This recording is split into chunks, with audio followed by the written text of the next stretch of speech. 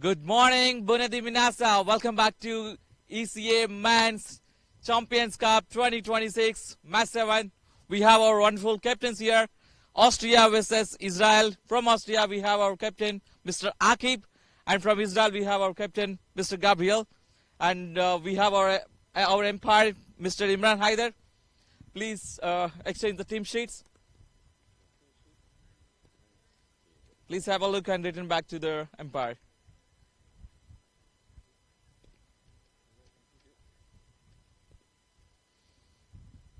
Now it's toss time. So as Austria is a home team, so please hand over the toss. Austria is going to toss and Israel is going to call. Tails is the call from Israel and it's tails. Congratulations. So what you have decided? We're going to have a bet. Any plans specifically, because Austria is winning all the matches and like you lost one match, and any game plans for today? We're going to be more positive today. We've learned a lot from the game yesterday, and we'll enjoy today, and it's going to be a good game. That's great. So congratulations and good luck. So you will be going to the bat.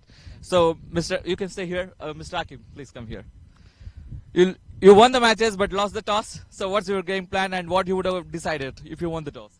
To be honest, you wanted to bat first as well, but I don't mind bowling first. It's early morning conditions, so we already did against Romania, and hopefully restrict them on the par total and chase the total down. So any game plans for today? Just stick to our bowling and bowl to our line and length, bowl to our field and take wickets and do a great fielding, do some great fielding in the match, and hopefully restrict them, as I already said. Thank you. Good luck. So for match 7, Israel won the toss and they're going to bat first. Thank you, and go to commentary box.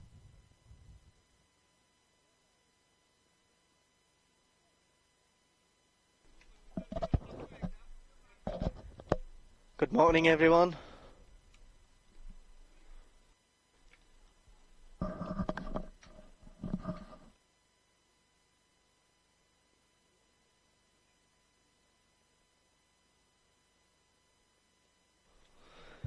Good morning, everyone, and welcome to Moara Vlasiei, and thank you, Sukesh. And we have the news from the center, and that is Israel have won the toss and they have decided to bat first. And it is a lovely morning today, a lovely match is coming up for you. And it's the 7th match of the ECA Men's European Cup 2026. Israel are going to face their second match against Austria. I've got the team sheets in my hand, and we can see from Austria the playing 11 is Mohammad Bilal Zalmi, Maiwand Momand, Karanveer Singh, Umair Tariq, Irfan Safi, Bashir Khan, Faridullah Shams, Aqib Javed, Akshay Anil Wagh, Zishan Arif, and Shadnan Khan.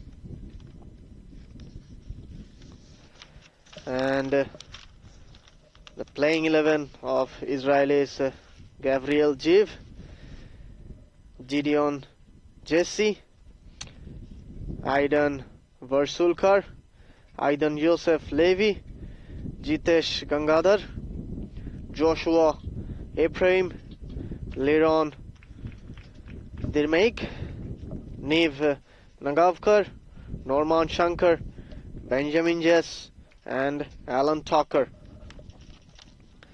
And this tournament is sponsored by Dafabet IT Teams, Evi's Hotel, Eurovision, Primaria Moara Vlasiei, and Dreamcatchers. You can see all of our matches live from Sportsbox YouTube channel, and we'll be back in a short while with the first innings action. And till then, Stay with us.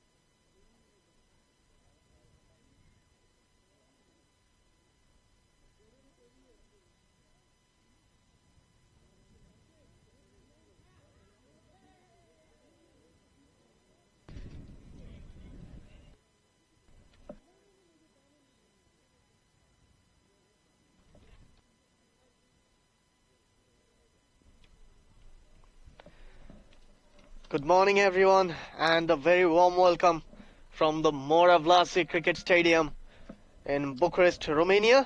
And with the microphone I will be all day with you. I'm Mohammad Asif Mahmoud Shajal, and we are here for the second T20 International of ECA Men's European Cup 2026, and we have got a match in our hand, and it is against Austria and Israel. Israel have won the toss and they have decided to bat first, as the umpires are coming in, followed by the batsmen and the Austrian fielders. They are making their way to the center, and this ECA Men's European Cup 2026 is sponsored by IT Teams, Primaria Moara Vlasiei, Dreamcatcher, Eurovision and Dafabet.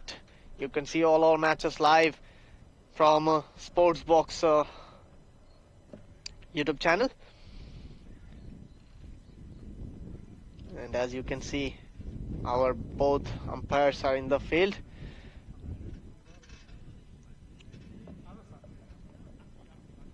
And we have got Mr. Andrew Elliott, our visiting umpire from Surrey, England, fixing the stumps in the pavilion end. And on the forest end we have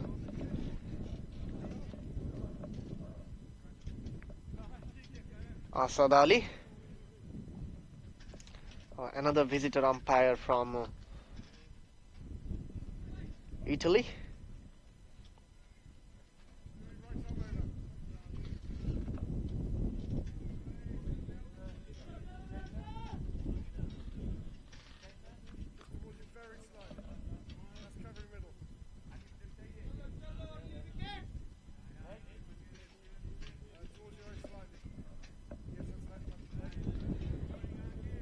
Looks like Austria are going to start from the pavilion end, and it will be Aqib Javed to start. And it looks like we are all set to go. The umpires are getting everything ready to start off the match.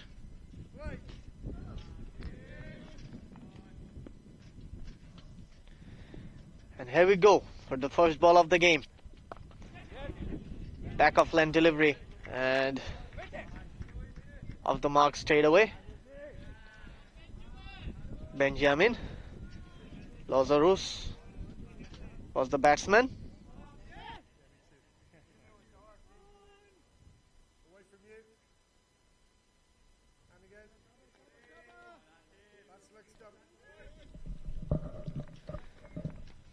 And that brings up Normal Shankar into the striking end, and Aqib Iqbal is coming up to bowl his second delivery of this over. Tries to cut it,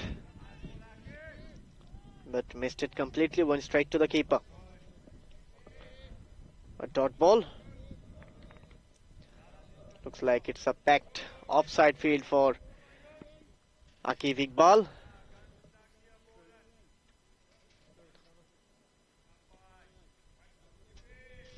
And as we can see, a mid-off cover and extra cover, deep point, gully and a short third man. And we are having some maybe a pause. There is some issues with the fielder. The umpires are coming in to discuss about it. And on the leg side we have a deep fine leg, short square leg and a mid-on. As we can see, we might have some issues with the fielder.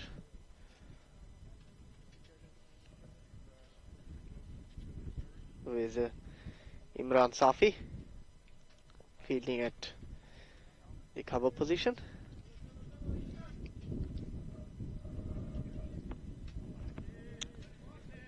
And we're all set to go for the third delivery of this over. Once again, it was a back of length delivery, and the batsman hit straight to the fielder. Another dot ball.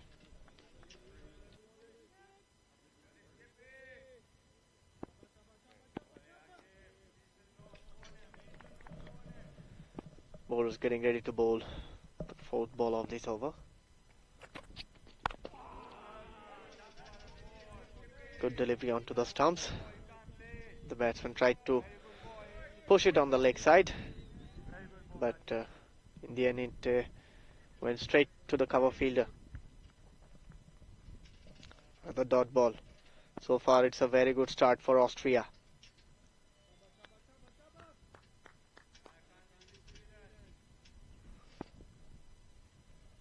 Fifth ball of the over. Good delivery. Hurried onto the batsman. And once again he tried to push it on the leg side, but in the end he have to check his shot. Another dot ball. 4 dot balls in a row.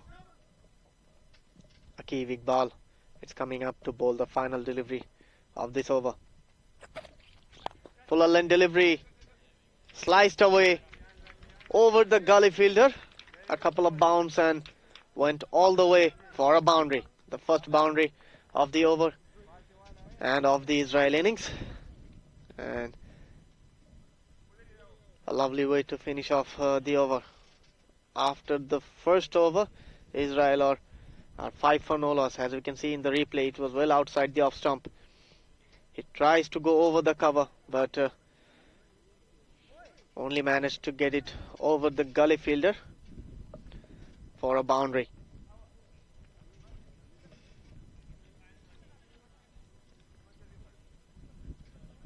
Not the kind of the ending of the over that Aqib Iqbal would like, but nonetheless it's a decent over from him. 4 dot balls came from that, and a new bowler is coming from the forest end, Bilal Zalmi. Zalmai. Sorry for my pronunciation.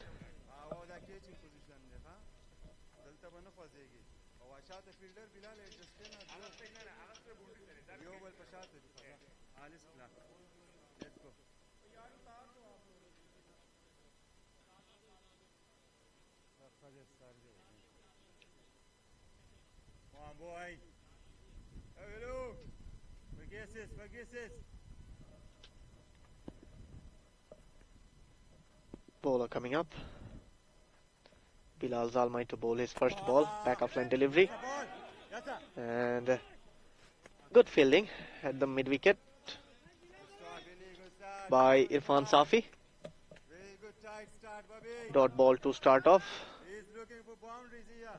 Be careful. Bilal Zalmai coming on to bowl the second delivery of this over. Once again, rocking onto the back foot. Tried to pull it, but missed it completely. Went straight to the keeper.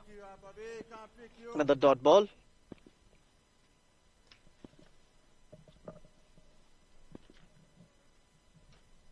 Coming on to bowl the third delivery of this over. Punched off the back foot towards the long on boundary, and it will be just a single. So change of strikes. Norman Shankar comes back to face the fourth delivery of this over by Bilal Zalmai.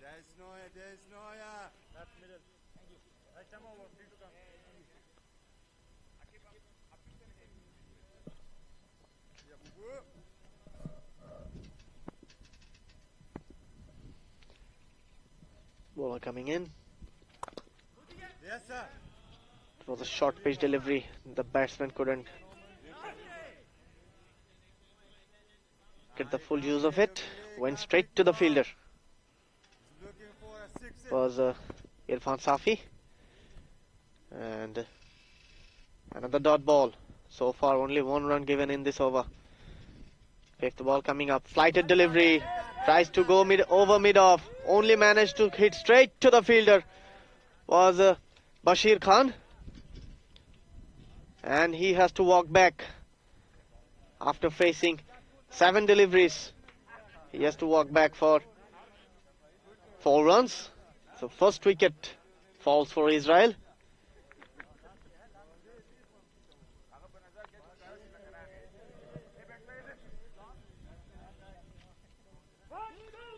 And new batsman coming up is Niv. And he is, because of this, as we can see, a flighted delivery well outside the off stump. He tries to go over the mid-off fielder, but only managed to hit straight into his hands, and he departs.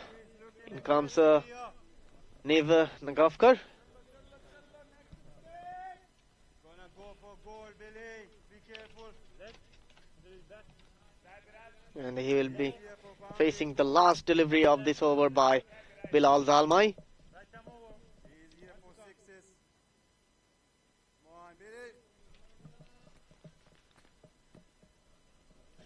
Benjamin Lazarus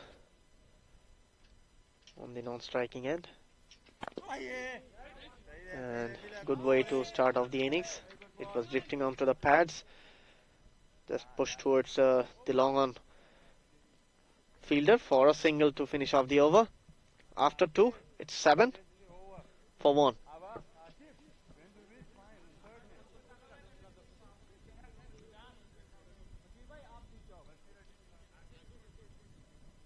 And third over of the match coming up, and you can see all our matches live in Sportsbox YouTube channel, and our broadcasting partner is Eurovision. Thanks to our sponsors for helping to make a very beautiful tournament like this. Austria are playing their third match of this tournament, and on the other hand, Israel are playing their second match. Austria, the unbeaten side so far in this tournament. Aqib Iqbal coming in for his second over of the match. Outside off stump, left by the batsman Niv Nagavkar.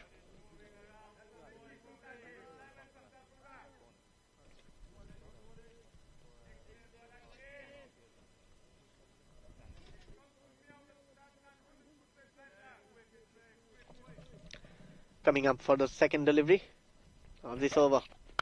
Fuller length delivery. Push towards mid-off for a single.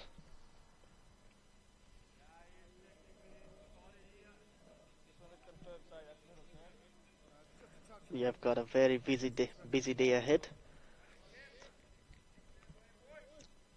We have 3 matches today. And Aqib Iqbal is coming on to bowl the third delivery of this over, and beats past the outside edge. Went straight to the keeper. Another dot ball. And so far, Aqib Iqbal has bowled pretty well so far. Given away only 6 runs.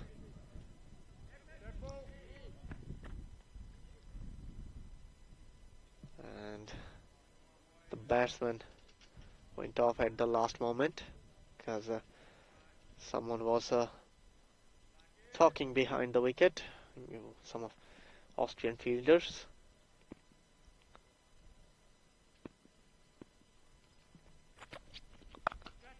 Cut away, but it will be straight to the fielder at deep point, and it will be just a single.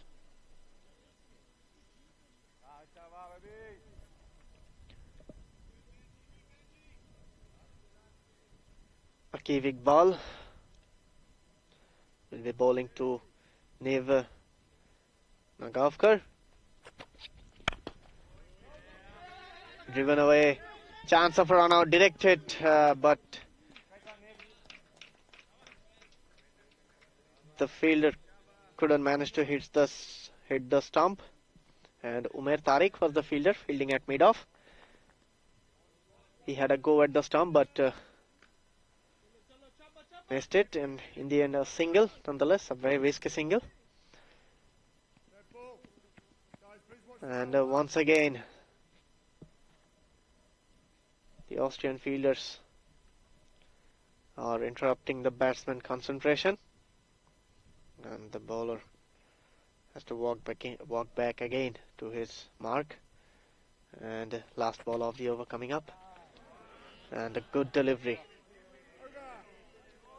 Tried to push it on the offside and eventually missed it. A dot ball to finish the over. After the end of 3, Israel are on 10 for a loss of 1 wicket.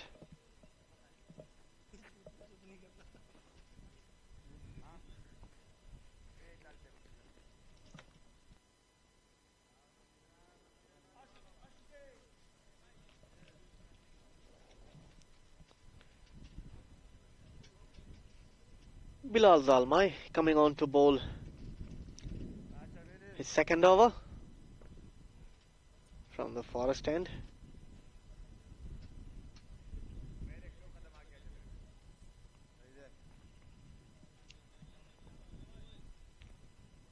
Fourth over of the match. Once again, flighted delivery outside off stump, and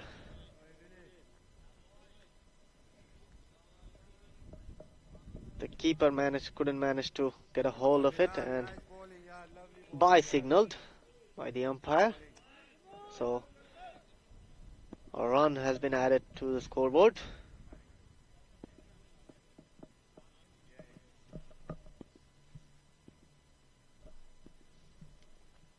Benjamin Lazarus is going to face Bilal Zalmai.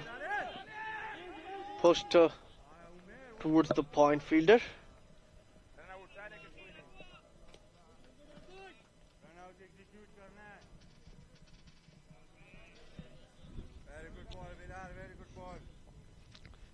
In the end, a dot ball. Bilal Zalmai coming on to bowl the third delivery of this over. Full length delivery, push towards mid-off, and the batsmen have changed their ends for a single. 2 runs so far in this over, and we are in the first power play of this innings. So far they couldn't use the advantage of the field restriction in the first 6 over. Flighted delivery, tries to cut it, went to the fielder at point. A bit left to the point fielder, allows the batsman to exchange their strike for a single. Bilal Zalmai coming on to bowl his fifth delivery of this over. Once again, push towards Irfan Safi at mid wicket. Another dot ball, and last ball of the over coming up. Benjamin Lazarus to face. Pushed in between the mid-off and cover fielder. And that will be a single to finish off the 4th over of the innings. After 4, Israel are 14 for 1.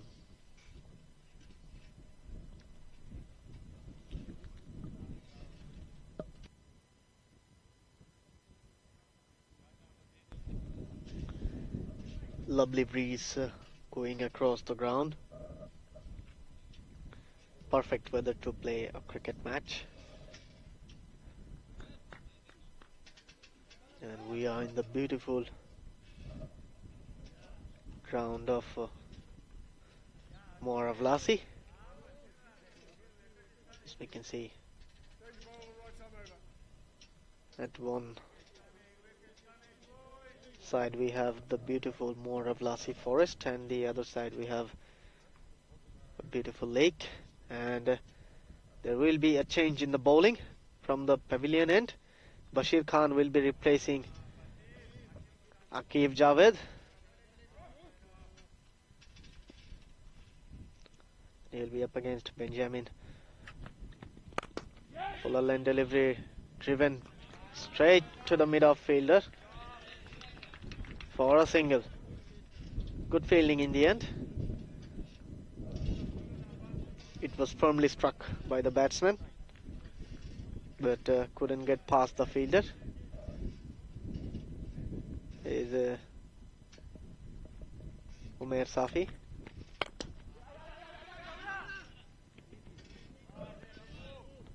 Once again driven straight to the mid-on fielder this time, and once again it's a single.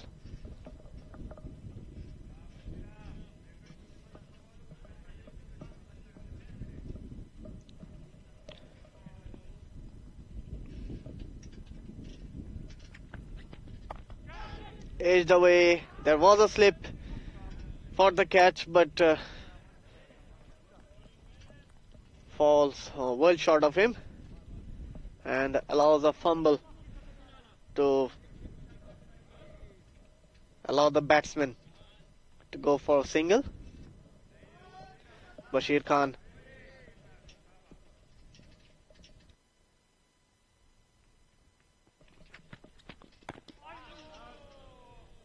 full line delivery, inside edge onto the pads. No run once again. A dot ball.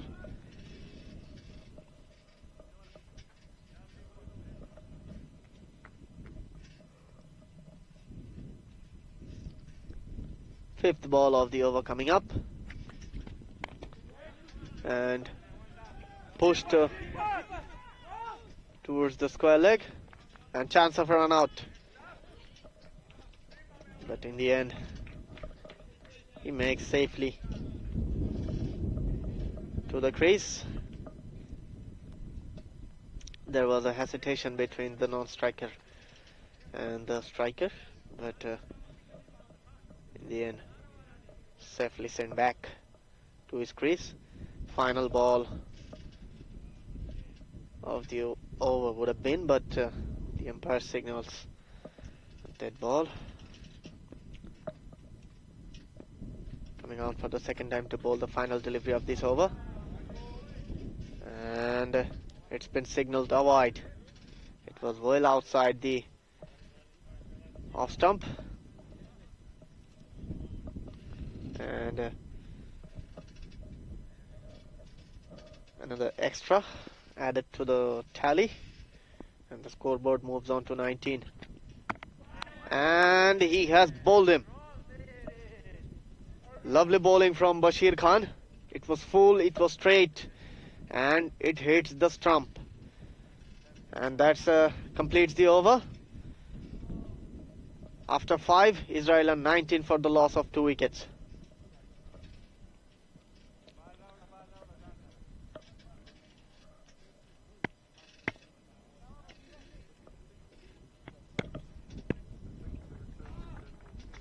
As we can see in the replay, it was full, it was straight, and he tries to go over mid-wicket, but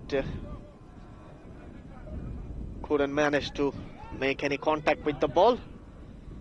And you miss, I hit. And he has to walk back towards the pavilion, and in comes Jitesh Manjira. And the final over of the power play.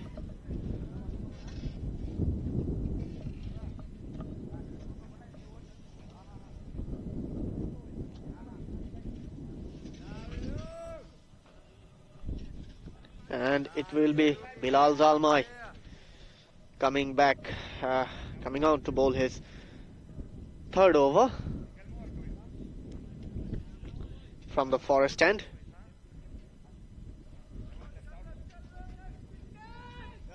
It's a decent field setup for him. Got catching short third, I would say. It's not a slipper, not a third man, so it's in a catching position. First ball was a dot, and once again flicked off the pads towards the deep mid-wicket boundary for another single. Bilal Zalmai is bowling pretty well at the moment. He bowled 2.2 overs, given away only 6 runs, and managed to get a wicket.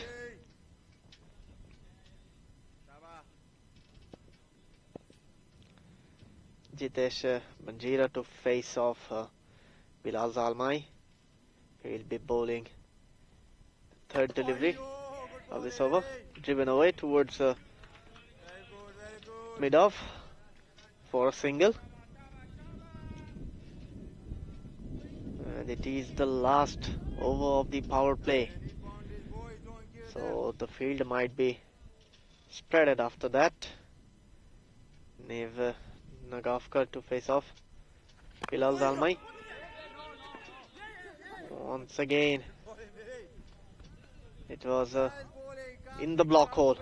The batsman tries to push it back past the bowler, but went behind the keeper. Nev Nagavkar facing the 13th delivery of his innings, and it will be a dot. He tried to push it away on the onside, but went straight to the fielder.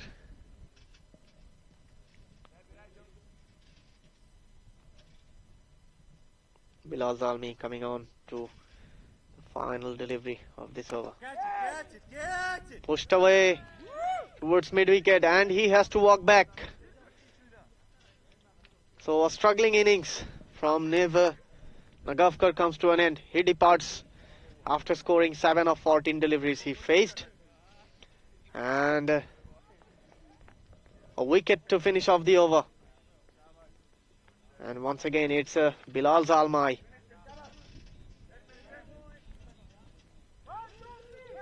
Got the wicket. So the third wicket falls for Israel.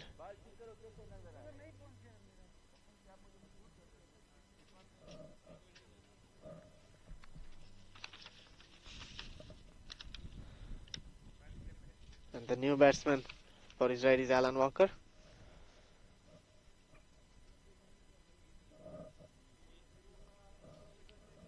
As we can see in the replay, it was the previous ball that Nev played before getting out. And Alan Walker is the new batsman coming onto the crease. And he will be facing Bashir Khan. So end of the power play. Now the field can be spreaded. 5 fielders are allowed to field outside the inner circle, and it gives a bowler a bit of freedom to bowl, but I don't think they'll be needed. As you can see in the replay, This is how the last wicket has fallen.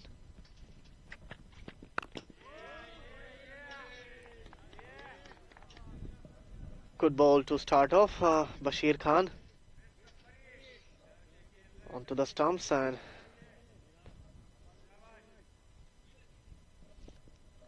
the batsman only managed to defend that ball. Coming on to the second delivery of this over.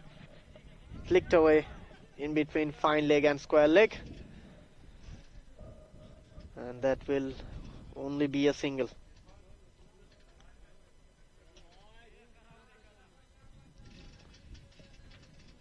Alan Tucker will be facing his first delivery of this innings, and he will be up against Bashir Khan, who has already picked up a wicket in his last over. Lovely bowling from him. Good pace, good bounce. That's what you want to see from a fast bowler.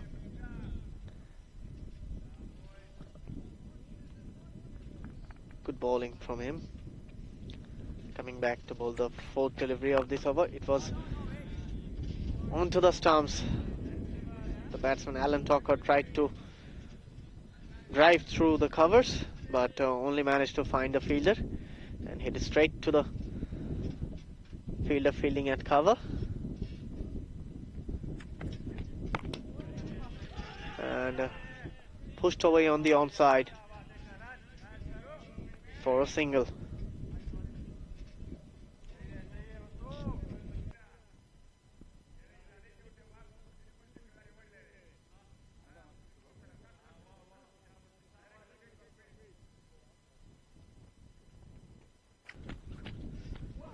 Once again,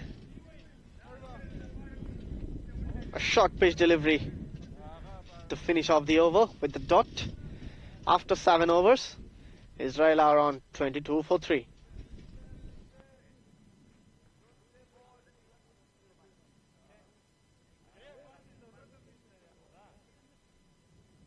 Good ball, Basir. Good over.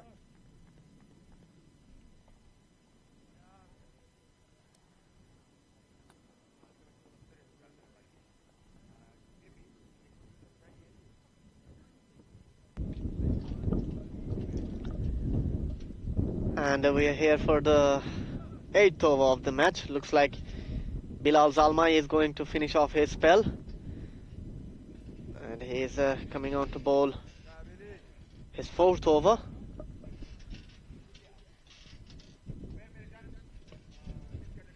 And he is up against Jitesh Banjira.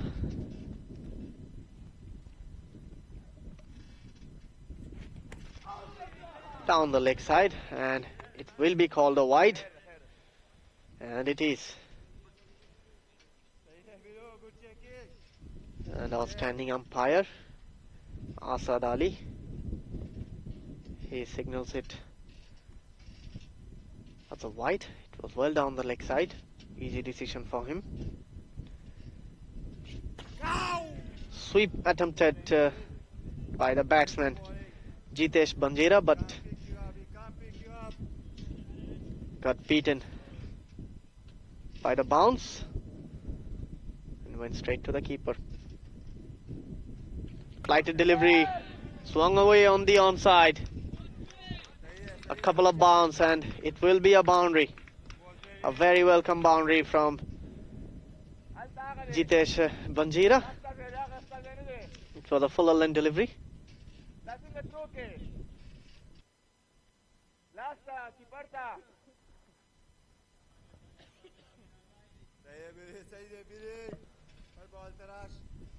Good shot from the batsman, and Bilal Zalmai will be bowling against Jitesh Banjira. A better line this time. The batsman tries to push it on the onside, but hit it straight to the mid-wicket fielder. No run in this case. Another good delivery from Bilal Zalmai Nice, very. has beaten the batsman and earns a dot ball for his team. Quick at this time, the batsman was forced to play it on the back foot, and no run again. Last ball of the over. Flighted delivery, swung away on the onside, and it will be the first maximum of the innings by Jitesh Banjira. It was in the slot, and the maximum to finish off the over. After over number 8, Israel are on 33 for the loss of 3 wickets.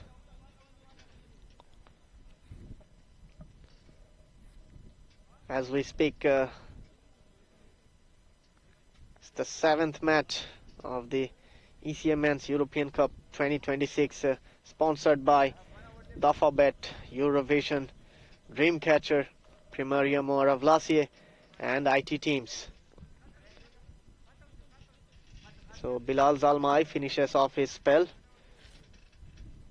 Not the way he would have liked, but in the end, a good spell of 4 overs. He have conceded only 18 runs and managed to pick up 2 wickets.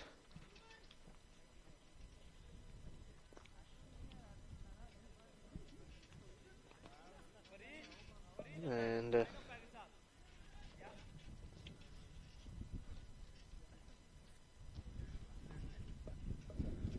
Akshay Wagh is the new bowler. He is replacing Bashir Khan from the pavilion end. And he will be bowling with the fielder in the catching position behind the stumps. It's got a short third man, a sweeper cover, an extra cover, and a long off. Long on, deep mid wicket, deep square leg, and a short mid wicket. Flighted delivery outside the off stump, left by the batsman, and a dot ball to start off the over. Alan Tucker will be facing Akshay Wagh for the second time in this over. And edged away to the slip fielder, and what a catch.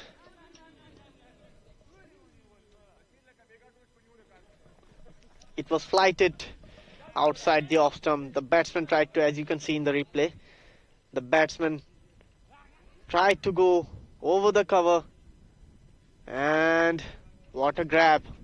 On the second attempt, he stuck on this one, and it's a one-handed screamer from the fielder.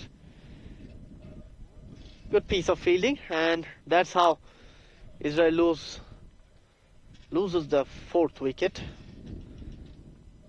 and they are on 33 for 4 at the moment.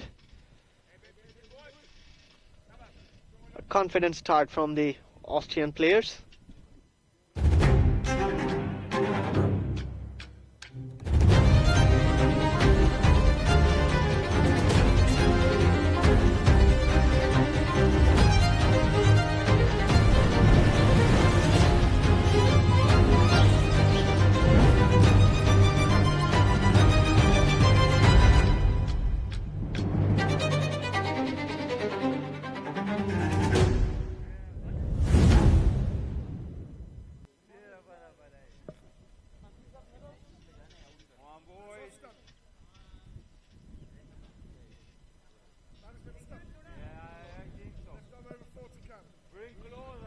A new batsman coming onto the crease. It's Leon.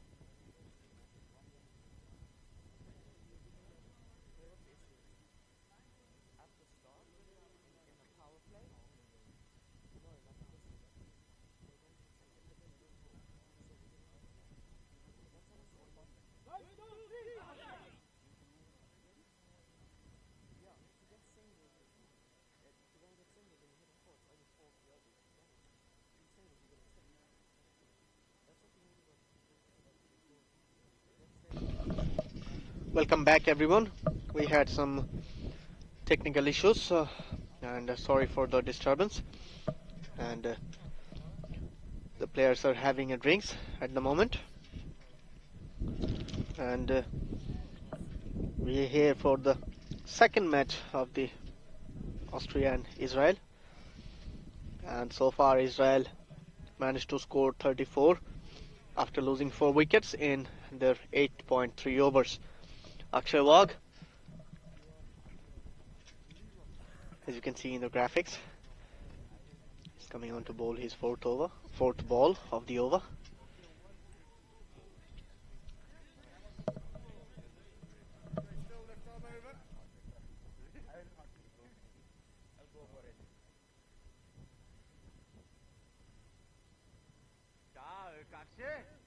Keep going right again.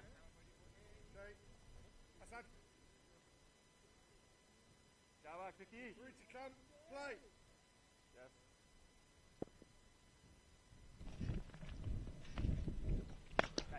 Low full toss onto the stumps. And driven straight to the long on fielder for a single.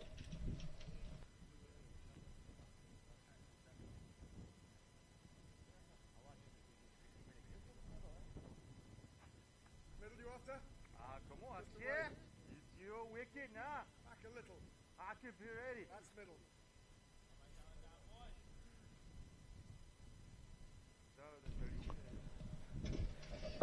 Lead on Dirmaik to face off the fifth delivery of this over.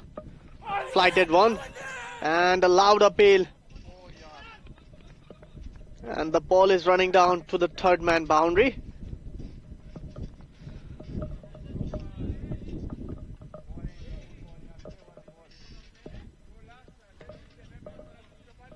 And missed everything. So leg by signaled by the umpire.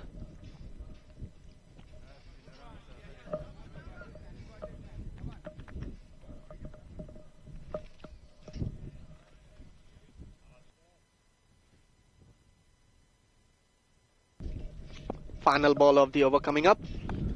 Fuller line delivery. Rocks back onto the back foot and cut away through the point fielder for a boundary.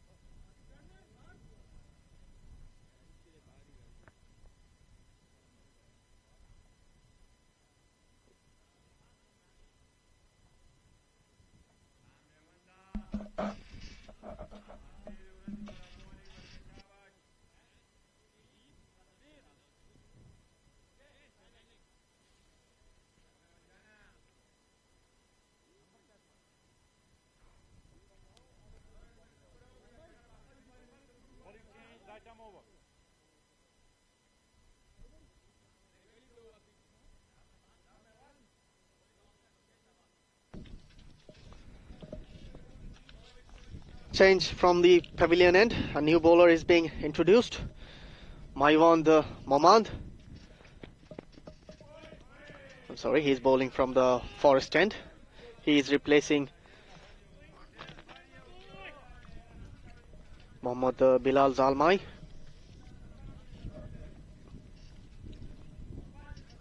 And Jitesh Banjira is about to face his 12th ball of this innings. And Maiwand Momand coming to bowl the second ball of this over, and it has been cut away over the point fielder for a boundary. Confident looking shot from the batsman. And Maiwand Momand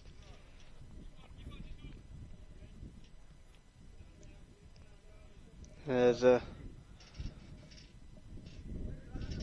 been cut away for a boundary. third ball of the over coming up.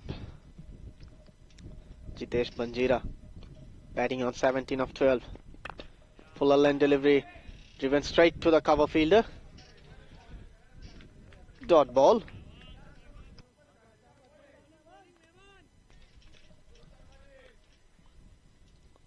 And Maiwand, a good delivery after getting hit for a boundary. Fourth ball of the over coming up. The batsman had a go at it, tried to go over mid-wicket, but the ball was not there, and it went straight to the keeper for another dot ball. Good bowling from Maiwand Mohmand.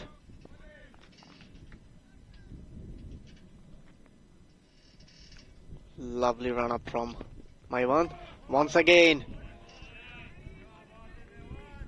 back of length delivery, good pace, good bounce. He is bending his back at the moment, giving it everything, and he has given a stare also to the batsman that he is not going to make it easy for him.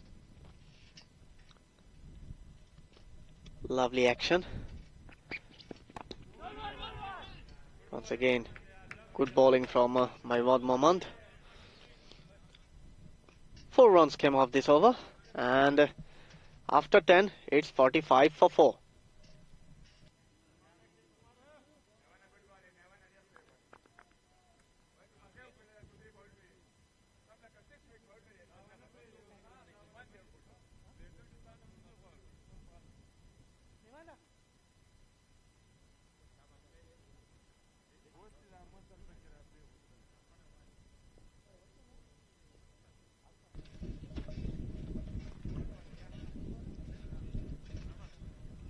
After a brilliant first over, Akshay Wagh is coming on to bowl his second over, and later on Dirmek is going to face.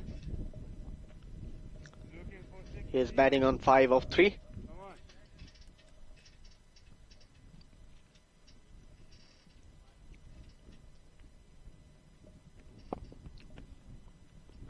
Fuller length delivery, and he has been bowled. Lovely bowling by Akshay Wagh.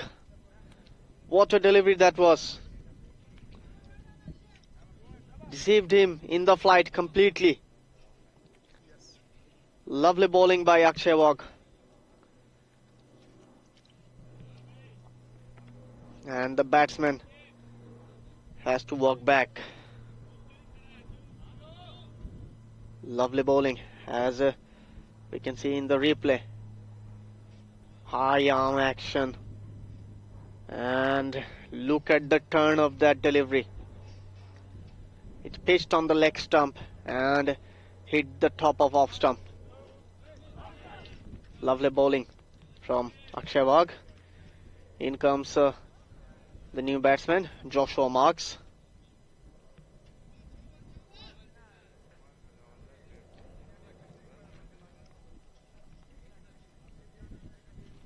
Israel loses their 5th wicket in just 45 runs.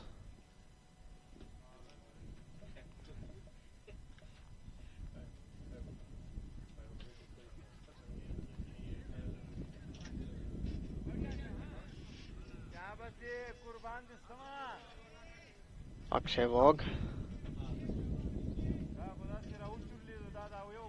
coming on to bowl the second delivery of this over. And he is up against Joshua Marks.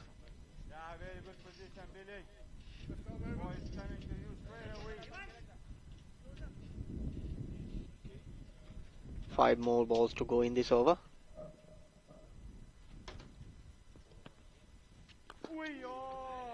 And straight away off the mark.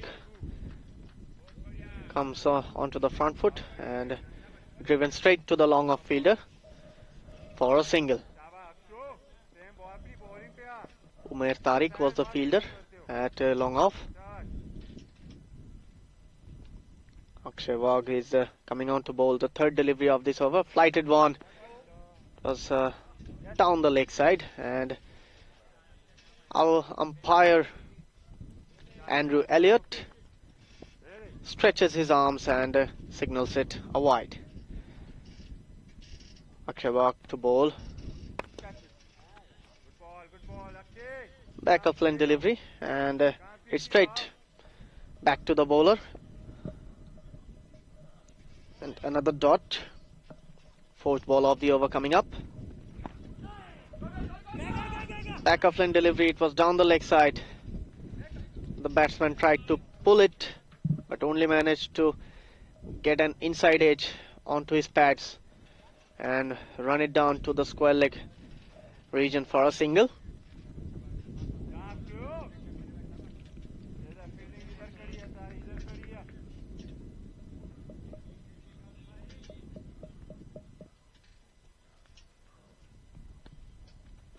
Fuller line delivery this time. Batsman goes on the back foot, tries to cut it, but couldn't make any contact with the ball. The ball went straight to the keeper. Akshay Vag to bowl the final delivery of this over, if it's legal. And it is a lovely delivery. The batsman pushed it back to the bowler to finish the over with the dot. And after 11, Israel are on 48 for 5. A very successful over from Akshay Vag. Only conceded 3 runs and managed to get a wicket.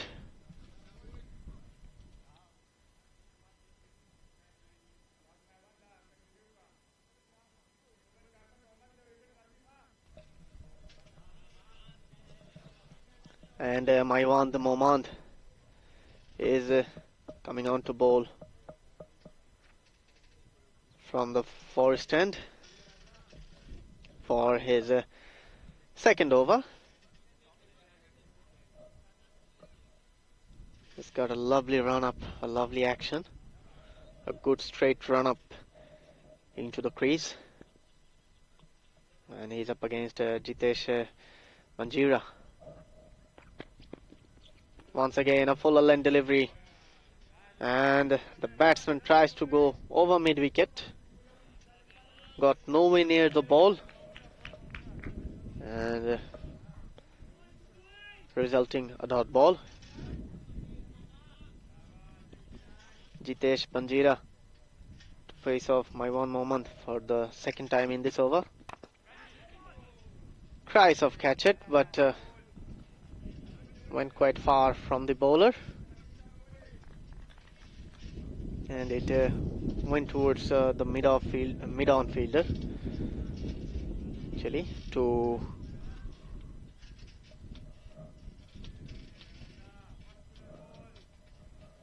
change the ends for the batsman for a single. Maiwan Momand coming back for the third delivery of this over. Hit straight back to the bowler. Another dot ball.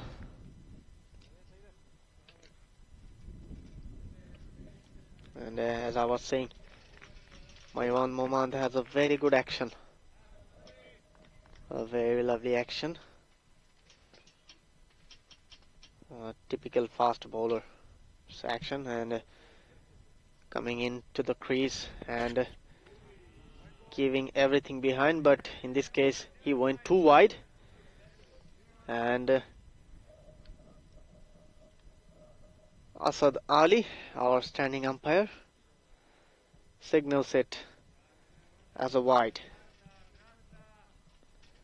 Maiwan the Momand is again coming into bowl for the fourth delivery, and chance of a catch, and it's a drop. The bowler won't be pleased by the effort of the fielder. A better effort would have been resulting a wicket,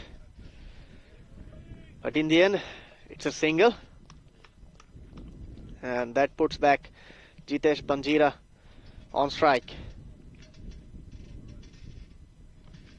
Maiwan Momand coming back to bowl the fifth delivery of this over. Once again trying to hoik it over mid wicket, but missed it completely.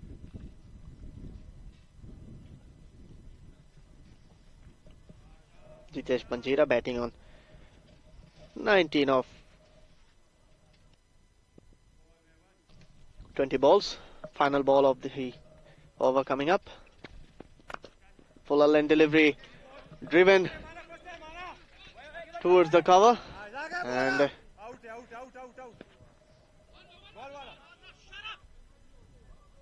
it was driven into the gap,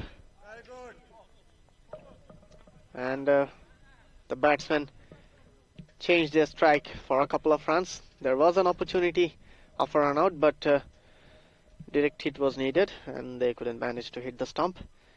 In the end, the batsman survived this time. That's the end of the 12th over.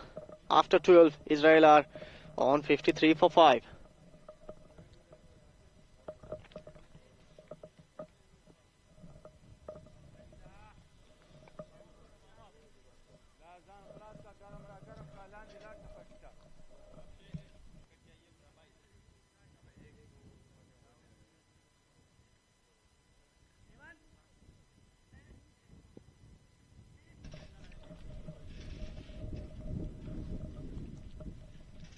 Akshawag is coming on to bowl his third over of the match, and he will be bowling to Joshua Marks, who was batting on 2 from the 5 deliveries he faced so far. Coming over the wicket, tried to cut the ball, but only managed to get it away for a single. Good fielding from Akif at the covers. Good cricket all around.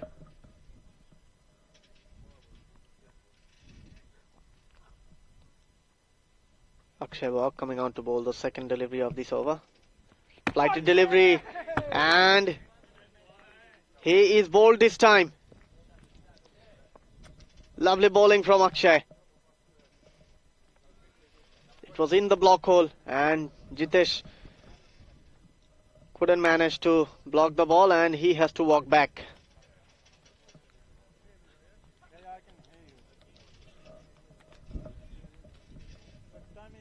Lovely bowling from Akshay Wagh, and the 6th wicket falls for Israel.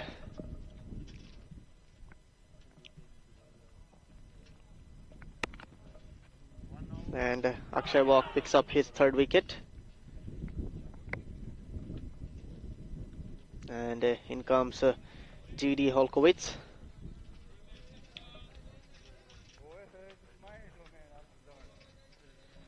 Confident stop from the Austrian bowlers. They are not giving anything away and anything easy for the batsmen. They are making their life difficult.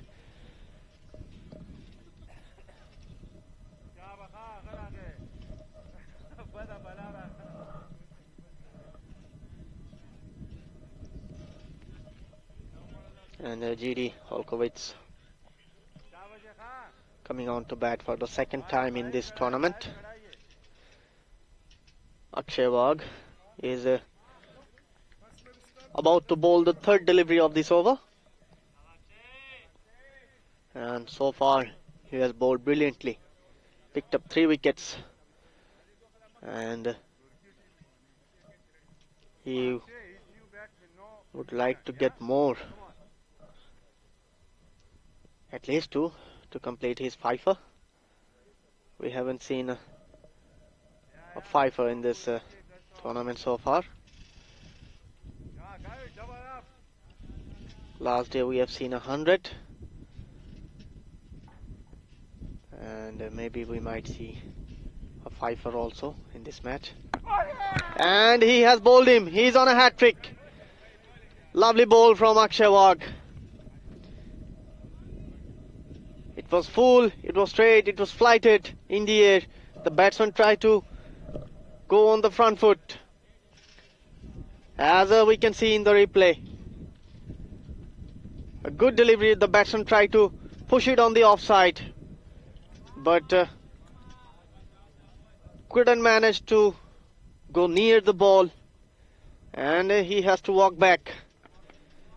And he has to go without troubling the scorers. And Akshay Wagh is on a hat-trick.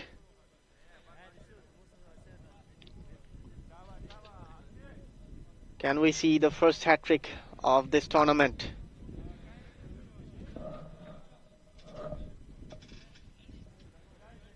And in comes Gavi Sketchat.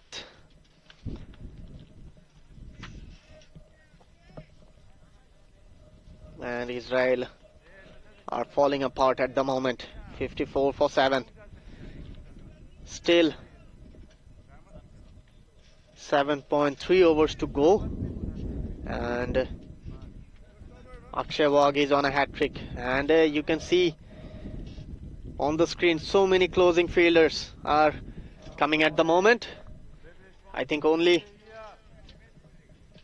the deep mid-wicket, deep square leg, and a wideish, a deep mid-wicket, a wideish long on, and a long off is patrolling the boundary. Otherwise, 1, 2, 3, 4 closing fielders in catching position on the offside, and 2 on the leg side. So Akshay Wagh is on a hat-trick.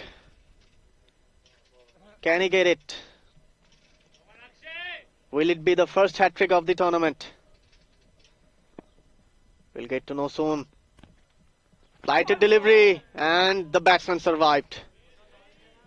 He went on the back foot and only managed to defend it. A better ball would have been resulting a wicket. Flighted delivery down the leg side. And it's coming towards the boundary. Eventually it stopped. And the batsmen have ran 2 of it, and it will be a wide. So 3 runs added to the scoreboard. Umpire Andrew Elliott signals it as a wide, and Akshay Wagh has to reload that again.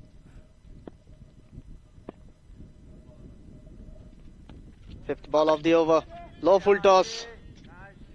The batsman has driven straight to the cover fielder.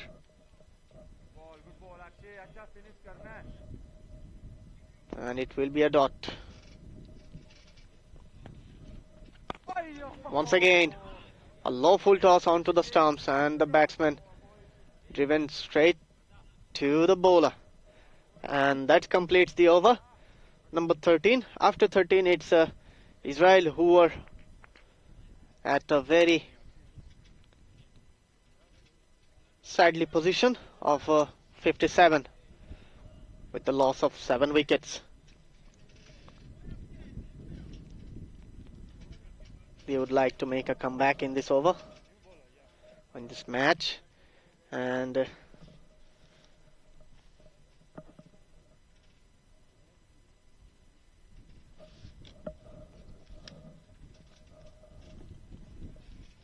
we might see a change in the bowling from the Forest end.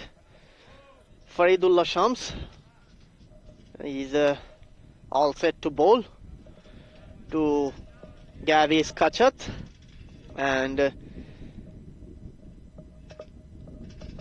as you can see on the left side in the graphics, left side of the screen in the graphics, you can see Akshay Wagh, I'm sorry, beg your pardon, Faridullah Shams is bowling, and he has bowled his first ball, beaten outside of the outside edge of the batsman. A dot to start off the proceedings of the 14th over. Faridullah Shams coming on to bowl his second delivery of this over. Drifting onto the pads, pushed away towards the long on fielder.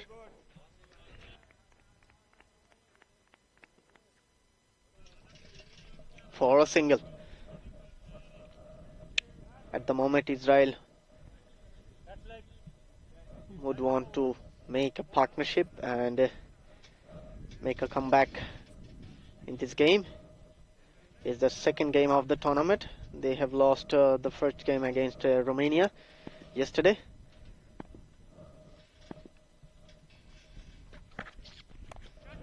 Once again, back of lane delivery, outside edge, and took it back to the third man fielder, and Karanveer Singh was fielding over there. Another run added to the scoreboard, and Joshua Marks is about to face his 9th delivery. He has only managed to score 4 of the 8 delivery he faced. Low full toss outside off stump. The batsman driven it straight to the deep point fielder for a single.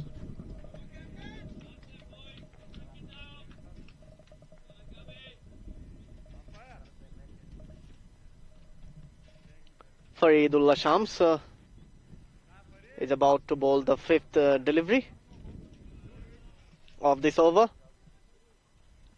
and at the moment the current run rate is 4.39.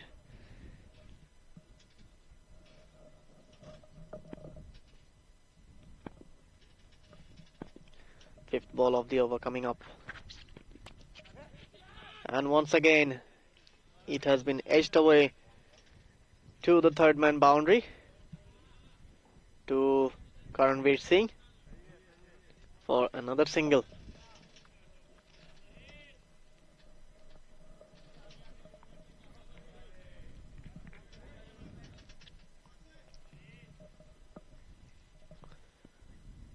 Joshua Marks to face the last delivery of this over.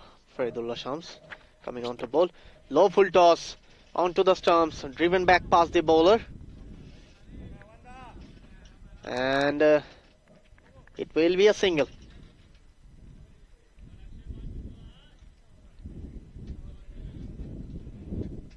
A good over for Austria. Only 5 runs given away in this over. And after 14, Israel are 62 for 7.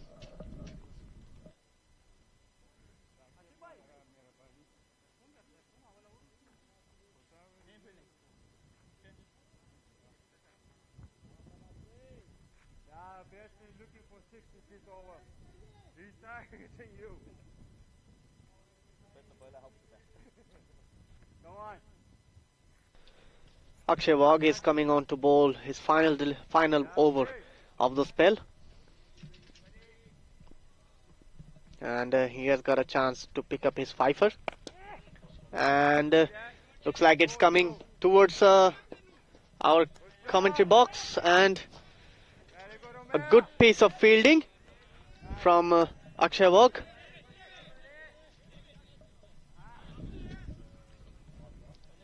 And good fielding by Umair Tariq.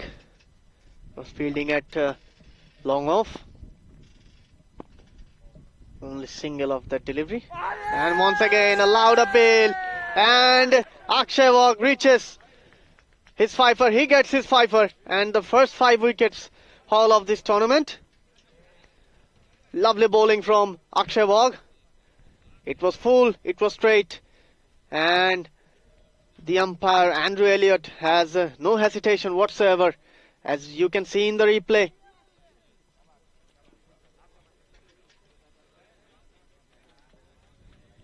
Pitched onto the leg stump and hitting the middle. No chance whatsoever for the batsman. And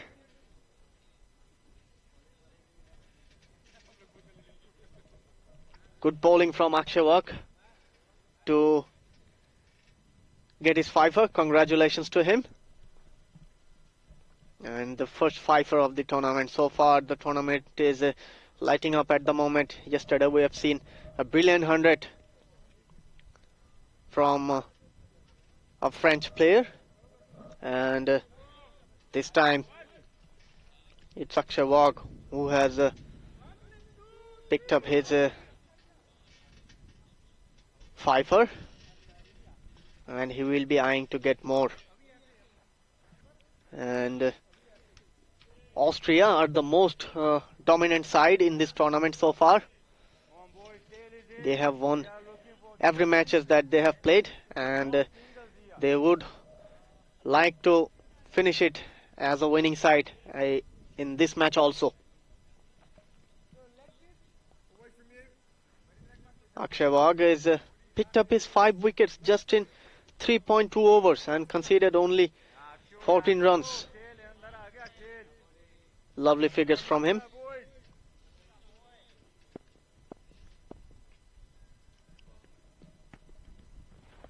Down the leg side, and the batsman swivels it to the fine leg for another single. And Aidan Varsulkar gets off the mark straight away, and Joshua Marks is about to face Akshay Wagh for the first delivery in this over. Lovely bowling from Akshay Wagh. Once again a good length delivery, push straight back to him. 2 more balls to go in this over.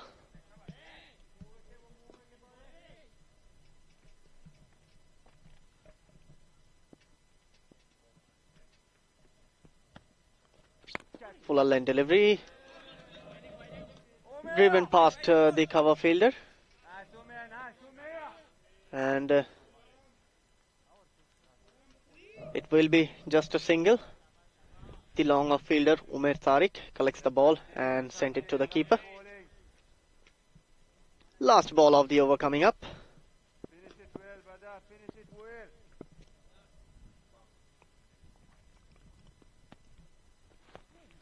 well. And once again he's down the leg side, and the batsman gloved it towards the deep fine leg region for a single.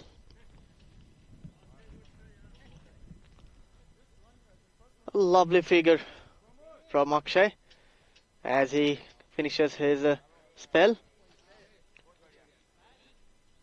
17 runs conceded and picked up 5 wickets.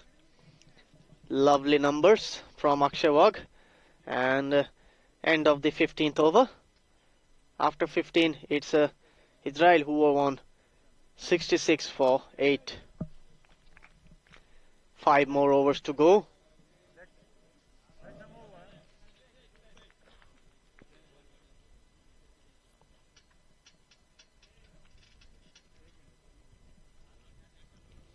And Faridullah Shams is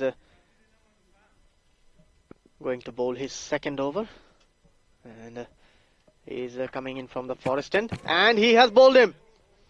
What a ball from Faridullah Shams. It was a good length ball, came back sharply into the batsman, and he has no answer for that. As you can see in the replay, it was a good length delivery. The batsman stuck on the crease and left enough space for the ball to hit the stumps. So the 9th wicket falls for Israel, and what a dominating bowling performance from Faridullah Shams. They need only 1 wicket to wrap up the innings. And so far it's a very dominating performance from Austria. Got the wicket on the first ball of the over. And Aidan Levy is coming on to bat. Left-handed batsman.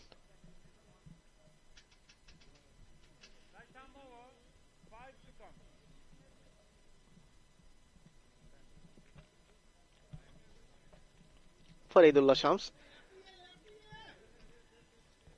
It's his second over. Given away only 5 runs in the first over that he bowled, and now on the first ball of his second over, he has managed to pick up a wicket. And Aidan Levy will be facing Faridullah Shams. Outside off, the batsman tried to go for a cut shot, but missed it completely and went straight to the fielder. Keeper, sorry. And it will be a dot ball.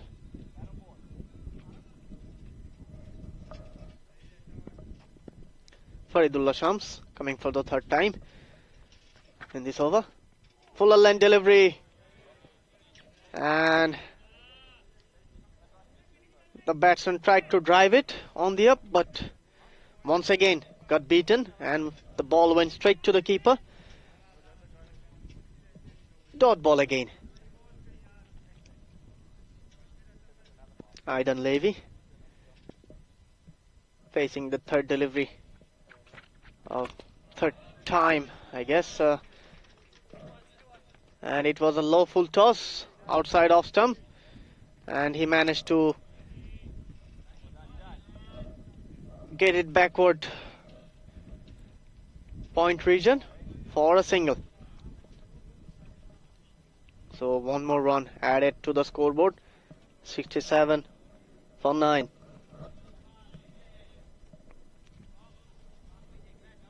And Joshua Marks is going to face Faridullah Shams.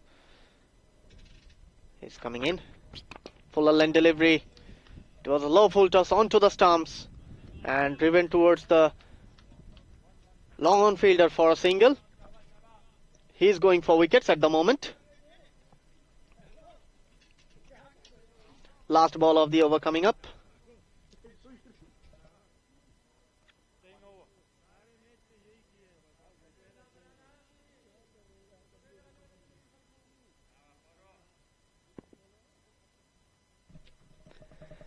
Last ball of the over coming up. A big shout, and looks like it missing leg stump.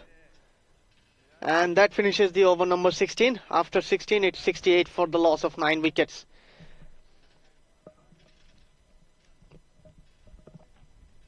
Faridullah Shams finishes his very excellent over, given away 2 runs and picked up 1 wicket.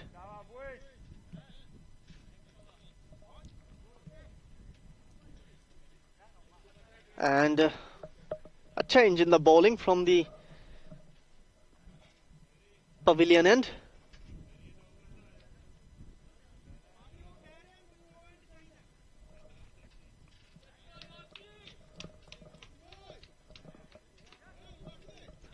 And Umair Tariq is the new bowler who's coming on to bowl for the first time in this innings.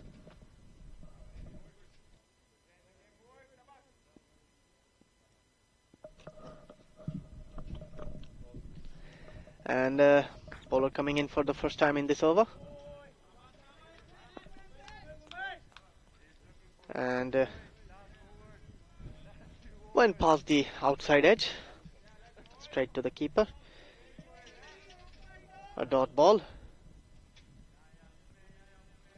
And Umair Tariq coming on to bowl the second delivery in this over. Joshua Marks to face him.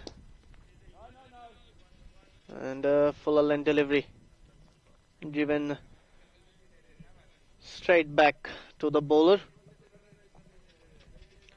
Opportunity to take a single, but they have decided against it.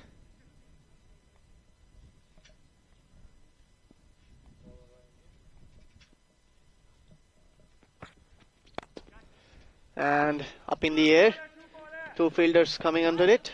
And it's a sloppy effort from Akshay Wagh, the fielder, and it went for a boundary. So the scoreboard moves on to 72 after 16.3 overs. A very lucky boundary for Israel.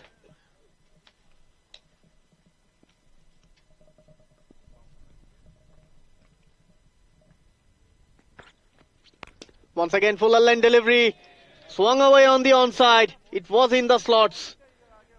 And it went all the way for a maximum.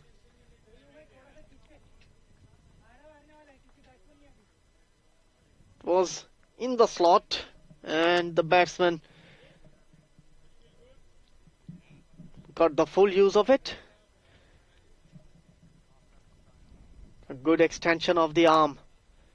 It was picked up from the front foot and it went all the way for a maximum.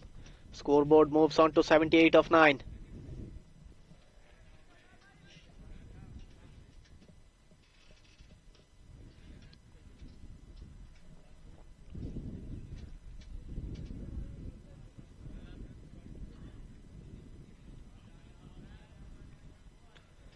And Umer Tariq coming on to bowl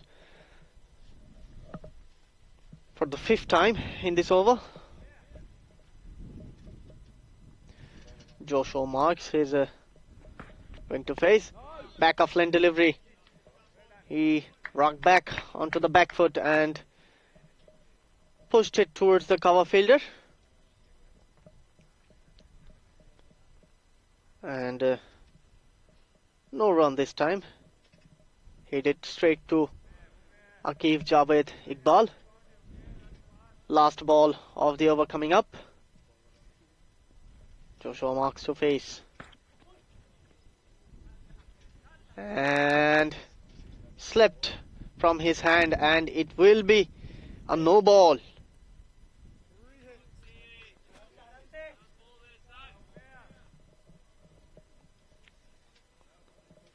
Umer Tariq has to re-bowl that again and Joshua Marks is going to have a free go at it.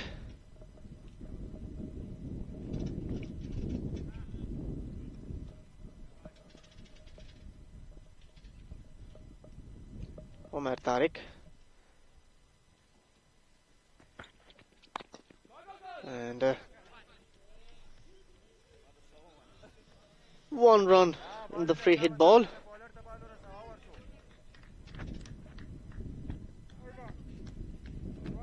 And the scoreboard moves on to 80 after 17 overs for the loss of 9 wickets. Umer Tariq finishes his over, given over 12 runs in the over.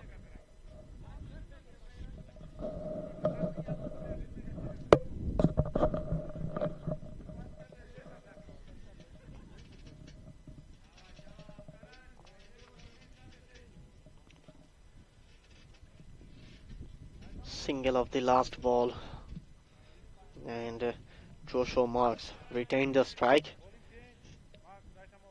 and looks like it's going to be a new bowler introduced from the Forest end, Karanveer Singh, and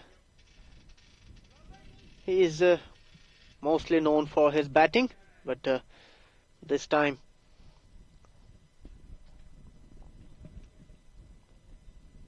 he will try to sharpen his bowling skills as their team on a very good commanding position at the moment. Back of line delivery, hit straight to the fielder at point. A fumble there, but in the end a dot ball.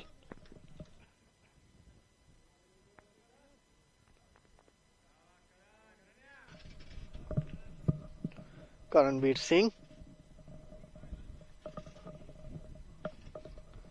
is coming on to bowl for the 2nd time in this over, and once again it's a hit straight to the fielder at point.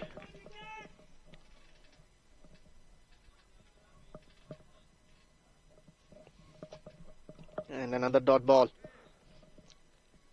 Karanveer coming on to bowl the 3rd delivery of this over. Joshua Marks and it's a back of line delivery, hurried on to the batsman and beaten for pace. Good bowling from Karanveer Singh.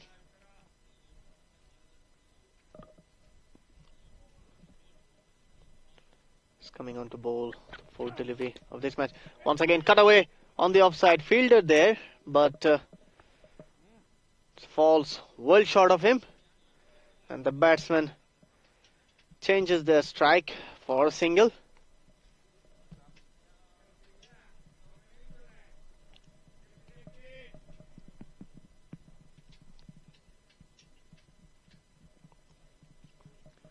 And that puts Aidan Levy to the strike.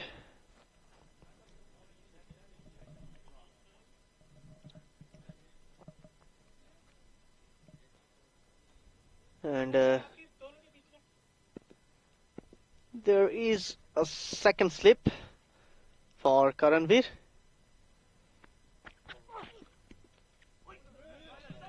Low full toss, and it has beaten the keeper. An awkward bounce in front of him, and it went all the way for a boundary. So 4 extra run has been added to the score of Israel, and the scoreboard moves on to 85 for the loss of 9 wickets.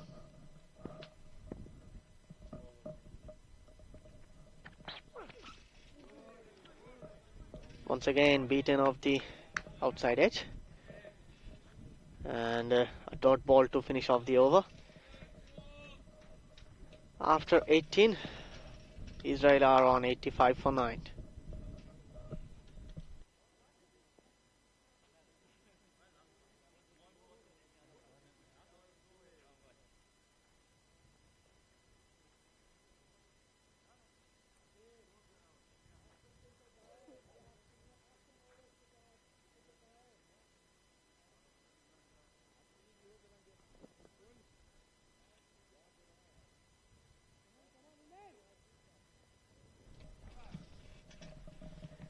In comes Umair Tariq for the second time in this innings,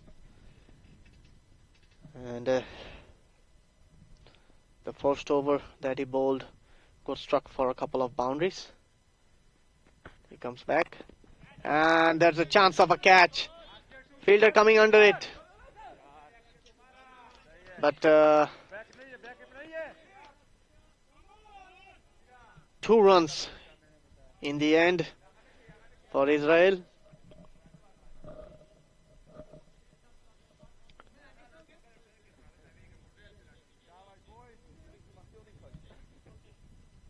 And Umair Tariq got hit away for a couple of runs on his first delivery, and Joshua Marks reaches on to 23 of 26 ball he faced. Second ball of the over coming up, once again lofted towards the long on fielder, and Karanveer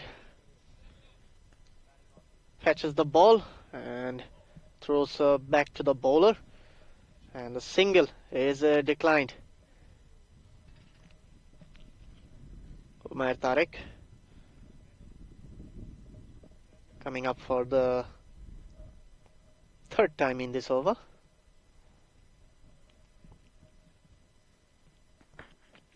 Full length delivery, and swung away on the leg side, and the long on fielder collects the ball and throws to the keeper. By the time the batsmen have changed their ends for a couple of runs, Joshua Marks reaches on to 25 of 28,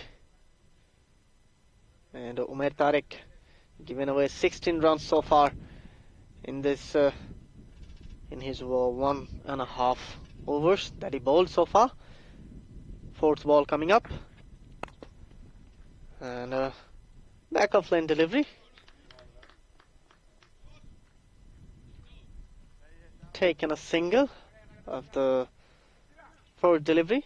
So 2 balls left in this over, and Aidan Levy will be on strike, the left-hander, and the fielding adjustment is being made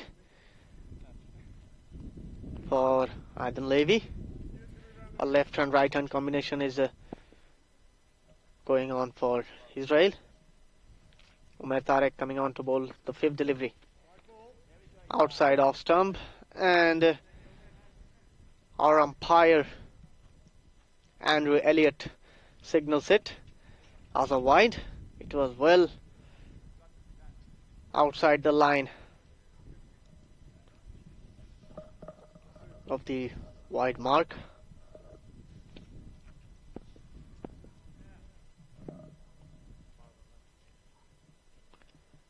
Aidan Levy to face of Umair, driven away beautifully past the point fielder, and a couple of runs for Israel, and scoreboard moves on to 93. Last ball of the over coming up.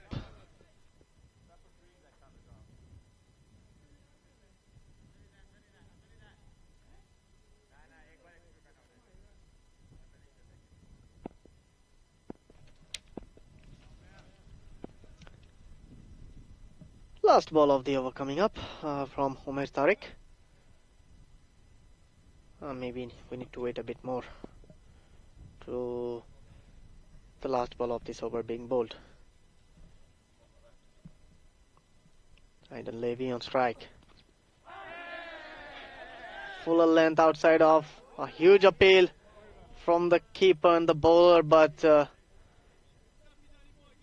Andrew Elliott was unmoved, and a dot ball to finish off the 19th over.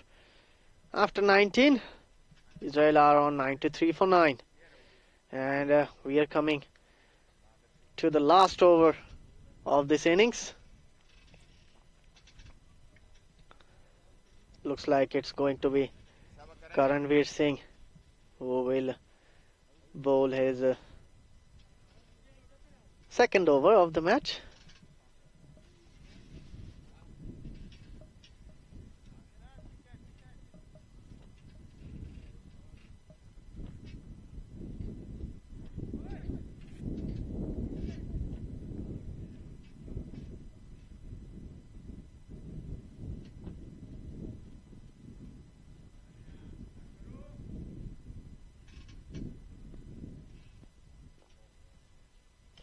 Karanveer Singh coming on to bowl the first delivery of this over, and it's punched away between the long off and the cover fielder for a couple of runs.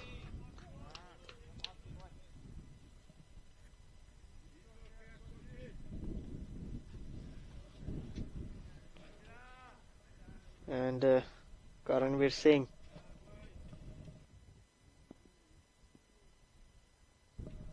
is coming on to bowl the second delivery of this over, and wide signal by the umpire Asad Ali, and good piece of keeping from the keeper.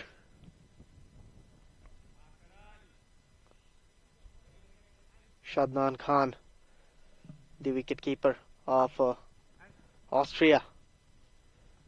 We have seen some acrobatic stuff from the wicket keeper. Karanveer Singh is coming on to bowl the second ball of this over for the second time. Full length delivery, and that's the end of the innings for Israel. And they have only managed to score 96 of the 9.2 overs that they faced. As we can see in the replay, it was full, it was straight. He tried to go over the bowler's head, but missing it completely, and the batsman is bowled. So that's the end of the first innings, and Israel only managed to score 96 after losing all of the wickets in 19.2 overs. and Austria will be needed only 97 runs to register their third victory in this tournament. And we will be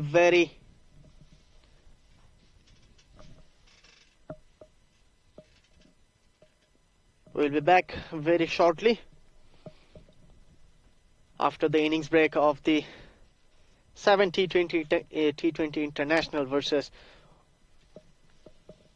Austria and Israel in the ECA Men's European Cup 2026, sponsored by IT Teams, Primaria Moara Vlasiei, Dafabet, Eurovision and Dreamcatchers.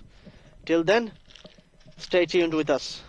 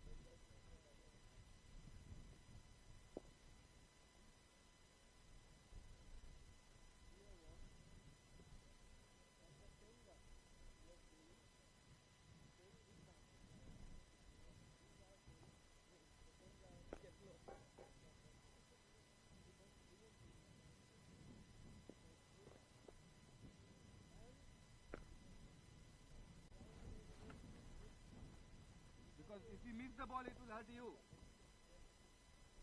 Come here, because if you miss the ball, then it will come on you.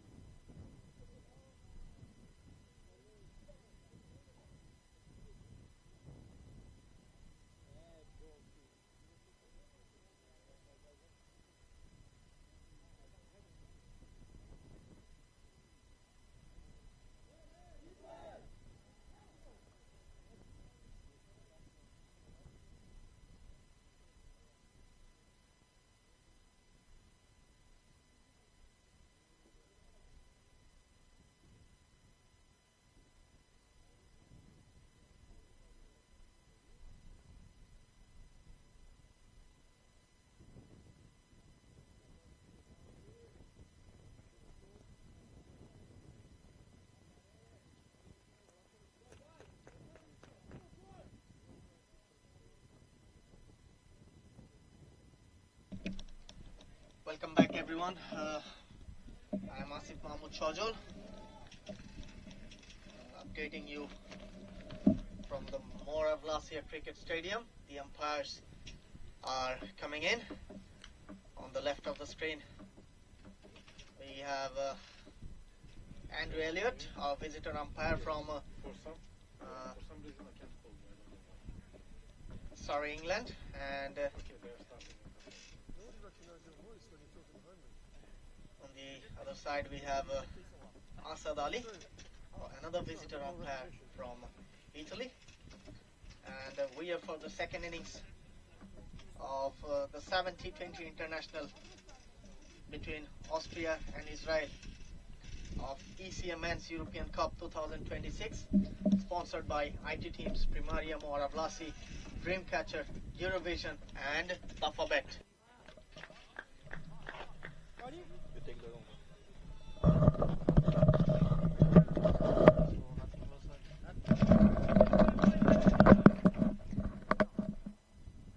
Welcome back everyone to the ECA Men's European Cup 2026 70-20 international between Austria and Israel's second innings, and I am Asif Mahmood Chojol reporting from Moara Vlasiei cricket ground, and looks like Karanveer is taking on the strike, and he is up against Nagavkar, and he's starting from the forest end. First delivery tries to go down the pitch, and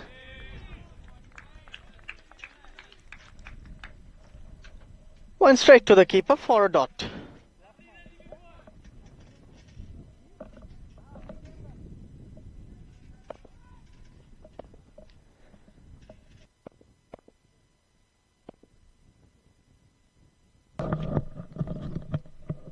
Second ball coming up. It's down the leg side, and the extension of the arm of our umpire Asad Ali to signal it as a wide.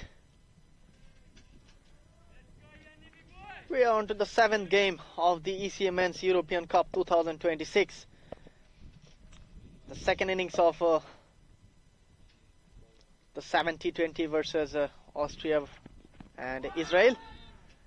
Once again, hit on the pads of Karanveer. He has faced 2 balls so far. Couldn't manage to open his account.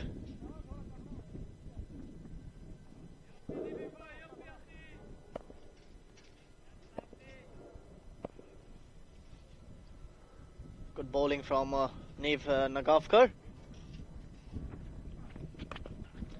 Once again, pulled away on the leg side, and a couple of bounds and went all the way to the boundary. So the first boundary came from the bat of Karanveer Singh, and the first boundary of the innings. The score moves on to 5 of 3 balls. 92 more runs needed to win.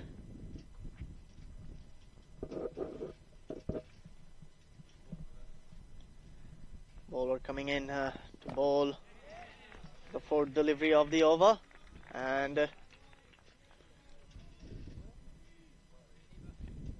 it's a dot.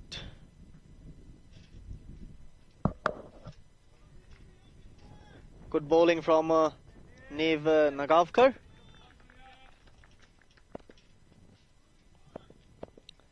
Karanveer to face the 5th delivery. And once again it was down the leg side, but the batsman tried to pull it over the fine leg fielder, but couldn't make any decent enough contact inside edge onto his body. So another dot ball. Final delivery of this over coming up.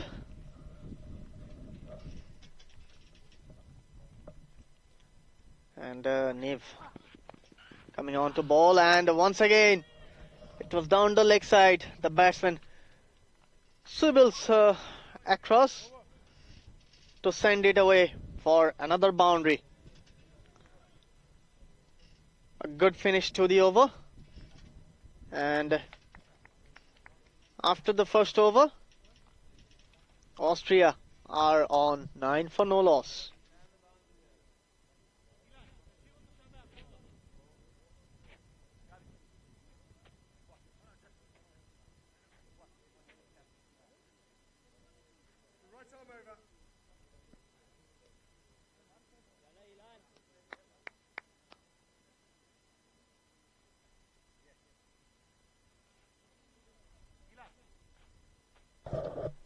Second over coming up for Israel, and Alan Tucker is starting the proceedings from the pavilion end. We will be up against Zishan Arif.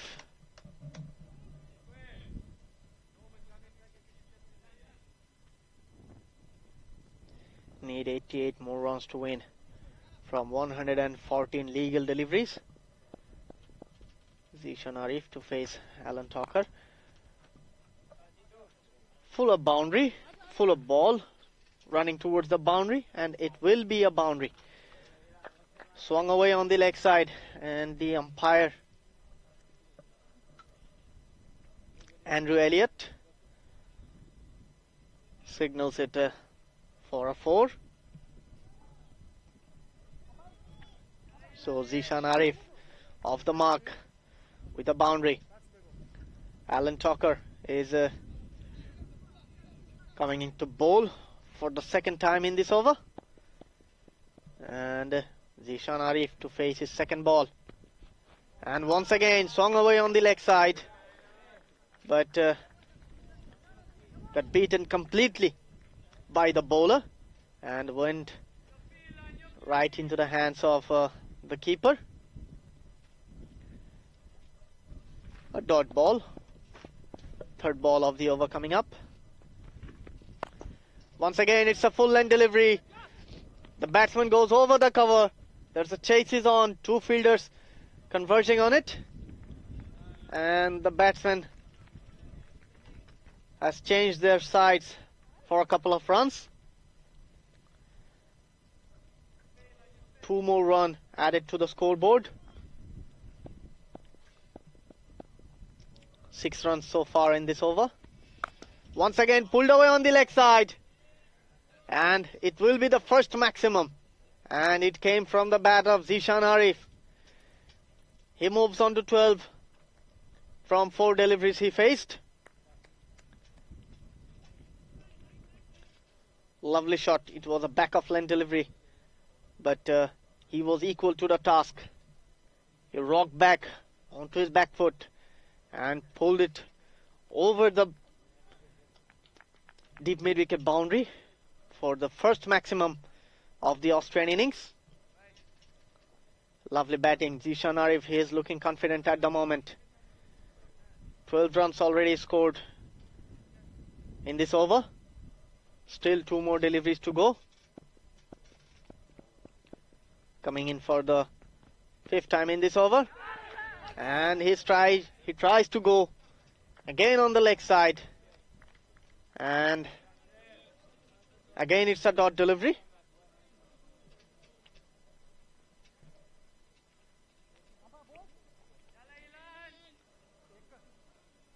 Last ball of the over coming up.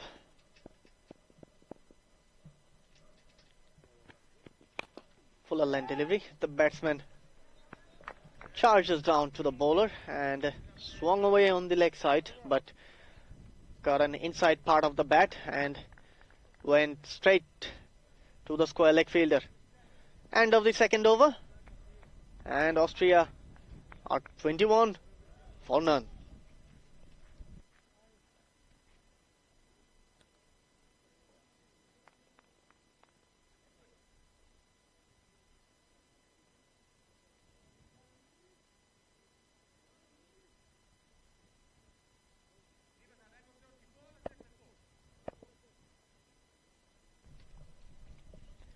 Neve Nagavkar coming on to bowl his second over.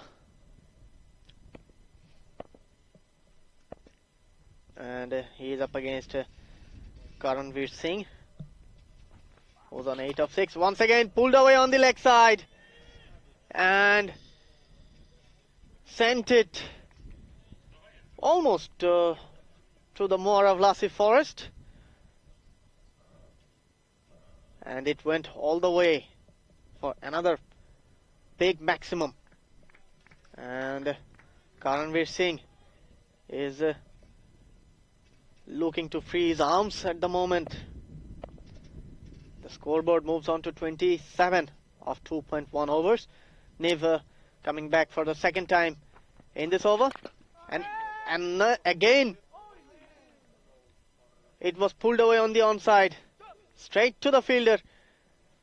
There was an opportunity, a very straightforward catch, but the fielder couldn't manage to get a hold of it, and in the end resulting a single.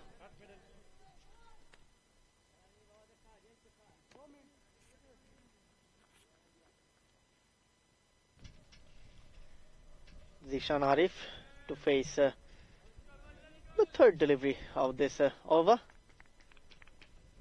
There might be his shoelaces came off, and a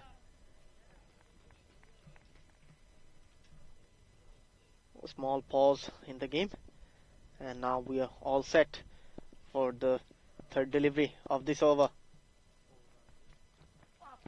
Fuller length delivery, swung on the leg side, got the inside part of the bat, and it's running down for a boundary. It went all the way from the fine leg region, and Zishan Arif moves on to 16 of 7. A lucky boundary for Zishan Arif, and some field adjustment is being made. Deep extra cover is coming inside the circle, and fine leg went back. Back of line delivery, lofted over the mid-on fielder, and it went all the way for another boundary. Looks like Austria are on a hurry at the moment, and Neve Nagavkar is being taken to the cleaners so far. 15 runs came in this over from the 4 deliveries that have been bowled. Zishan Arif moves on to 20 of 8, and he is striking over 200. Neve Nagavkar,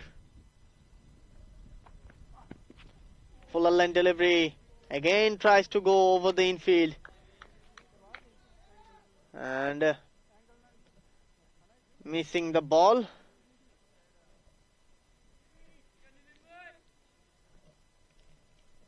And another dot ball. So final legal ball coming up in this over. Down the leg side, pulled away towards the fine leg, but there was protection this time for Neve Nagavkar, and a single to finish off the over, and Zishan Arif will keep the strike.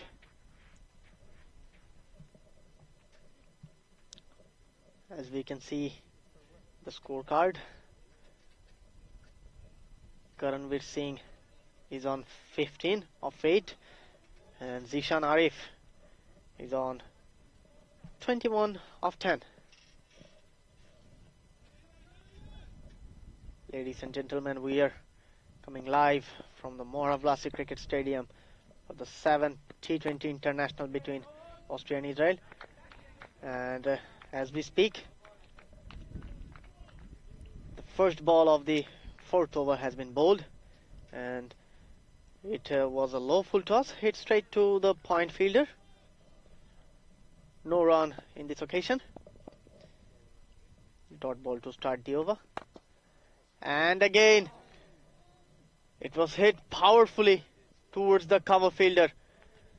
It was an opportunity, but once again, the Israel fielders are not being able to catch the ball. It went for a boundary. Zishan Arif moves on to 25 of 12.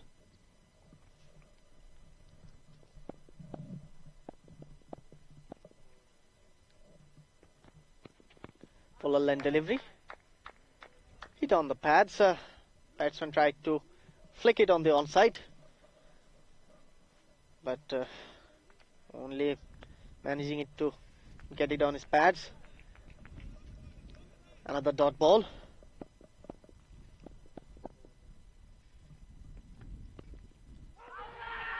Once again a loud appeal, but I don't think there was an edge in this one. Outstanding umpire Andrew Elliott has had no interest in this appeal.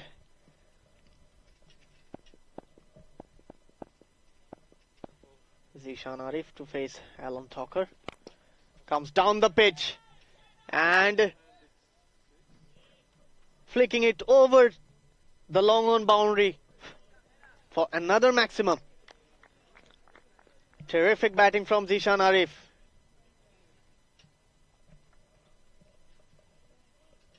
And the scoreboard moves on to 47 for none. Alan Tucker has given away 10 runs so far in this over. Still one more delivery to go. Full toss onto the pad, swung away on the leg side, and it's going towards the boundary through the fine leg region, and it will be a boundary to finish off the over. And that brings up the 50 partnership. 51 in just 24 balls.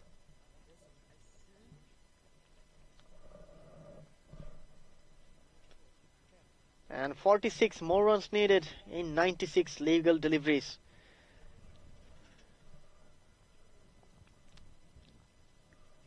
This is Mohammad Asif Mahmood Shajal welcoming you from Moara Vlasiei Cricket Stadium, cricket ground in Bucharest, Romania. And we are for the second innings of the 7th T20 International of ECA Men's European Cup 2026, Austria versus Israel.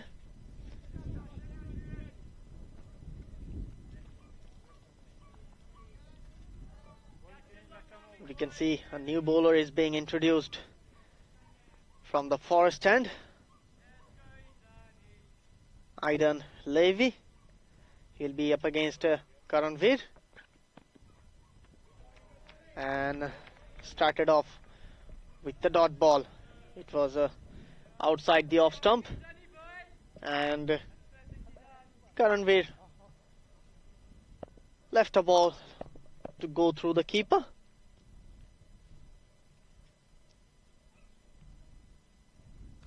Aidan Henley coming to bowl for the second time in this over. Cut away nicely into the gap. The ball is running towards the boundary. A chase is on, and looks like the ball has won the race. A classy shot from Karanveer Singh. Just placing the ball between the fielders at short third and point to earn himself a boundary.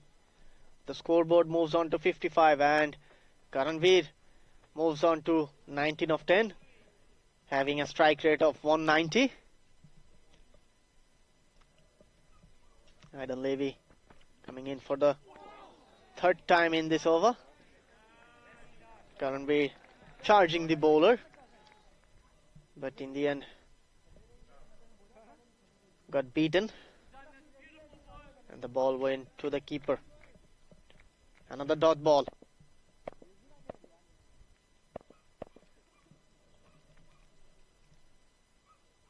Karanveer to face Aidan Levy. A loud appeal from the bowler, and umpire Asad Ali has no interest to reacting the appeal.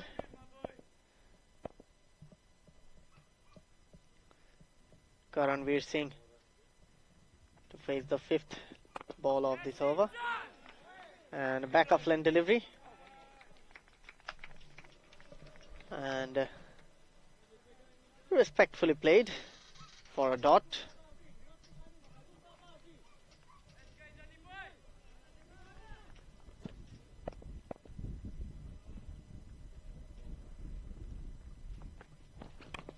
Once again down the leg side, and beautifully picked up by Karanveer, and also getting our cameraman. And the 6th to finish off the over. After 5 overs, Austria are on 61 for none.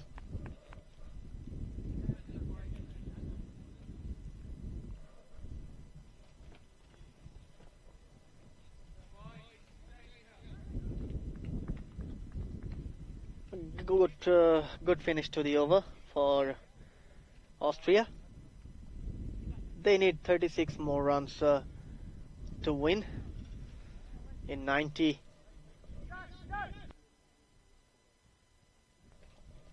Legal deliveries, and change in the bowling. GD Hilkovits coming from the pavilion end, and he is up against danger man Zishan Arif.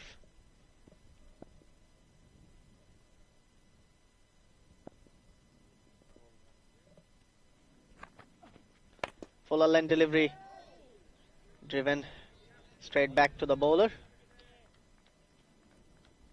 Got a hand to it,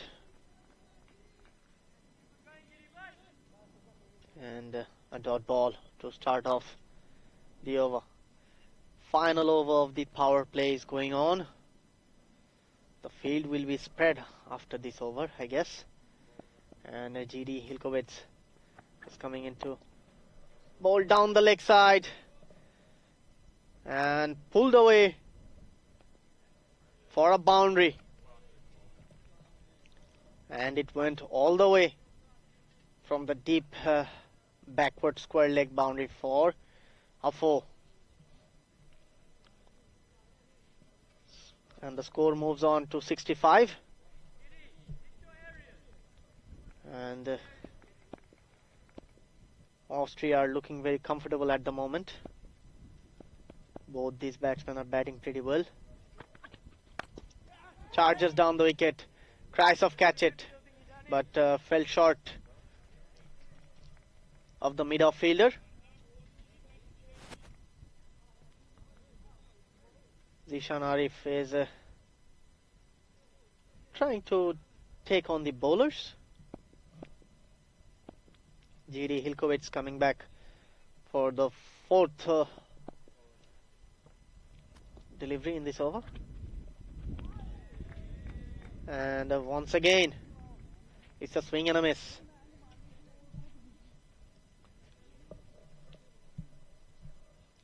Zishan Arif is trying to go over the leg side, and only managing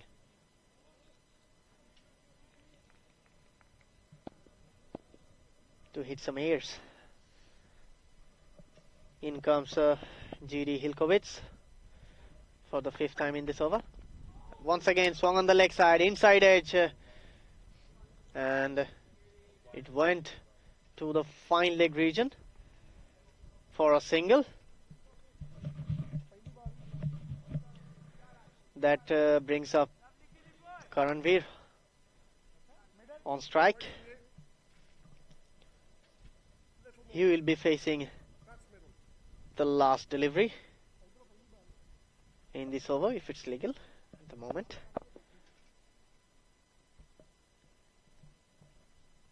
GD Hilkovits coming back to bowl for the 6th time in this over. And cut away nicely towards the point fielder. A misfield allows them to cross for a single.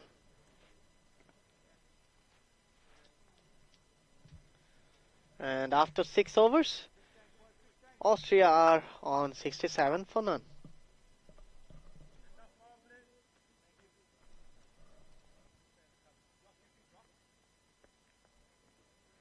Better end up all.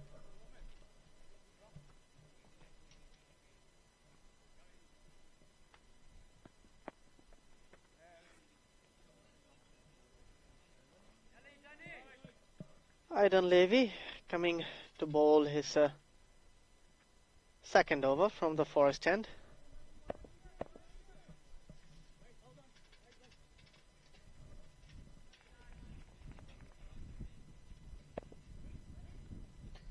And he's up against Karanveer Singh, who's batting on 26 of 15.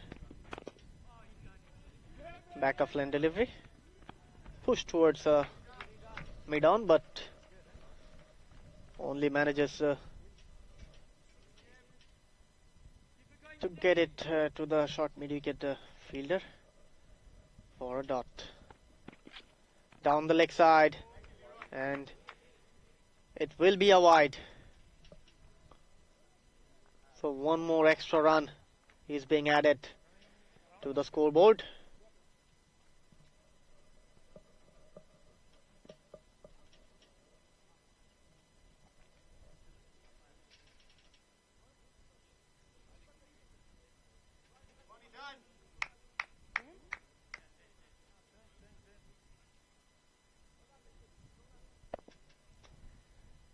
Aidan Levy coming into bowl for the 3rd time in this over. Beautifully driven by Karanveer Singh for a single. And the scoreboard moves on to 69 in 6.2 overs. So the power play is finished. Now they have more protection on the boundary fielding side. Once again down the leg side. Missed everything, and the fine leg fielder cuts it out for a single. There was an inside edge from the batsman, Karanveer.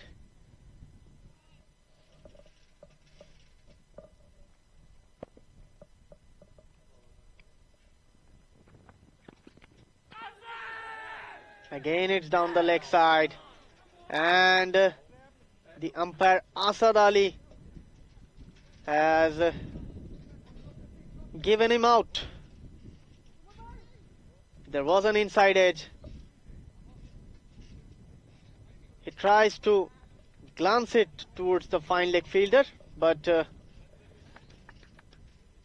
eventually he has to walk back. So the first wicket falls for Austria. As we can see in the replay, it was down the leg side. Took an inside edge towards the keeper. And Karanveer Singh has to walk back.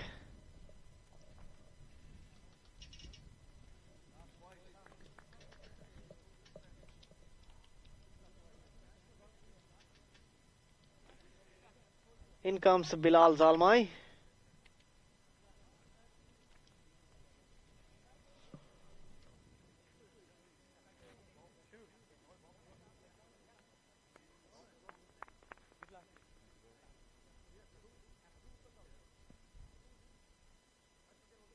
That's middle. Thank you. That's time over 2 to come.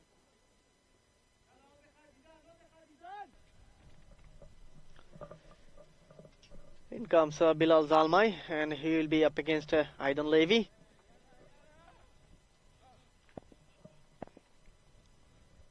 Coming on to bowl the 5th ball in this over. And watchfully left by Bilal Zalmai. It was well outside the off stump.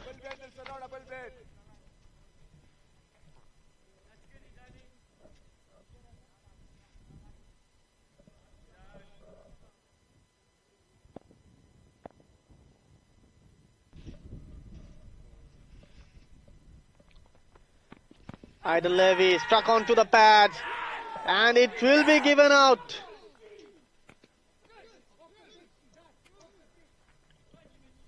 The batsman is not looking very happy by the decision of the umpire, but you have to walk back. Bilal Zalmai is coming back to the pavilion without troubling the scorer, and it was a full decision, as we can see in the replay. He was onto the front foot, struck onto the pads, and plumb in front.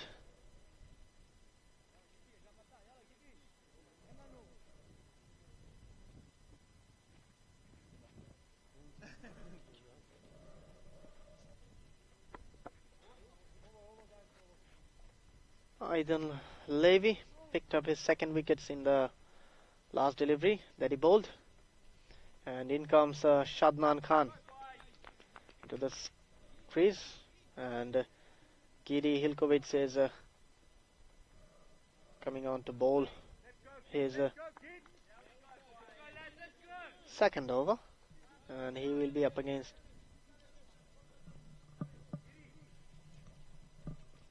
Zishan Arif.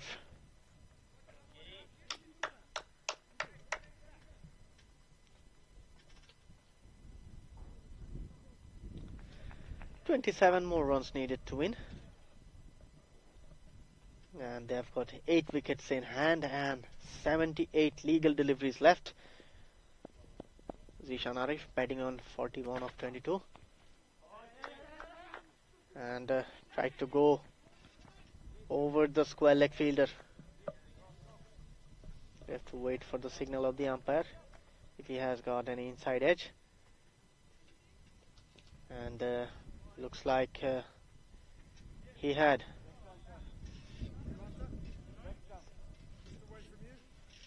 So a single to start off the over, and Shadnan Khan.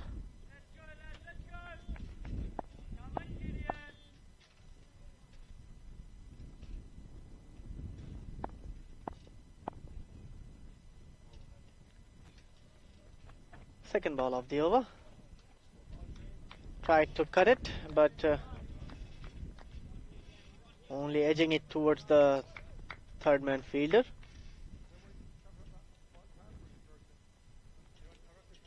For a single.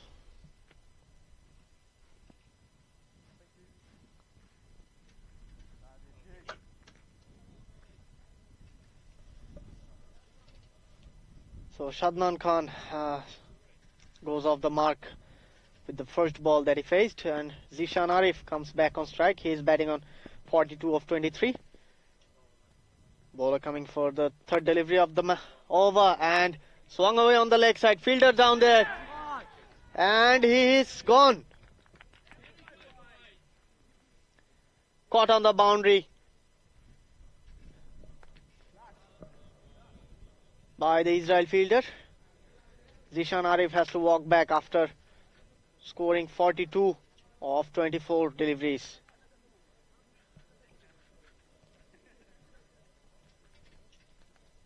So the third wicket falls for Israel. Looks like they're falling apart at the moment. Not much run needed to finish off the match, but looks like they're struggling at the moment. And that brings Bashir Khan into the pitch, as we can see in the replay. He was trying to go over long on, but couldn't manage to have a decent contact with the bat, and he has to walk back. Caught on the boundary line, actually well inside the boundary line. And Bashir Khan will be facing G.D. Holkovich. So now Austria has lost both of their openers.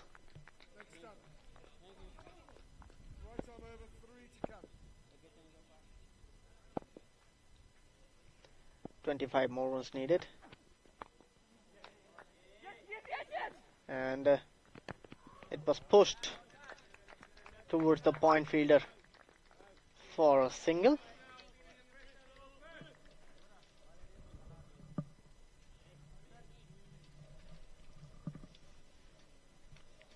Shadnan Khan will be up against G.D. Hilkowitz. He's coming into bowl for the 5th time in this over.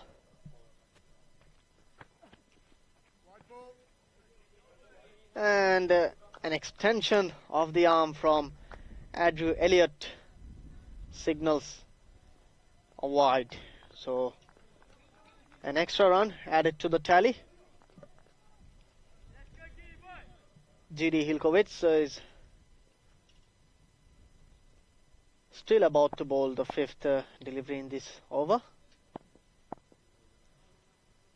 Coming on to bowl for the 6th time in this over. Inside edge onto the pads. But no run in the end.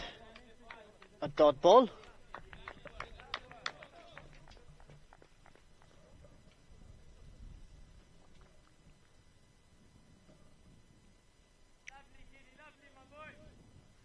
G.D. Hilkowitz is coming on to his mark to bowl.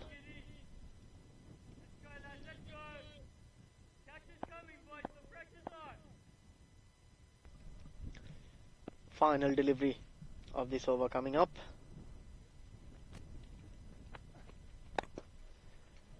Driven through the covers for a boundary. What a shot, what a classy looking shot from Shadnan Khan to finish off the over. And after 8, Austria are on 78 for 3.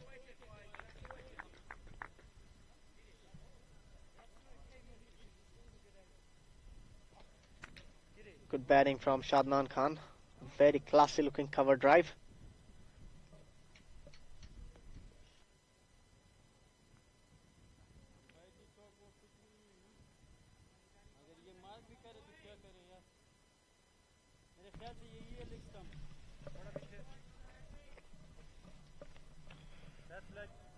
In comes Aidan Levy to bowl his 3rd over.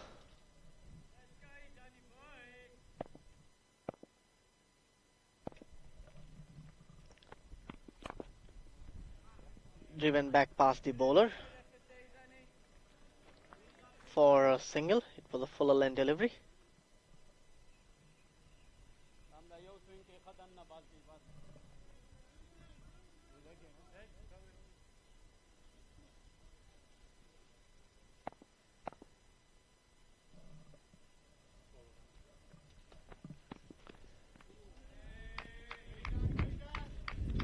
Well bowled outside the off stump.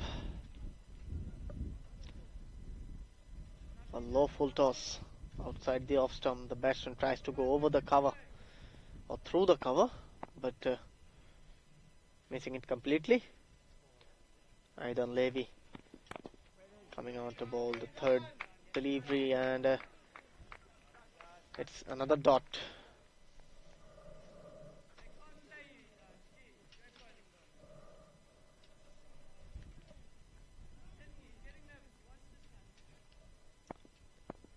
Shadnan Khan to face Aidan Levy, and another dot ball. Shadnan Khan only managed to score 5 runs from the 6 deliveries he faced so far, and Austria are on 79 for the loss of 3 wickets. Still 2 more deliveries to go in this over. Only 1 run have been conceded by the bowler. Drifting down the leg side and push towards the long on fielder for a very comfortable single.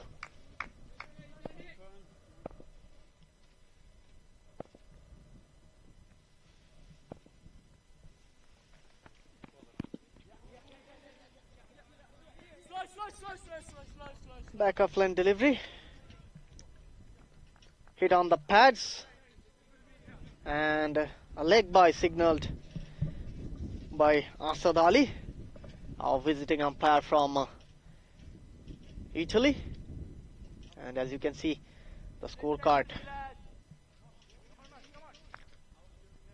And Austria, after 9, are on 81 for 3.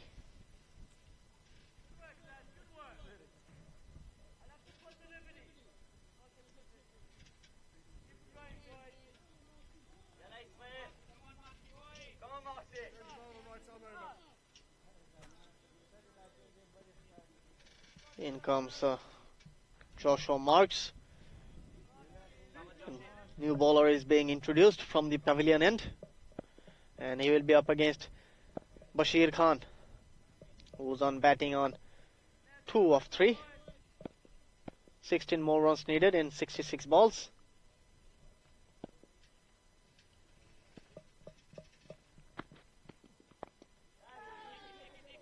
Chance of a wicket, and he dropped it.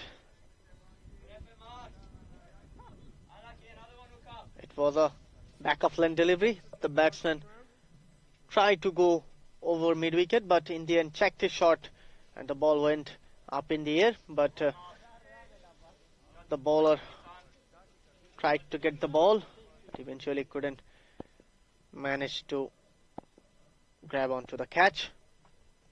Joshua Marks coming on to bowl the second delivery, this time down the leg side. Flicked away towards the deep square leg boundary for a very comfortable looking single. That brings up Shadnan Khan onto the strike.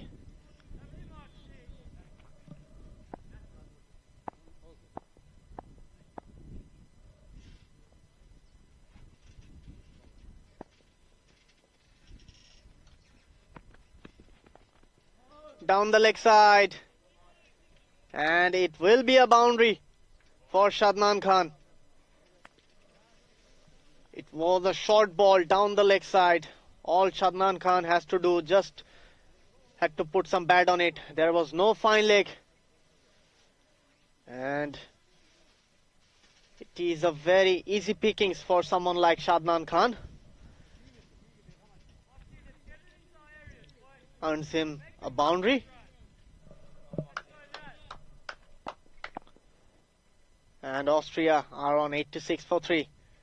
Joshua Marks coming to bowl his fourth ball of this over. Back of length delivery and sensible batting from Shadnan Khan. Got a boundary on the last ball and took a single in the next ball.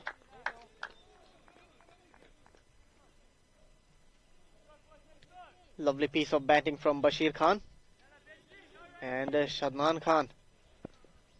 Both of them are looking good at the moment.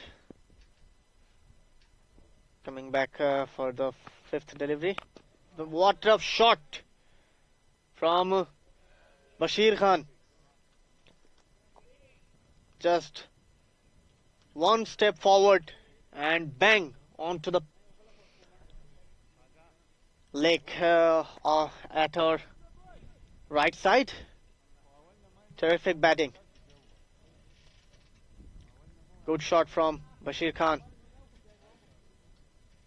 And with that 6, the scoreboard moves on to 93. Only 4 runs needed to win the match. They're just one hit away. And looks like that is the end of the match. And what a way to finish. Bashir Khan finish off the over with a huge maximum, back-to-back maximum, and that completes the match of the 7 T20 versus Austria and Israel of the ECA Men's European Cup 2026, sponsored by IT teams Primaria Moara Vlasiei, Dreamcatcher, Eurovision and the Fabet. And on the 7T20 International versus Austria and Israel. Austria won very comfortably by 7 wickets against Israel.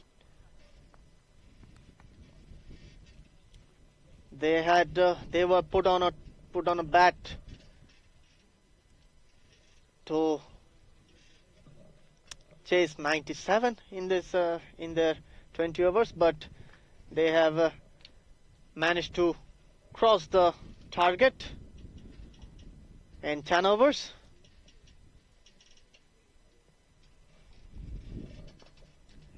And they're still unbeaten in this tournament. Austria, what a tournament they're having. They have got one more game left.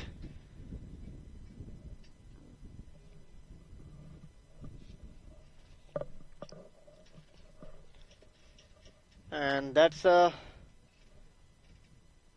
for now. I am Mohammad Asif Mahmoud Shajul, and I will be back in a shorter while of the second match of the ECA Men's European Cup 2026.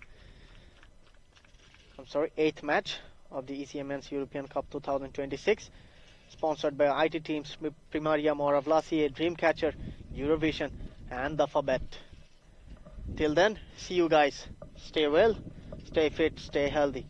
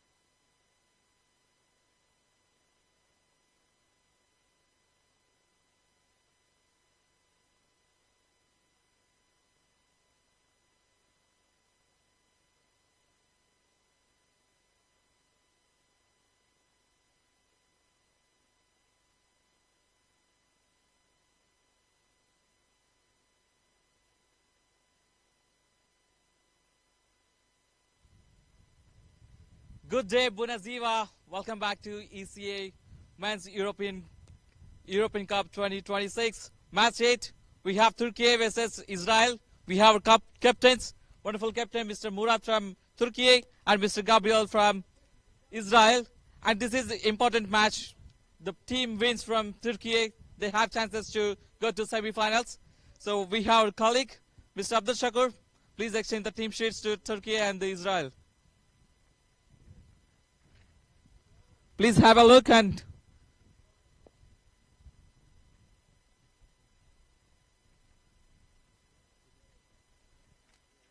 thank you. So now Turkey is going to toss and Israel is going to call. Tails is the call from Israel and it's tails. Congratulations. What you have decided? We're going to bowl. Any special reasons to bowl first? No, I think we finished off the game against our previous game against Austria. Even though we lost, I think we finished off well with the ball, and we're going to build confidence from there and hopefully reduce them to a low score and go on and win the game. Any other specific plans for this particular game? No, it's a must-win game for both teams. We'll be positive, and we're going to play the best game that we have till now, and we're going to hopefully go on and win the game. So you want to go for that? Yeah. Good luck. Thank you. Thank you. Thank you, Allah. Okay. So you want to go bat first, right? Ball first. So Israel won the toss and they are going to ball first. Thank you. Over to commentary box.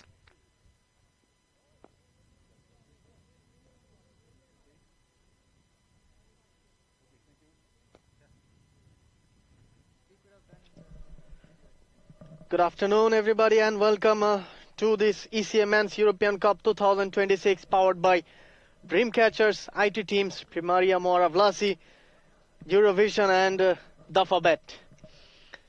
And we are here for the 8th match between Turkey and Israel. And the news from the toss is Israel have won the toss and they're gonna have a bowl first. It's a must-win game for both the teams, and whoever loses the match, they are going out of the tournament. So once again, we are very looking forward to these matches, and I've got the team sheets in my hand. So Israel are playing the same side as the last game. Gabriel Jive, Gideon Gis, Aidan Yosef, Jitesh Gangadhar, Joshua Ibrahim, Liron, Neve Nagavkar, Norman Shankar, Benjamin Jess, and Alan Talker.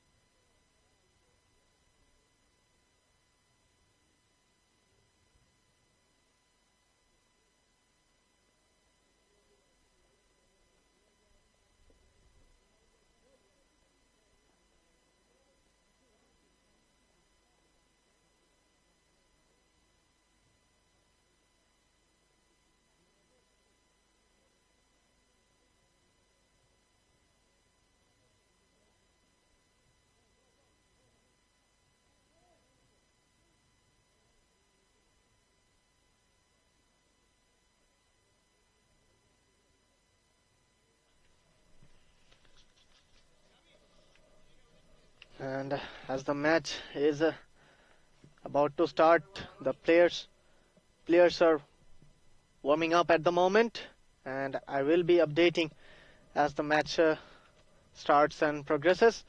Till then, it's goodbye from me. Thank you.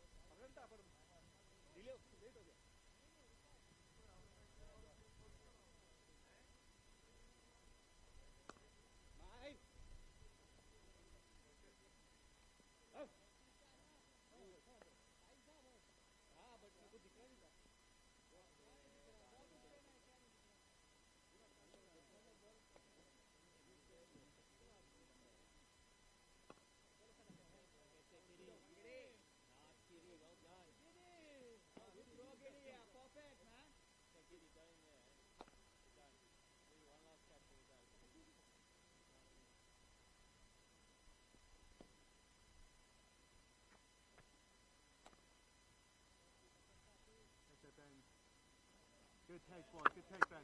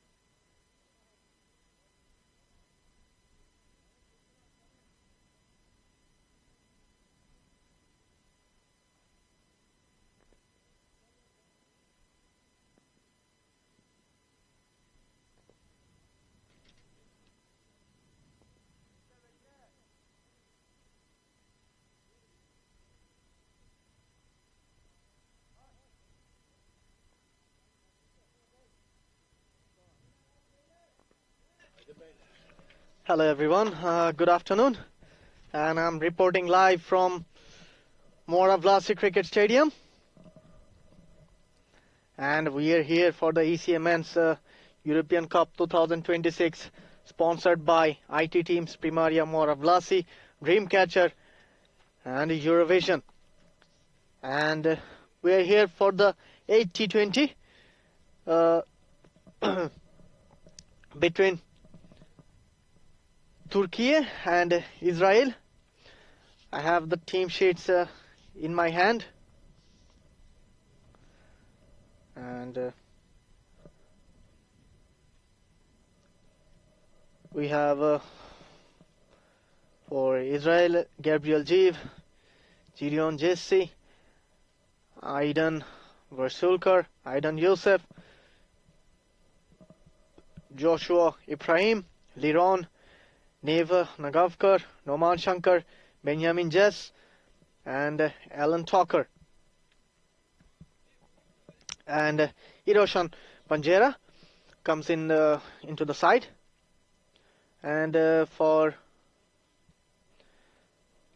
Turkey, we have Gurkan Tushkan, Ibrahim Dylan, Metkan Donmez, Metkan Filiz, and Mohammad Bicher, Mustafa Balkis, Omar, the wicketkeeper and the captain, and Abdul Samit.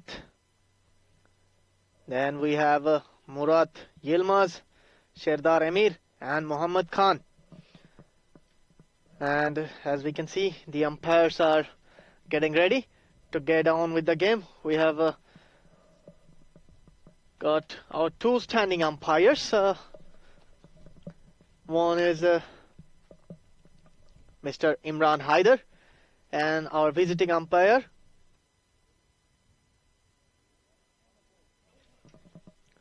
Andrew Elliott from Surrey, England.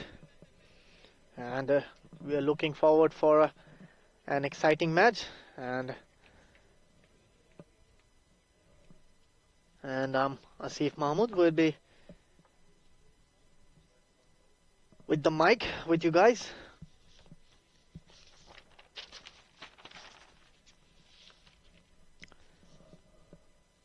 And hopefully we'll start. The umpires are waiting at the boundary.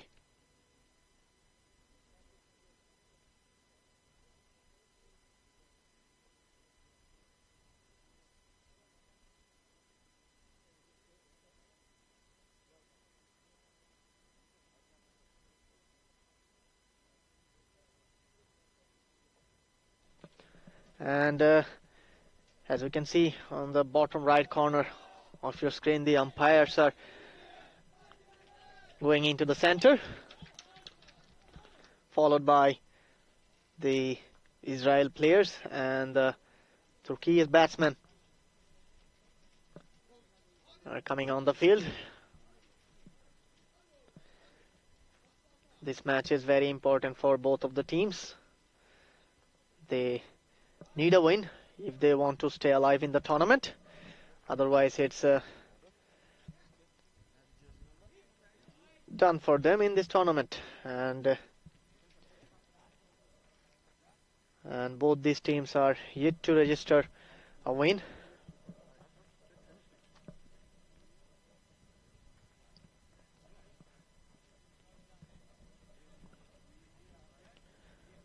Last match against Israel versus Austria, they have lost against Austria by 7 wickets, and there was still 10 overs to spare.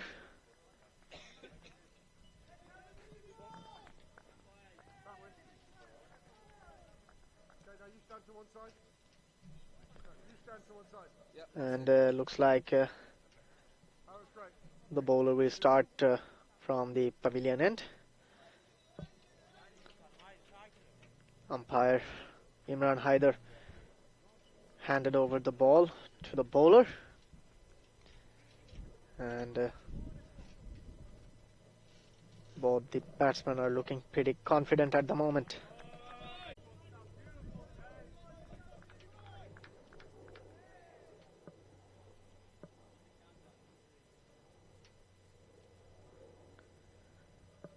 We are all set to start.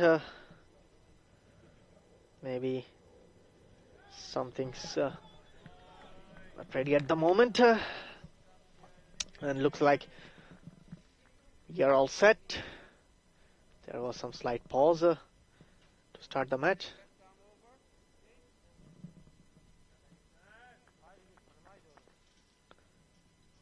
In comes the bowler, left arm medium. He's coming over the wicket to the right-hander batsman. And plays the call from Imran Haider. And as we can see, right on the money.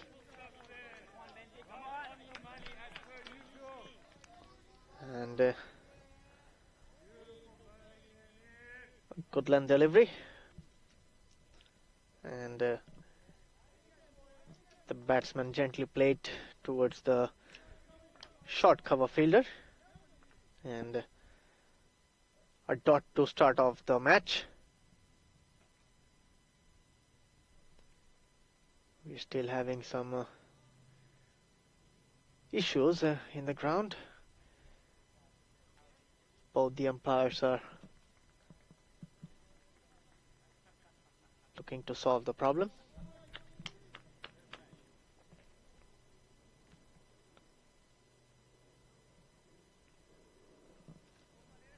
And the striker and Gurkhan Tushkan is waiting for everything to start off.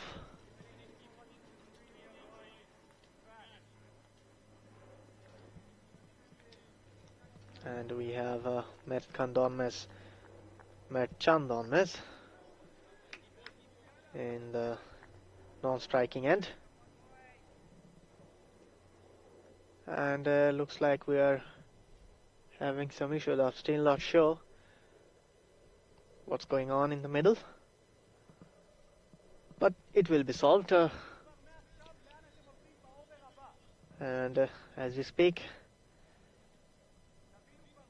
this is the 8th match of the ECA Men's European Cup 2026 between Turkey and Israel, powered by Dreamcatchers, IT Teams, Eurovision, Primaria Moara Vlasiei.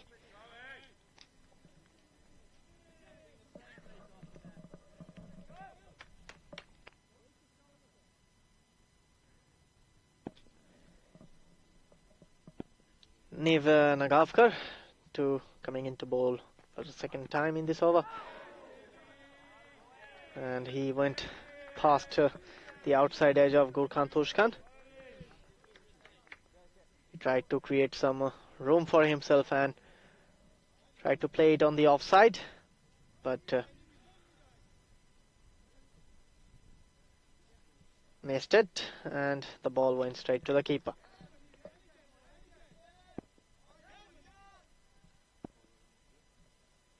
Niv Nagavkar to bowl the third over, and a lovely shot from Gurkhan Tushkan.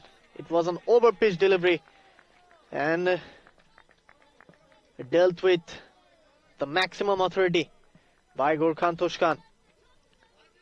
Lovely shot over the cover for the first boundary of the match.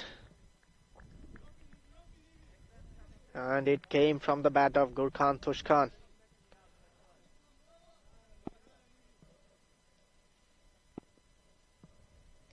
Lovely batting from him, but he is about to face the fourth delivery. And once again, driven beautifully, but straight to the extra cover fielder. And it's a dot ball.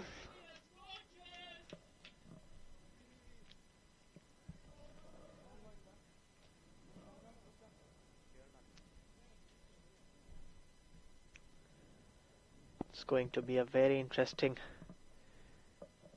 match as I speak. Fifth ball coming up, and a good ball from Niv Nagavkar. Going through the batsman. Bat and pad. Another dot ball. One ball remaining in this over.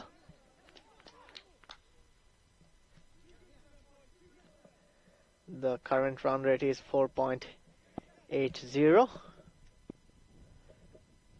And Nev Nagavkar is coming on to bowl the final delivery of this over, if it's legal. And again, it is a legal delivery. A dot to finish off the over. And Turkey are on 4 for no loss after the first over.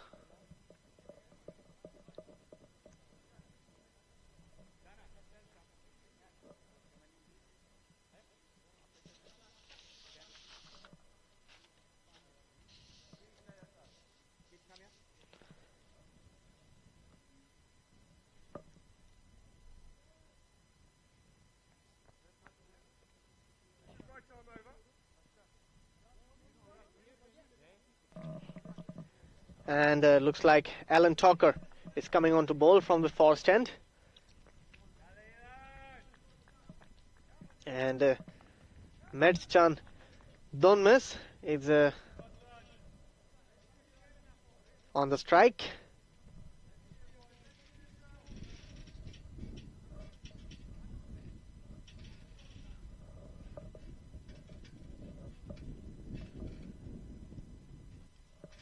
Coming on to bowl for the first ball of this over, and pushed away on the back foot for a single. Placed it perfectly between cover and point. A comfortable single over there. Putbacks Gurkhan Tushkhan on strike. Again, punched off the back foot. Quick running between the wickets at the moment. It was a back of lane delivery, and the batsman punched it on the back foot towards the point fielder.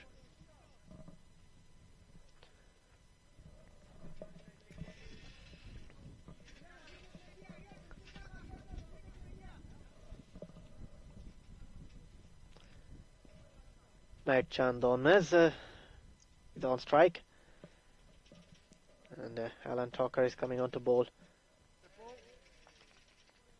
Maybe he is not coming. We have to wait a bit. And back to his run up and coming again. Lack of bounce this time. The batsman was expecting it to bounce a bit more than it did. Beaten by the bounce, and the ball went to the keeper. A dot ball. Full length delivery, and he has to walk back.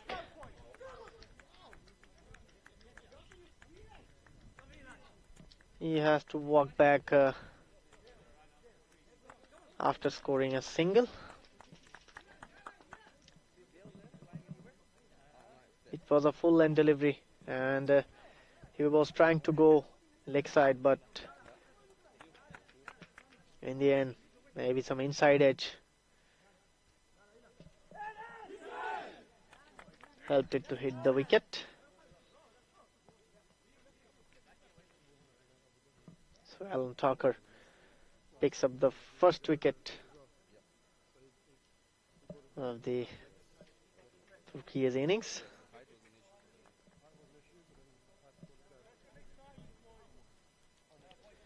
In comes Mustafa Balkes.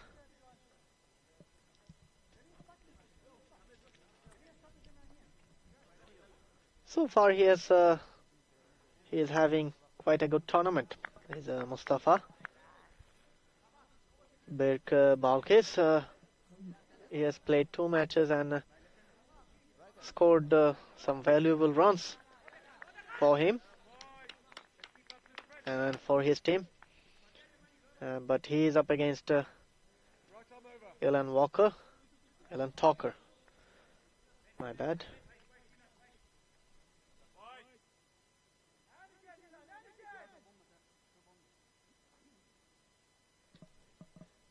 Mustafa Balkis is going to face the 5th delivery of the over, and he ran it down to the 3rd man fielder for a single. Get off the mark straight away, and that puts back Gurkhan Tushkan on strike.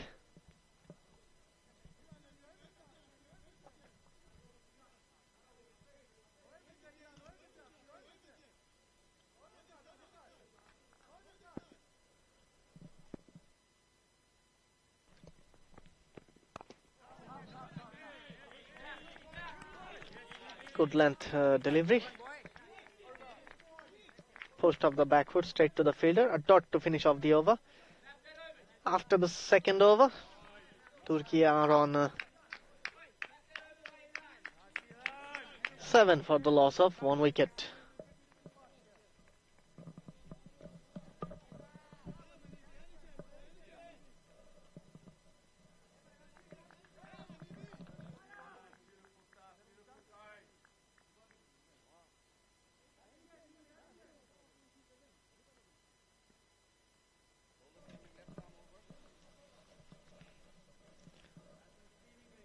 Moving on to the 3rd over of the match.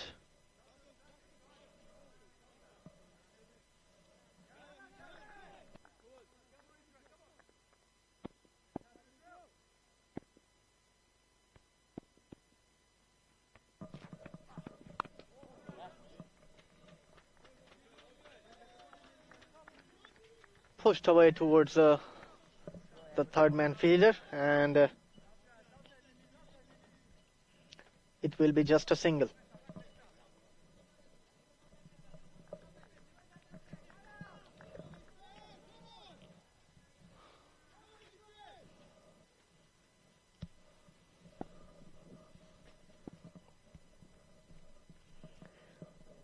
In comes the bowler. Once again hurried on to the batsman, and just managed to get his bat on time. The ball went straight to the short cover fielder.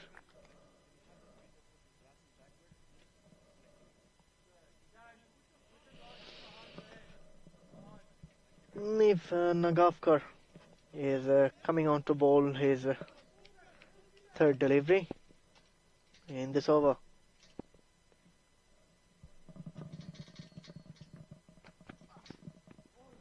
Fuller length delivery. The batsman stuck on the crease and tried to reach the ball, but couldn't manage to put any contact with the ball, and the ball went straight to the wicket keeper. Nave Nagavkar so far given away only 5 runs in his 1.3 overs. Coming on to bowl the 4th delivery, and it has been called a no ball.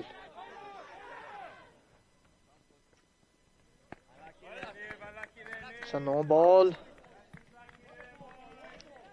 called by the umpire Imran Haider, and they have stolen a single of that, and it will be a free hit.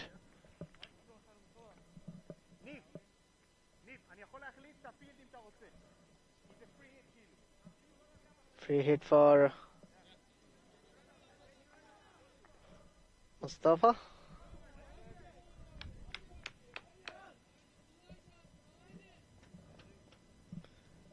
A good call from Imran Haider.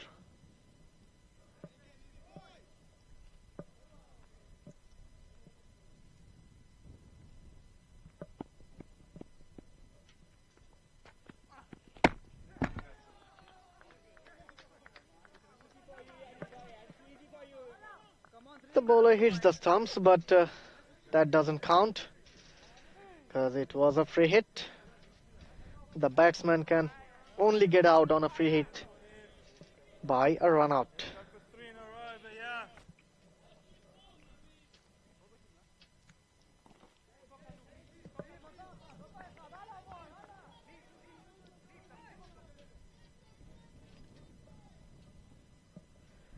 Fifth ball of the over coming up.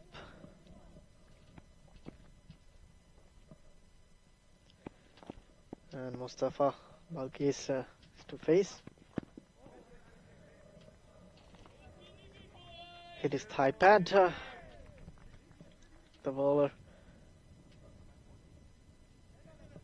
bowled outside the leg stump, but the batsman couldn't manage to get any bat on it.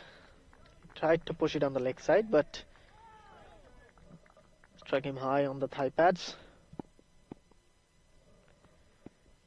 Neva Nagafkar coming on to the final delivery of this over. And nudged away to the square leg fielder. And the single to finish off the over after 3, 11 for 1.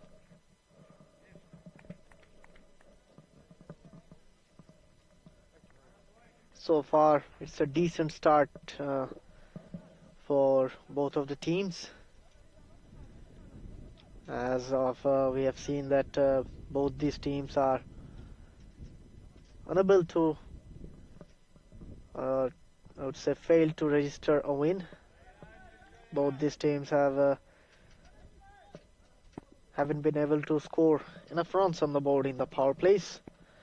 Alan Tucker to bowl,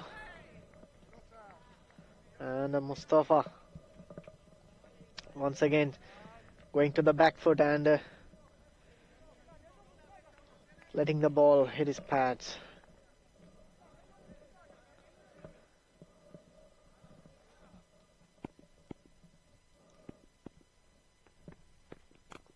Once again making some room for himself. It was a good length delivery from Alan Tucker. Tried to go over the infield, but edging it to his pads. So no run again. Back-to-back dot balls from Alan Tucker. Full length delivery, beautifully driven, but hit straight to the mid-on fielder for a single. Another run added to the scoreboard. 12 runs so far.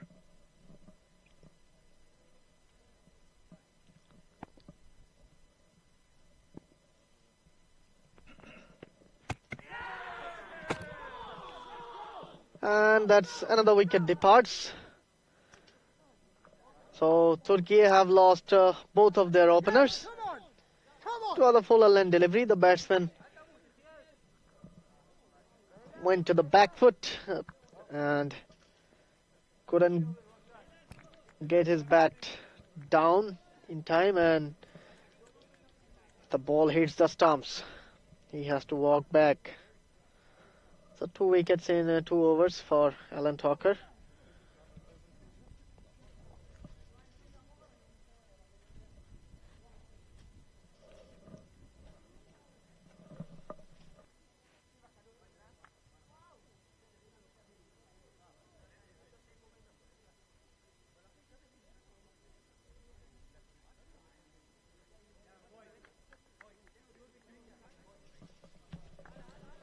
New batsman coming on to the crease.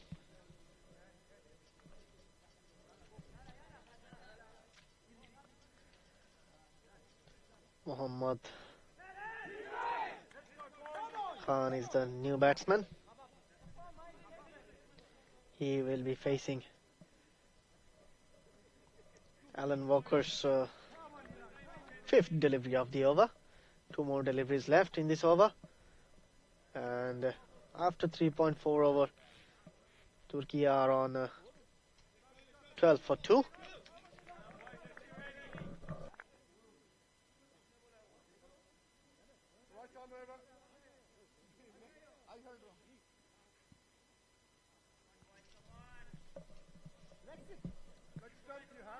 Mohammad Fahad Khan is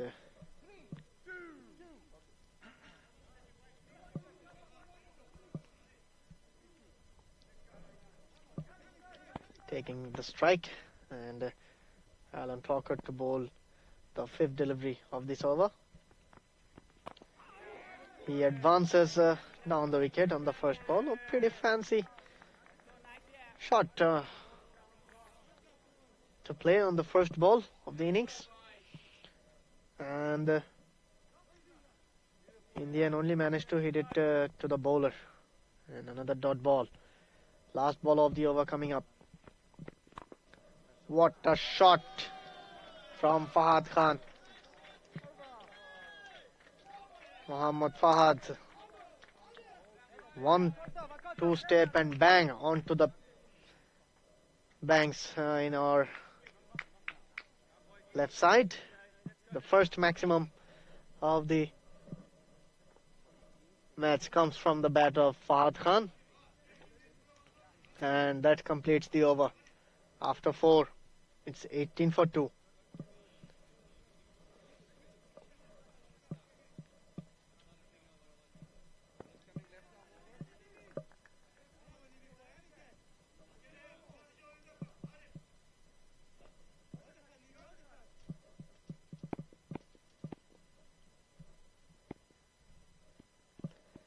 Nev Nagavkar is coming on to bowl his third over, and a good delivery to start off.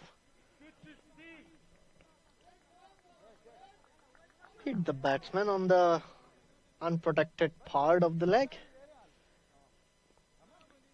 giving some rub, and he is not looking very comfortable at the moment.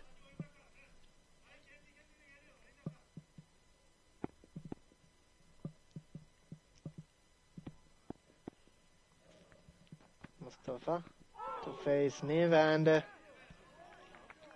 tried to go over the leg side, but couldn't manage to have any contact with the bat, and the ball went straight to the keeper.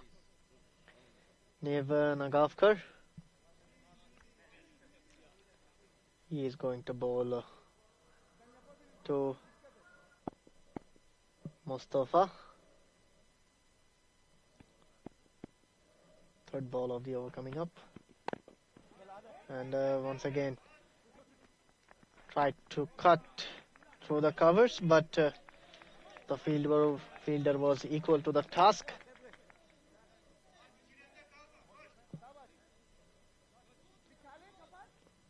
And well occupied by the fielder.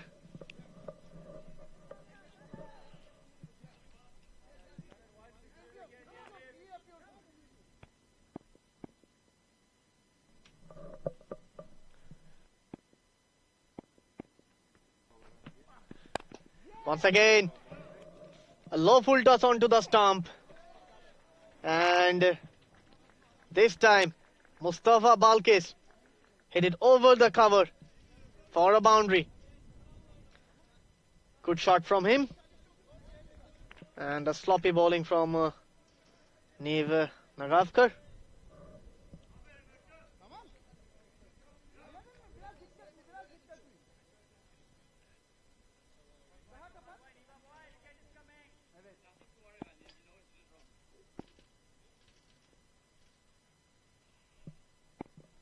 Coming on for the fifth delivery of this over. Back of line delivery. The batsman rocks onto the back foot, tries to guide it to the deep third man fielder, but missed the ball, and it will be a dot ball.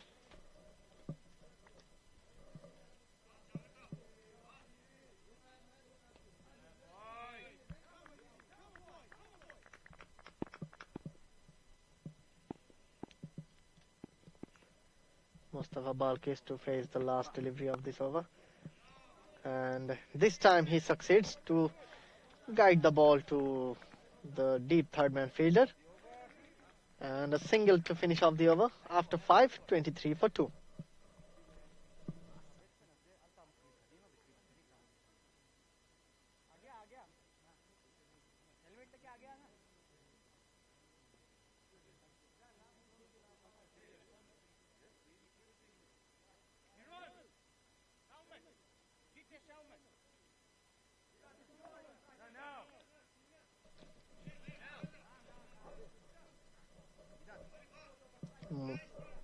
Mustafa Beck will be on strike. Took a single in the last ball and retained the strike, and it's going to be Alan Talker again.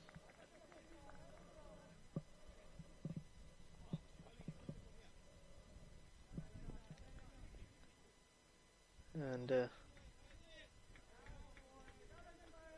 looks like the keeper want to come in front, and he wants to come close to the wicket so that the batsmen don't get out of his crease.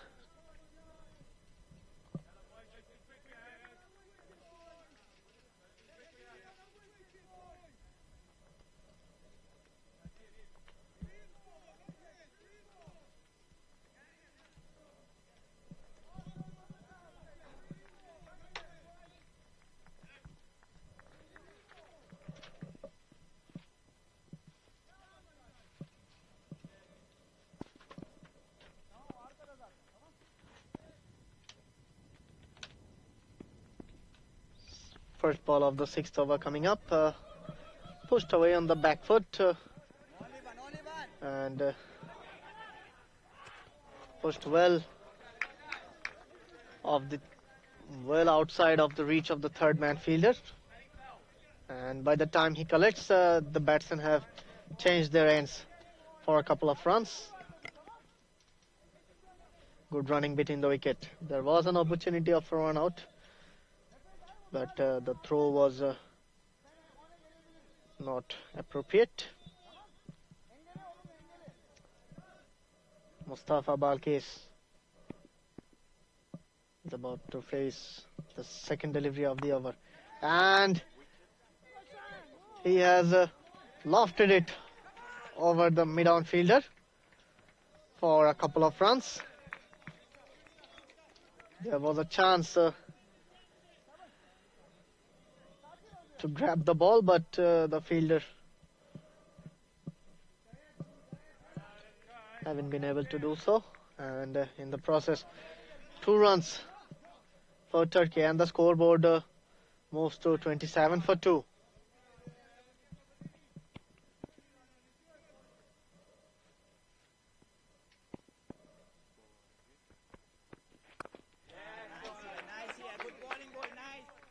Pushed away on the back foot towards the short cover fielder, and a dot ball.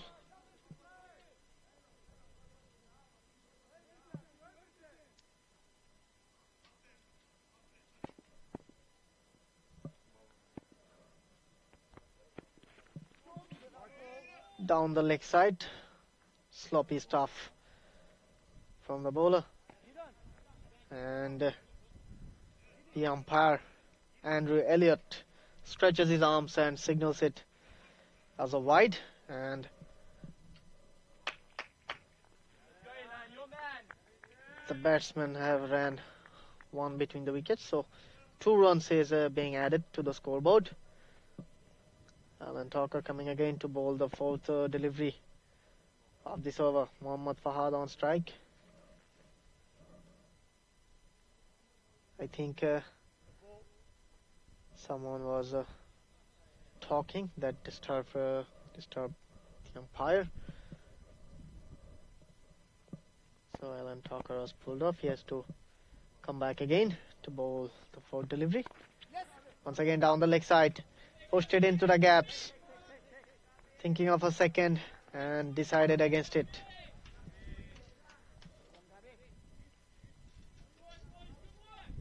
It was a short pitch delivery.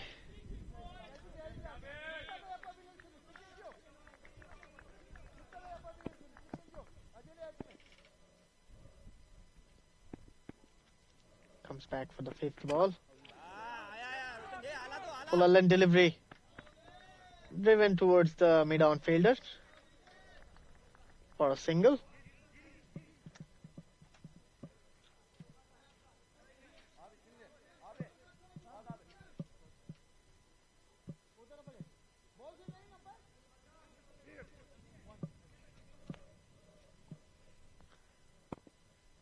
Alan Tucker coming in for the 5th delivery of this over. Loud appeal, but maybe got an inside edge onto the pads. And that completes the over number 6, and the power play is finished after 6 over. Turkey are on 31 for the loss of 2 wickets, and the current run rate is 5.17. At the moment the projected score is 103.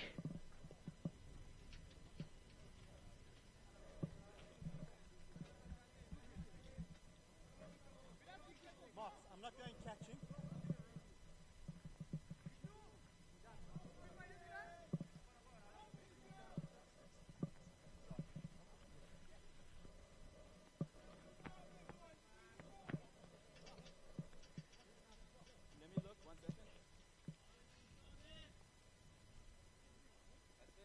New bowler Joshua Marks coming on to bowl from the pavilion end.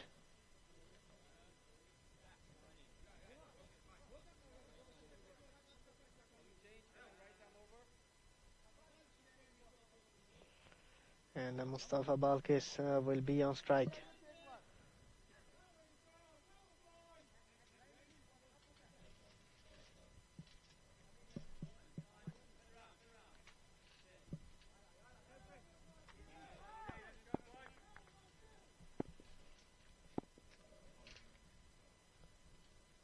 Coming on to bowl the first ball of this over. Down the leg side, and a wide signal by Imran Haider, the umpire.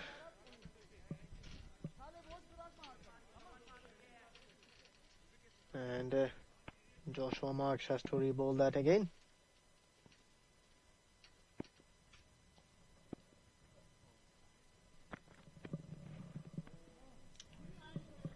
And again it's down the leg side, and again the umpire signals it a wide.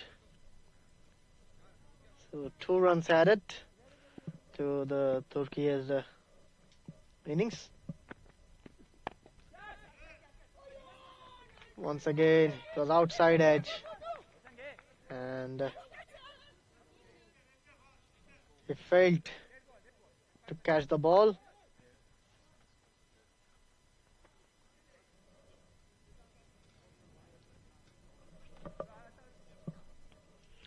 And 2 runs has been added to the total.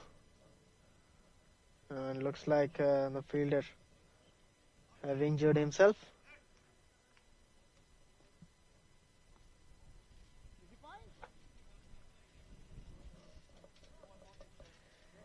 Medical team is coming inside the field to check on the fielder.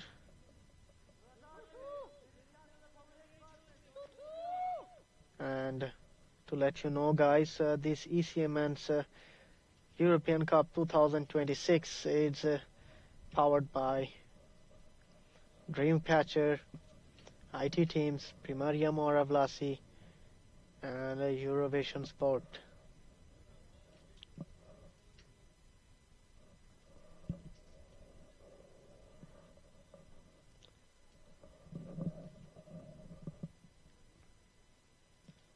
So there's some treatment going on for the fielder that got injured just now.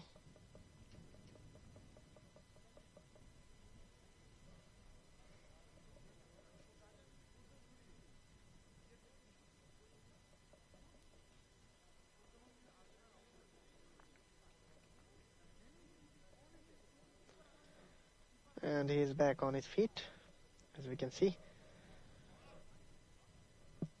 The game is about to resume. The medical support staff are going out of the ground.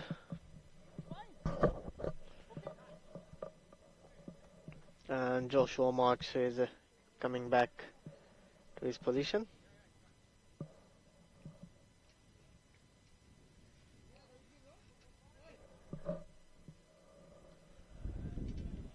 So 1 run is being added just because the player got injured.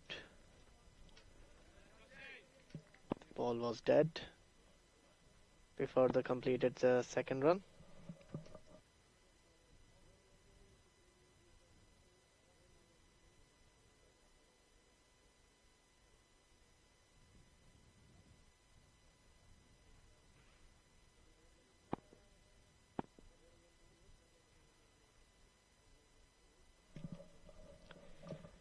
Joshua Marks is all set to start after the pause, and low full toss, and the batsman has driven it straight to the long off fielder for a single.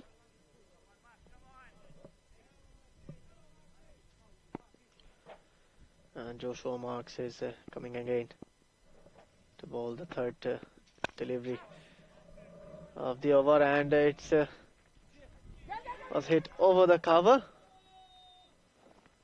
and there was a fielder in the sweeper cover region, but couldn't stop the batsman to run for 2 runs. Joshua Marks coming on to bowl the fourth delivery of this over, and again it was pushed to the back foot, and it went straight to the point fielder.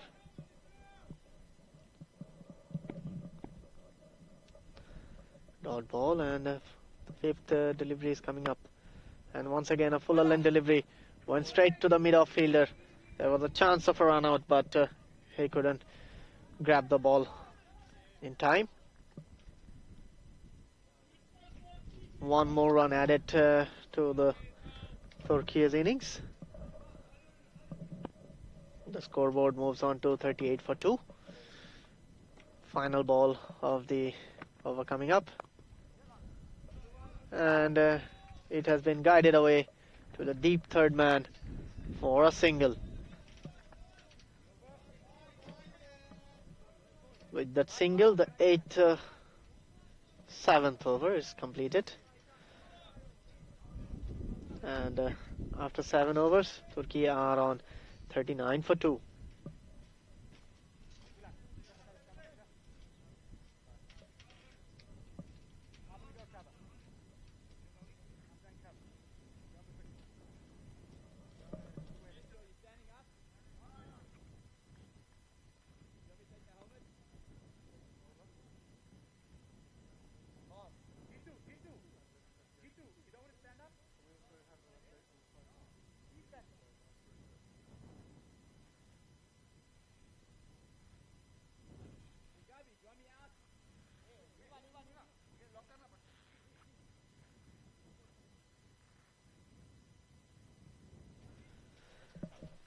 As you can see, we have got a change in the bowling. A new bowler is being introduced from the far stand, Aydın Levy,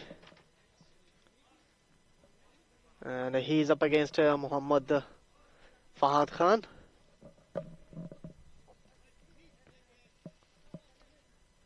Who's batting pretty confidently at the moment. Already scored 9 of the 6 deliveries he faced, and on the other hand, Mustafa Balkis is on 18 of 22 as we speak, and there's a chance of a run out, and in the end the batsman made it safe.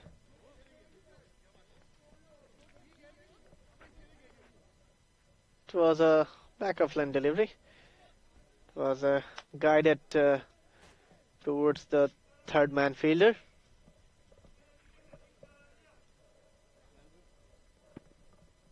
and a very quick single taken by the Turkish batter. Aydın Levy coming back to bowl the second ball of this over, and once again staying in the back foot and Pushing straight to the point fielder. Another dot ball. Mustafa Berg. He has already played 23 deliveries and only managed to score 18 runs from it. Fuller line delivery. Push towards the mid-off fielder. For a single, good running between the wicket by these two batsmen. So far they have taken some sharp singles. Mohammad Fahad Khan to face Eden Levy for the second time in this over. And he has been picked up over the square leg fielder for a boundary.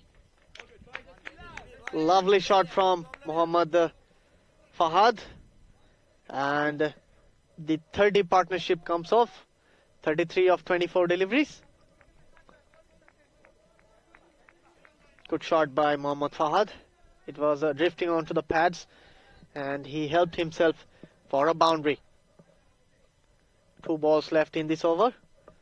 6 runs came from it so far. Still 2 more deliveries to go. And once again a fuller length delivery. It's going towards boundary. Chase is on. But looks like the fielder has stopped it.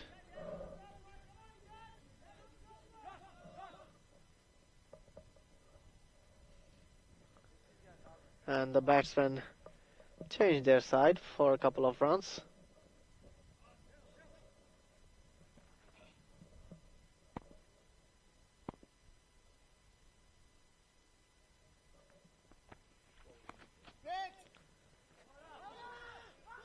Back of line delivery and guided straight to the third man fielder. And a dot to finish off the over. Over number 8 completed. And Turkey are on 47 for 2.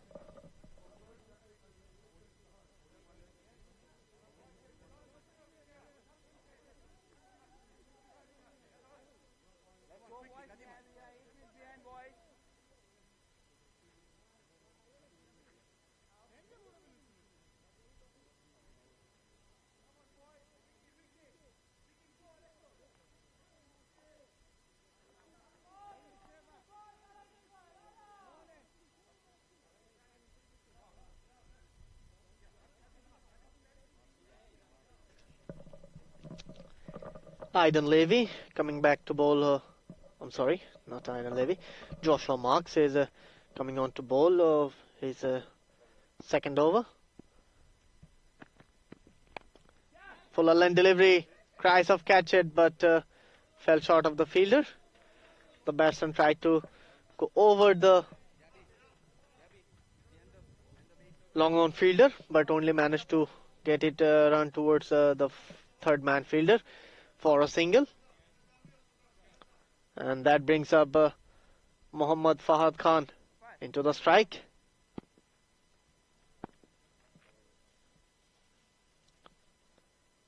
Second ball of the over coming up. And a back of length delivery drifting onto the pads. And the ball is running towards the boundary. And it was not timed well, as Mohammad Fahad Khan would have liked. But in the end, 2 runs completed by these batsmen. And Mohammad Fahad moves on to 18 of 11. And Joshua Marks is coming on to bowl the third delivery of this over. And this time it's a better shot from Mohammad Fahad Khan. Lovely shot from him. And on the up, cover drive from him. And it went over the mid-off fielder for a boundary.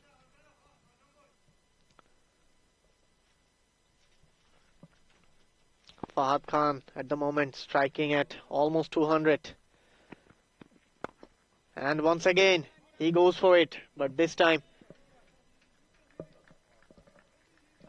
he didn't manage to get enough bat on it, and in the process it results a single. And that brings up Mustafa Berk Balkis at the striking end.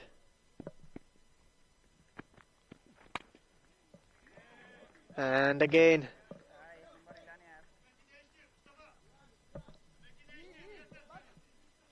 it's a dot ball.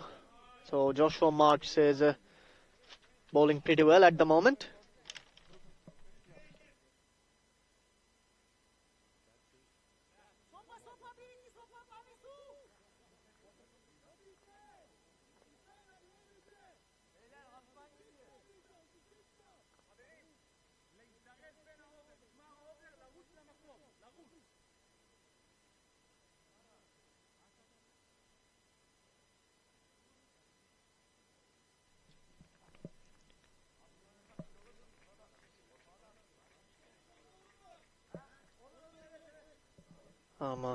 Sorry, we had some technical issues with the microphone, and good to be back. In the meantime, the batsman needed some refreshment, and maybe change of bats was needed. That's how we are having a bit of pause in the game.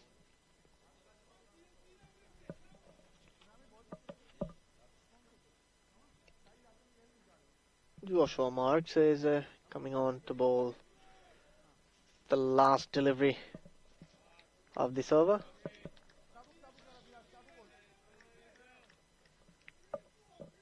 And he is up against Mustafa Balkis.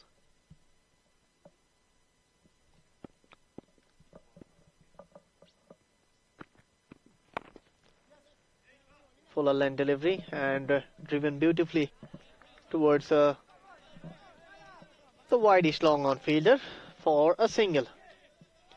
And that completes the over. After 9, Turkey are on 56 for 2.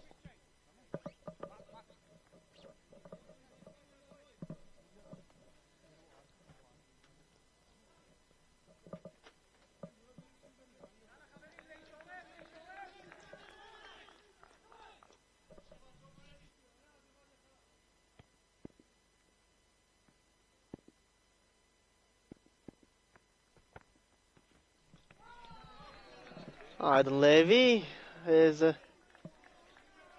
coming on to bowl for his second over from the forest end, and the first ball has been registered as a dot ball. Mustafa Beck, and he has already faced 28 deliveries, manages to score 21. Once again comes down the wicket and missing the ball. The keeper collects the ball, and it will be again a dot delivery. I think Mustafa should give the strike back to Mohammad Fahad, who's playing brilliantly at the moment. And once again, a chance of a catch, and he has to walk back. It was outside the off stump, and it took out the outside edge, and he is caught on the short third man position. So after playing 30 deliveries, Mustafa, after scoring 20, he has to walk back to the pavilion.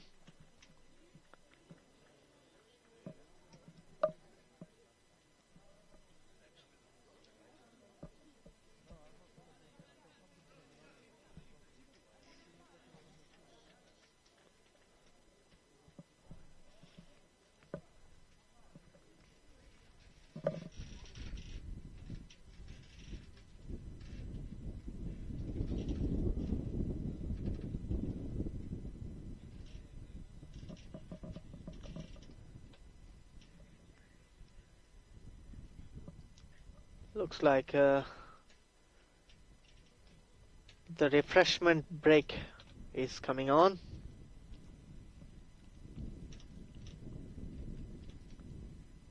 a bit earlier than expected,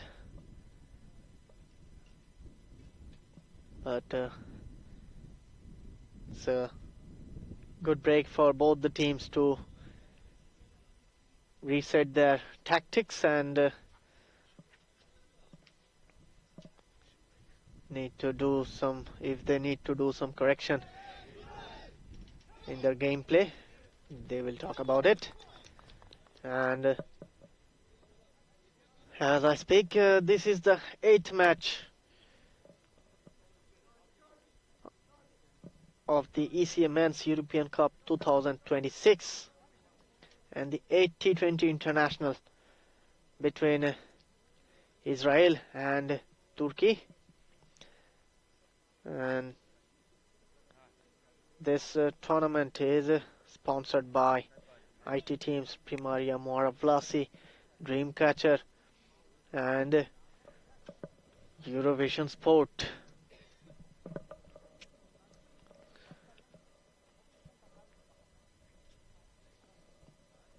And looks like everyone is ready.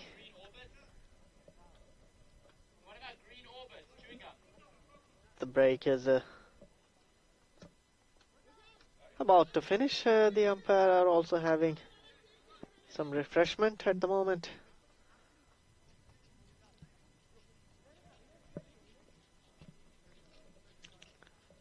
And we are all set for the 4th delivery in this over. Aidan Levy will be bowling against Ibrahim Khurshad. He is the new batsman in.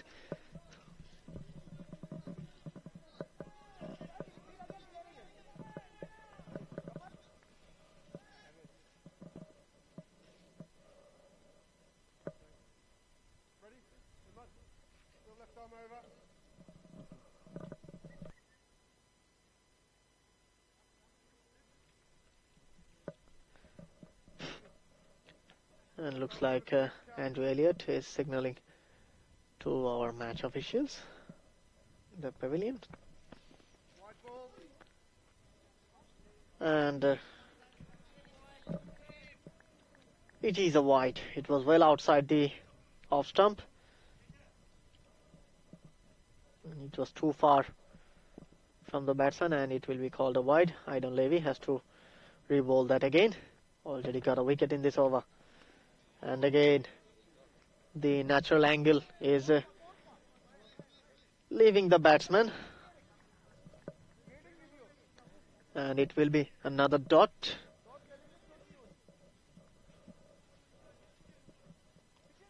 So far,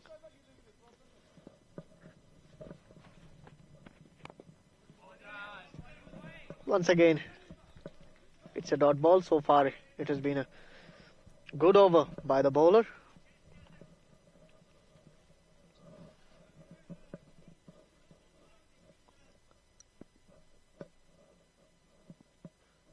Ibrahim Khurshad and full line delivery, driven straight to the cover fielder. No runs in this time, and that completes the 10 over. After 10, Turkey are on 57 for 3.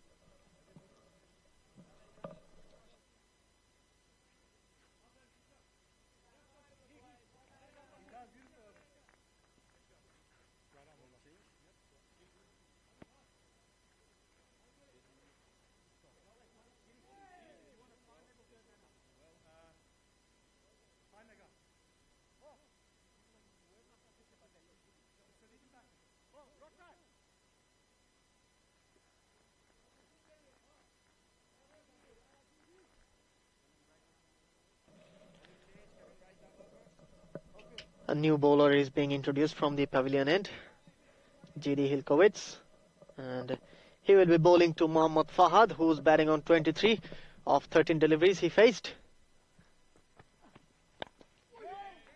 And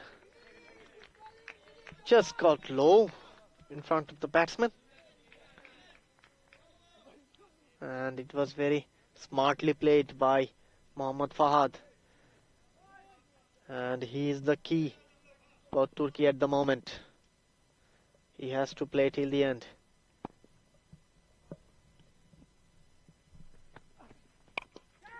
Once again, cries of catch, fielder coming under it, and he takes it comfortably. And Mohammad Fahad has to walk back after scoring 23 of 15 deliveries. He was the only batsman who was looking quite confident against this bowling attack.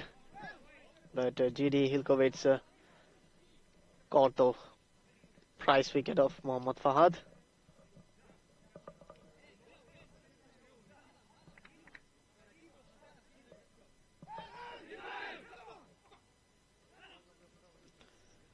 As we can see in the replay, he tried to go big this time, but couldn't make enough contact with the ball, and in the process he loses his wicket. And in comes Serdar Burak Emir, and he'll be facing GD Hilkovic.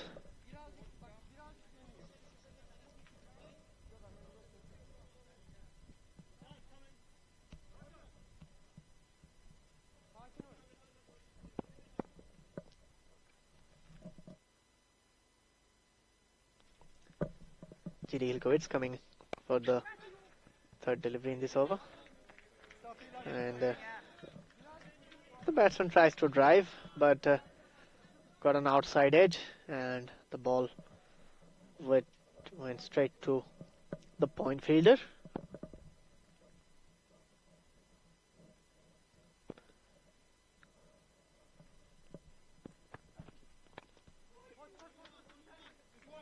Full length this time, and once again it took the outside edge and went to the third man boundary for a single.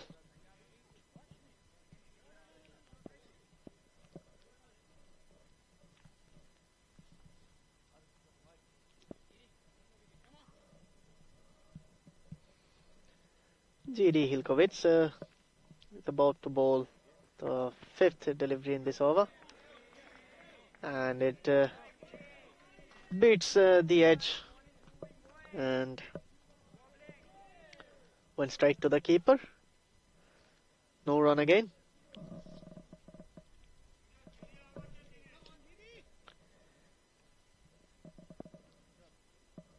And GD Hilkovic is coming on to bowl the final delivery of this over.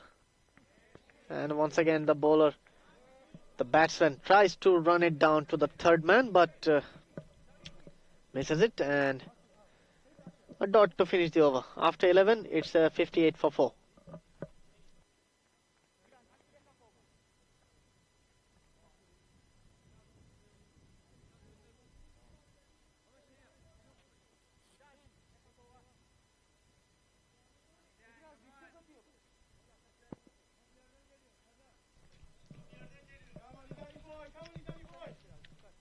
Aidan Levy to continue.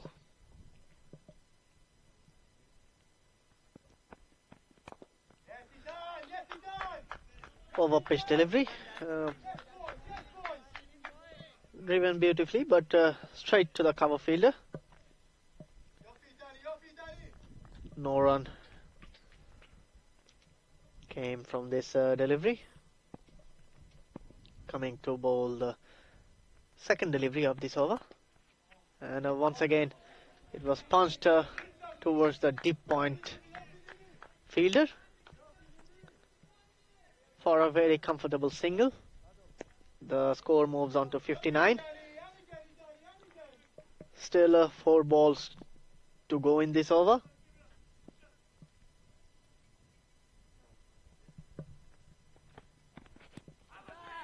Hit on the pads. The ball might have pitched outside the leg stump. Loud appeal from the bowler, but the umpire Andrew Elliott has no interest whatsoever. Leg by signaled by him, and that brings back Serdar Burak Emir. Once again beating past the outside edge of the batsman to the keeper.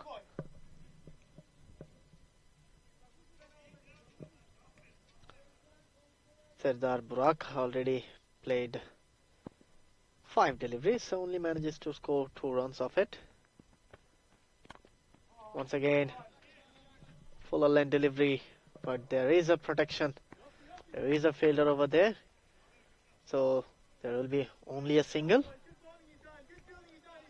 Coming on to the last ball of the over. That brings up Ibrahim Khurshad, who is yet to get his name on the scorecard. And down the leg side, it will be a wide. And the keeper couldn't stop it, and that allowed the batsman to allow another single. So Sardar Burak Emir comes back to the strike to face the last legal delivery.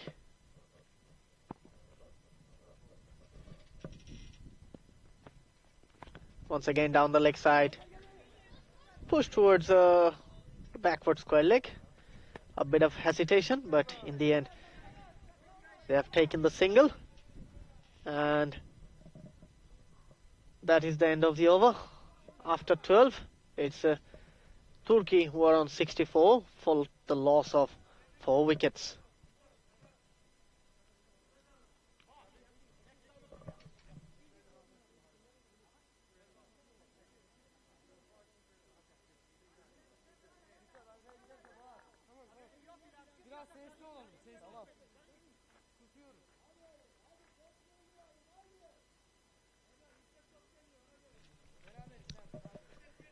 GD Hilkovic coming back for his second over. It's already bowled 1 and picked up 1 wickets. And once again tries to drive on the front foot and got an outside edge to run it down to the deep third man fielder for a single. Ibrahim Khurshad played 6 deliveries and yet to score a run, and looks like this time he will succeed to get a run. An inside edge that ran down to the fine leg fielder for a single.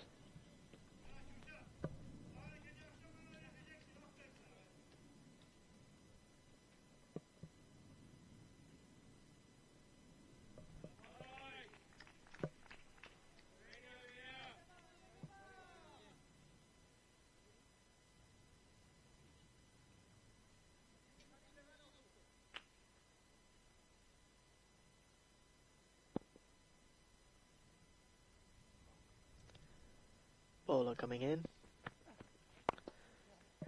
It was full outside the off stump. The batsman had a go at it, but couldn't time it properly, and went over the mid-off fielder for a couple of runs.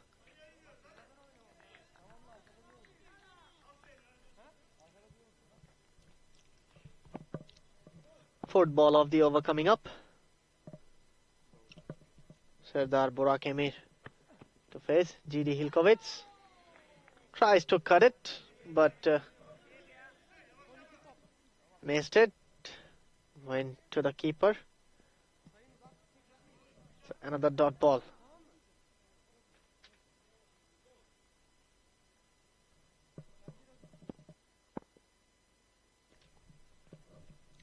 GD Hilkovic is about to bowl the 5th delivery of this over, and the umpire Imran Haider signals it as a wide.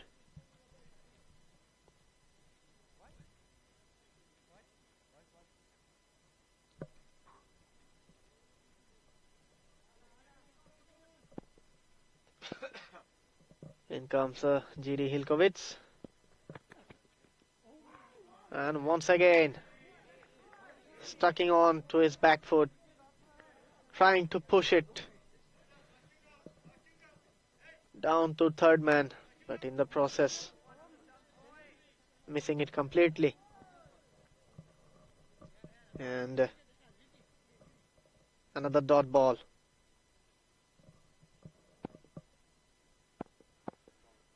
T.D. Hilkovic coming on to bowl the final delivery.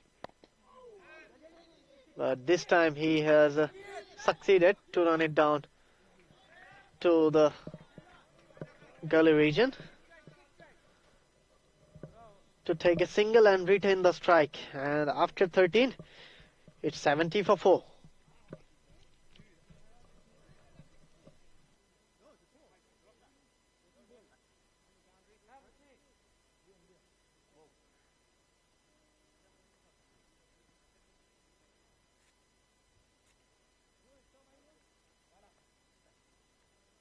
Change the ball to right arm over.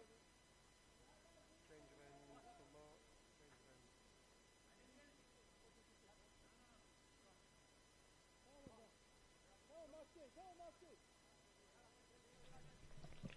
Looks like change of ends for Joshua Marks, and he'll be bowling from the forest end, and he's coming back to bowl his third over. Punched off the back foot, but straight to the fielder. Dot ball to start. 6 overs left after this one.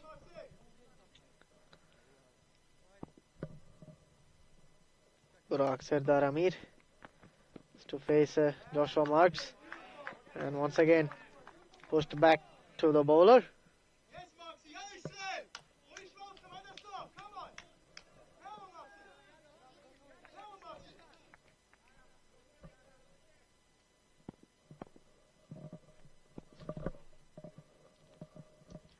Coming to bowl the third ball of this over.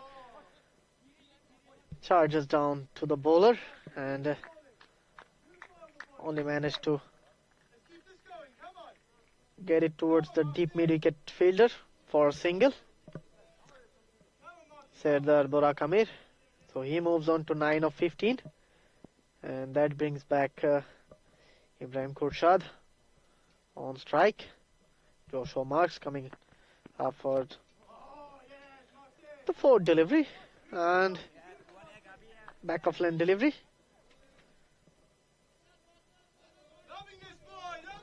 Respectfully played by the batsman to keep it as a dot, and fifth delivery of the over coming up. Ibrahim Khurshad to face. He tries to go big and also missed by the keeper. Allows the batsman to steal a single by signal by the umpire Andrew Elliott. And Serdar Burak Amir comes back into the strike. He'll be up against Joshua Marks for the last ball. And the batsman is walking off. There was an edge. It was well outside the off stump. He tries to go through the covers, but in the process only managed to edge it down to the keeper. And an easy catch for the keeper to dismiss Serdar Burak. And the fifth wicket falls for Turkey. As we can see in the replay, it was outside the off stump, way outside the off stump. I don't know what he was trying to do this time, but he has to walk back, and that's completes the over. 14 gone, and Turkey are on 72 for the loss of 5 wickets. And the projected score at the moment is 103. I hope they had the Turkey's batter had a score in their mind.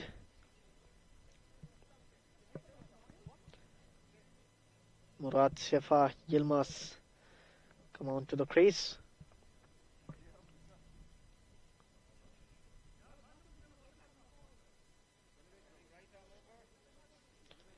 And he will be up against GD Hilkovitz, who is coming on to bowl his third over.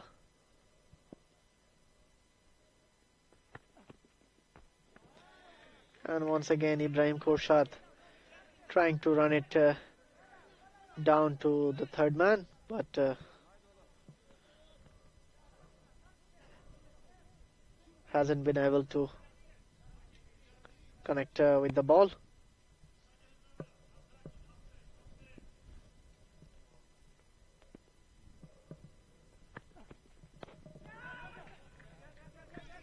Hit on the pads, loud appeal from the bowler. But yes, it was quite a high. So umpire Imran Haider made a good decision in the end. It went down to the third man for a leg bye.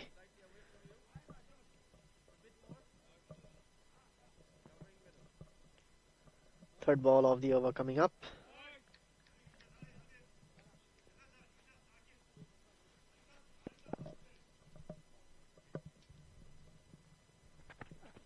Fuller line delivery into the block hole. The batsman manages to dug it out, and bowler fielded off his own bowling, and it will be a dot.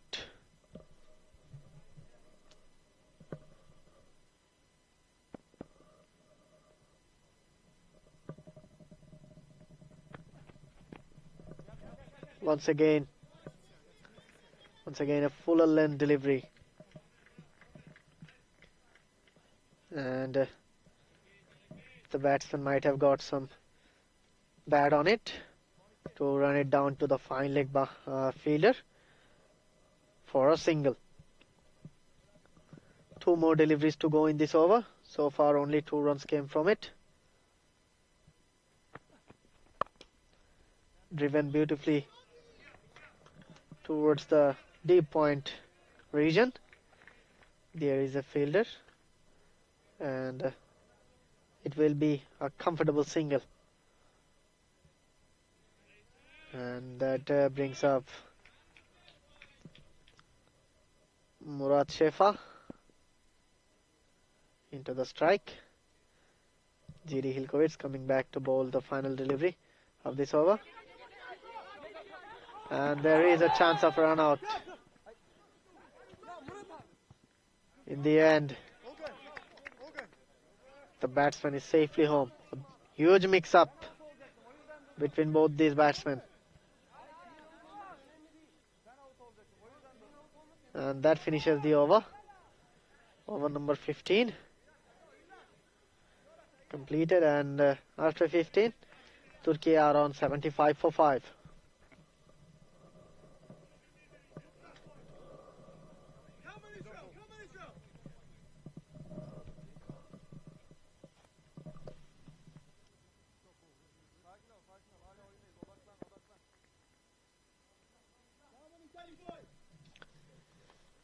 GD Ilkovitz finished his over, and in comes Aydin Levy. It's into the gap, and they have taken 2 runs of that.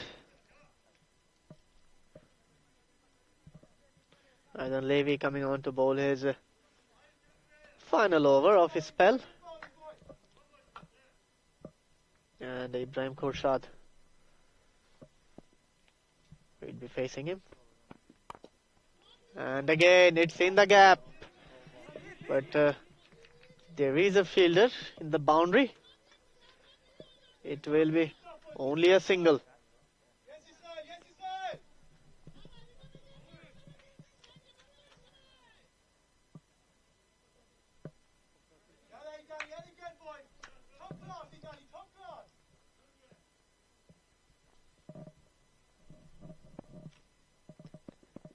Aidan Levy coming on to bowl. The third delivery of this over down the leg side. The batsman tried to pull it, but the umpire, Andrew Elliott, signals it as a wide. And Murat Shefa Yilmaz is batting on 1 of 3. And he tried to go over the long on fielder, but only managed to edge it to the keeper. Another wicket falls for Turkey. 79 for 6. And Aidan Levy picks up another wicket.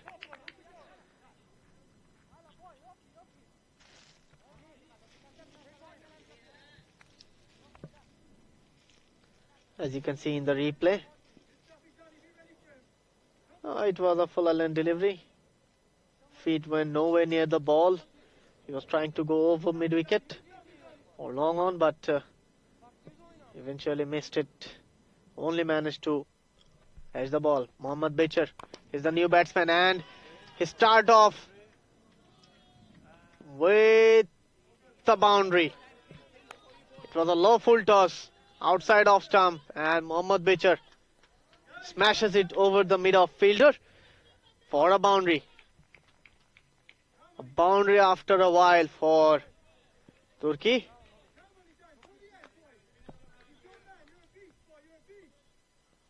Two balls left in this over. Already 8 runs came from it. Takes a shimmy towards the bowler,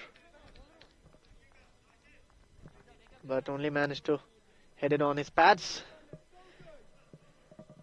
Dot ball in the end. Mohammad Becher.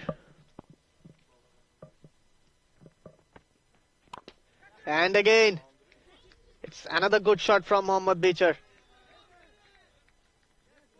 but couldn't time it well enough to take it to the boundary. 2 runs nevertheless to finish off the over, and that completes over number 16, and Turkey are on 85 for the loss of 6 wickets.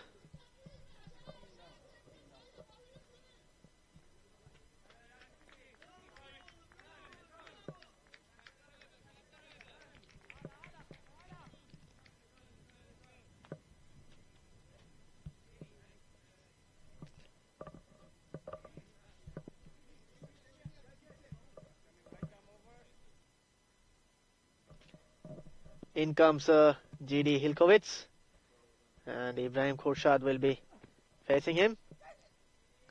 And he pushed it to the cover fielder for a dot.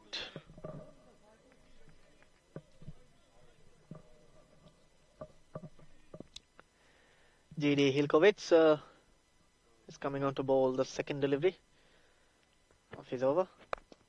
And it has been picked up, but there is a fielder there, and it will be just a single.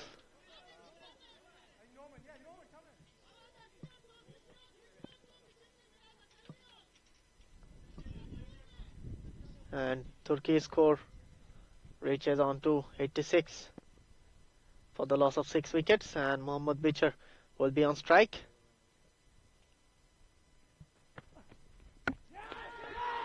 It comes down the wicket and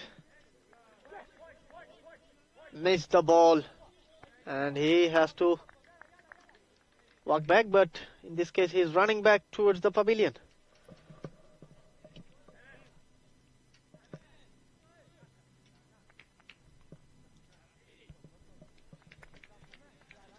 Seventh wicket falls for Turkey.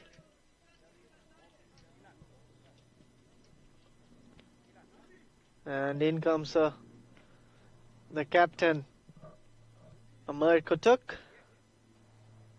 And you can see he's here because of this. A straightforward delivery. He went charging but missed it completely. In comes Amar Kutuk. left-handed batsman. And he is up against GD Hilkovitz. Coming on to bowl his fourth delivery of the over.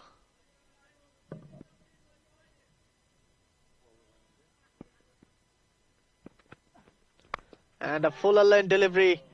Swung away on the onside. And it was a straight to the fielder. But the fielder missed it. And they have crossed for a single.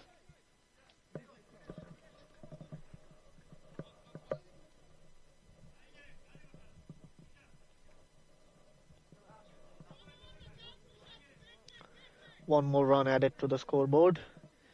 GD Hilkovitz is coming on to bowl the fifth ball of this over.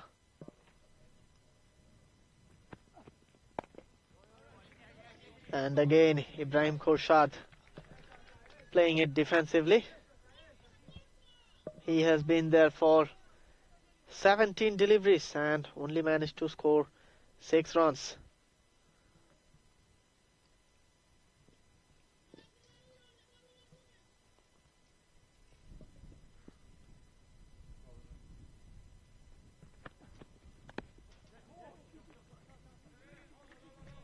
Once again an inside edge onto the pads. And a dot ball to finish off the over. After 17, it's 87 for the loss of 7 wickets. 3 wickets left for Turkey. I think they need to get a move on at the moment if they want to have any chance in the second innings. So far they have only managed to score 87 run for the loss of 7 wickets. In comes Joshua Marks from the Forest End.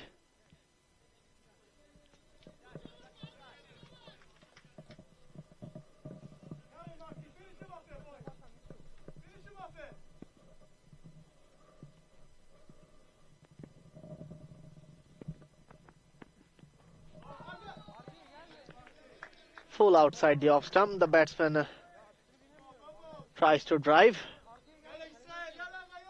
but missed the ball.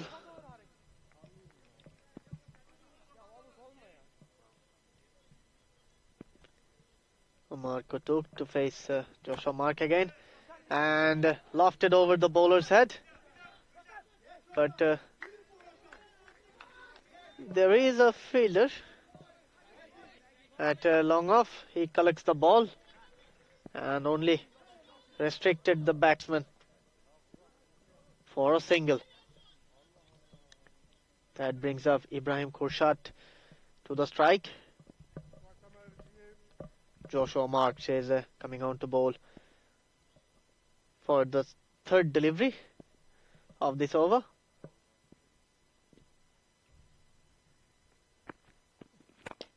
And it has been lofted over to the long on fielder for another comfortable single. And Omer Kutuk is on strike.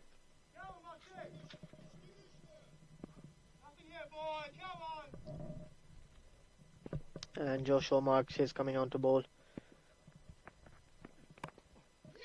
And it's coming towards us, outside edge. It was a fuller length delivery.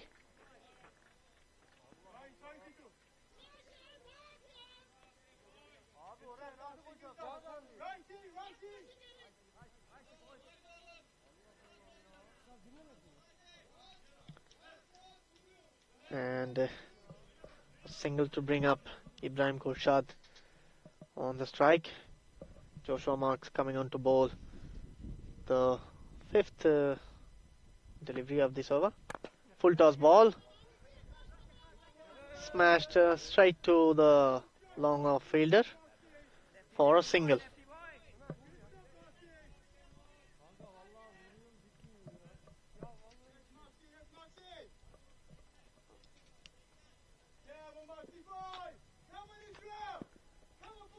One ball left in this over.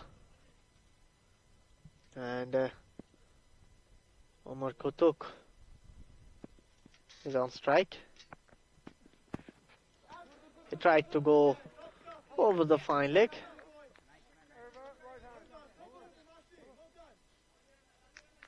But only managed to get it on his pads. So 18 overs finished. 91 for 7. 2 more overs to go in this innings. And the projected score is 101 at the moment.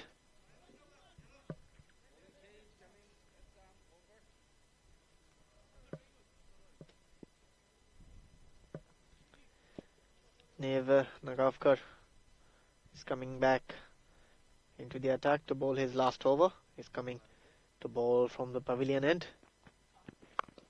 And he has been swung away for a boundary from Ibrahim Khurshad.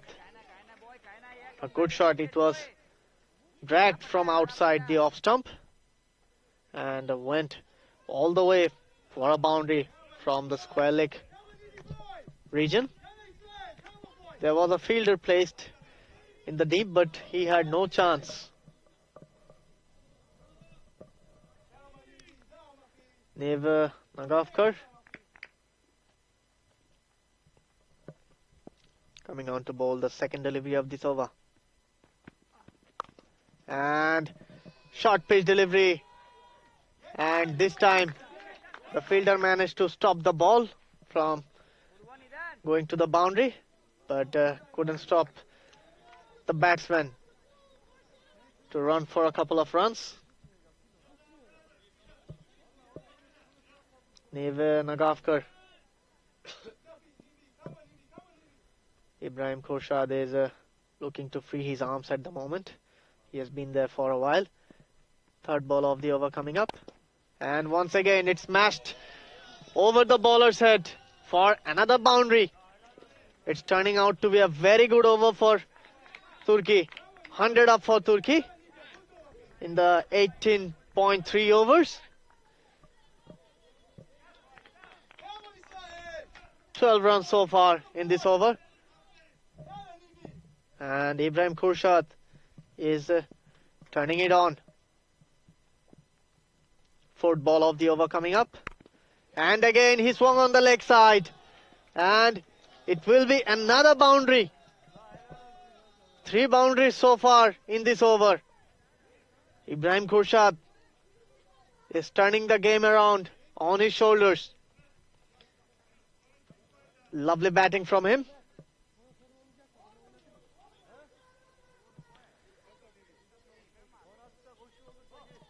"14 runs came from this over so far. Still 2 more deliveries to go.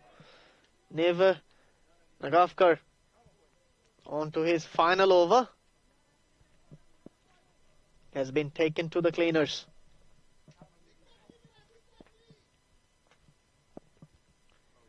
Fifth ball of the over coming up. And pushed back straight to the bowlers for a dot ball. 1 ball left in the over.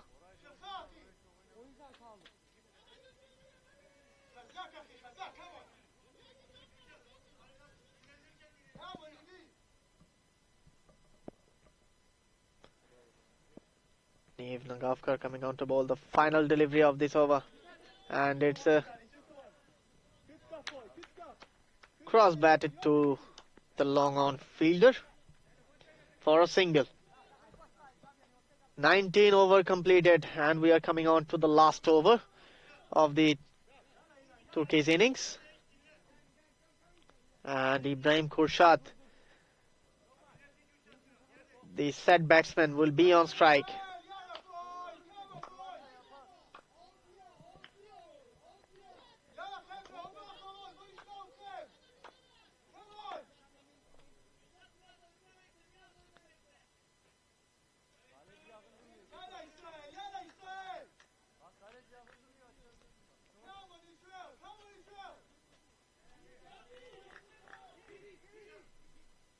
Ibrahim Khurshad will be on strike, and he will be up against Alan Talker.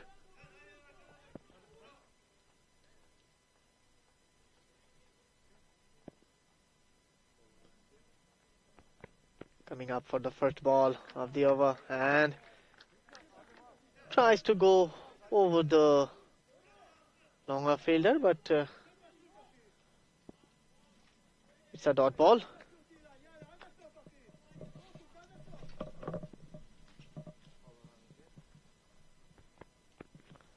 Once again, it's a fuller length delivery, and once again, it's a dot ball.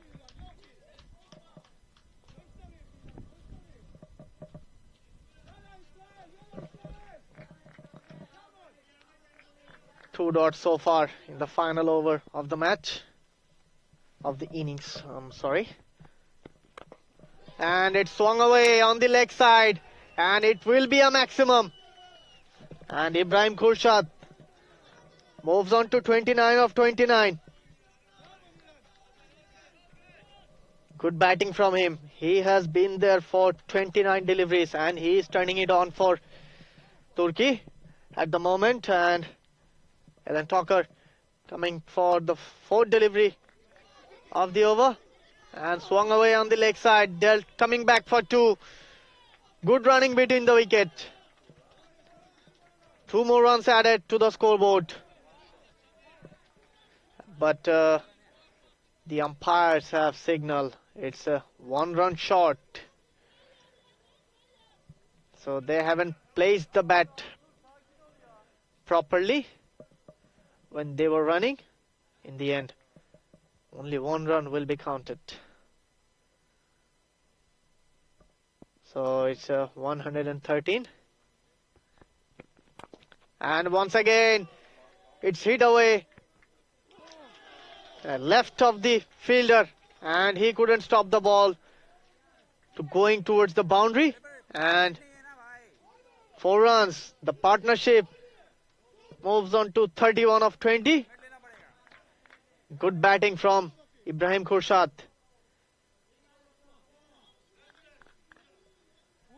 Last ball of the innings coming up. Can he finish well? Ibrahim Khurshad. He swung it on the leg side, and it will be a 6. What a way to finish off the innings.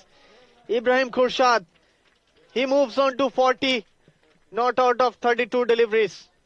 What a turnaround from Turkey. And after 20 overs, they managed to score 123 after losing 7 wickets. And the credit goes to Ibrahim Khurshad for his brilliant knock of 40 of 32. Lovely batting from him.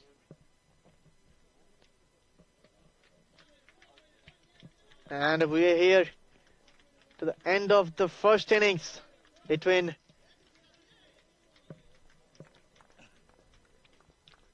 Israel and Turkey. It's the 8th match of the ECA Men's European Cup 2026, powered by IT teams Primaria Moara Vlasiei, Dreamcatcher and Eurovision.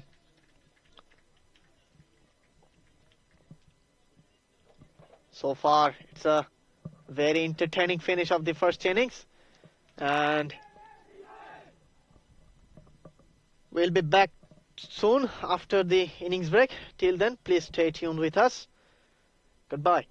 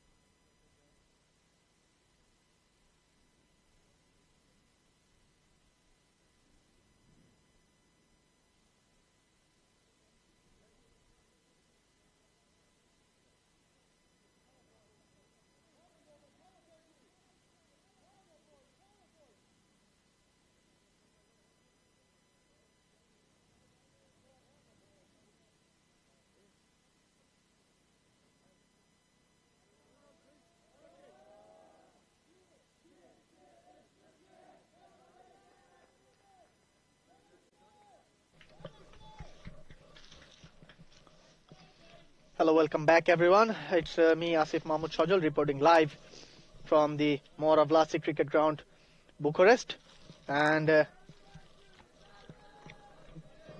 we are for the 8th match, 8 T20 International between Israel and Turkey of the ECA Men's European Cup 2026, powered by IT teams Primaria, Moara Vlasiei, Dreamcatchers and Eurovision. And Israel won the toss and they chose to bowl first, and Turkey has given them a target of 123 after their 20 overs, and they need 124 if they want to win the match. And we have got two of our umpires on the pavilion end. The on-field standing umpire is Andrew Elliott, and on our left side we have Imran Haider, and looks like Ibrahim Khurshad is going to start from the forest end, and Benjamin Lazarus will face him, and on the non-strike it will be Norman Shankar. And we are all set to start off the second innings of the match.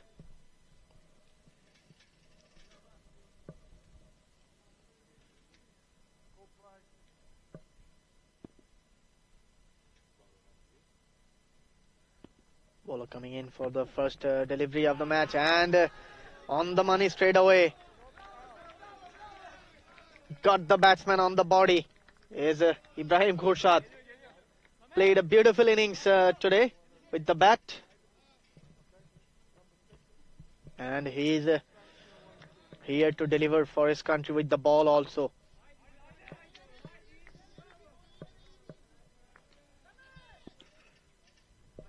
Good ball to start off. Pretty decent action, and straight away punched towards the mid-off fielder for a single. A quick single taken. Directed would have made things more spicy, but in the end, no red signals for the batsman. And Ibrahim Khurshad is coming on to bowl his third delivery in the over.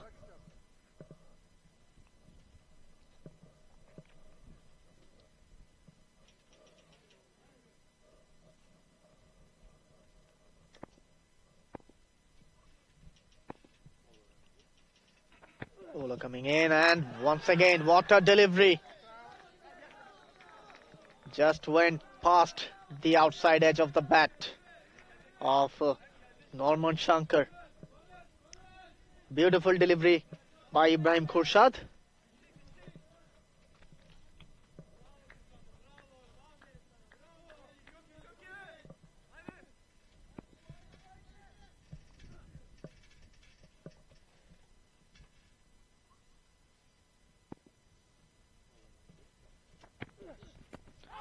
And again, loud appeal, but the umpire,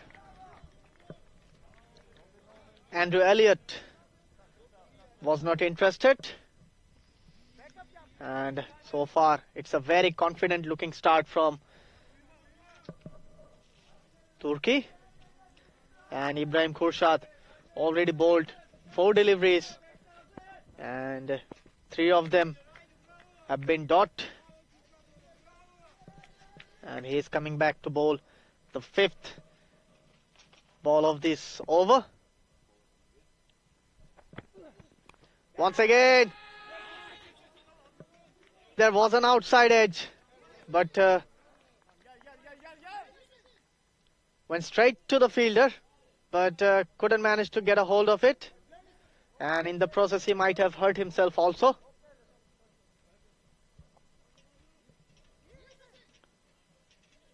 And the batsman changed the ends for a single.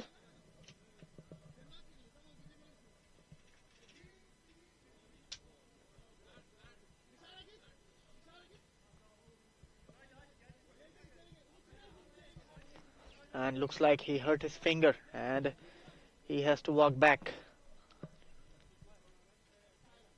to get some treatments.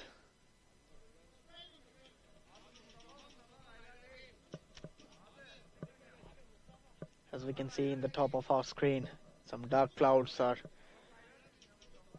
surrounding us.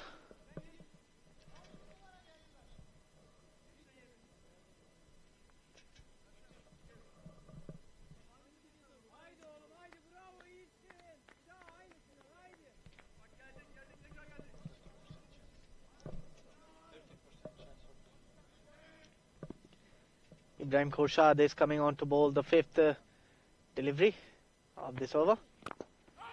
And this time,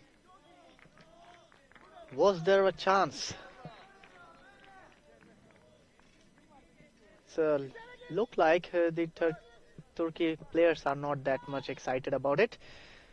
But that completes the first over. A very exciting first over from Ibrahim Khorshad.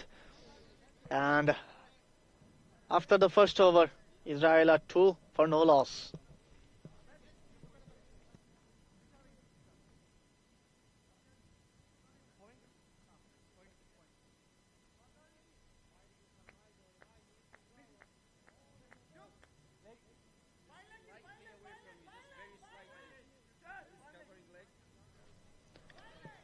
In comes Gurkhan Toshkan from the pavilion end. And he will be bowling to Norman Shankar. Israel need 122 runs in 114 legal deliveries.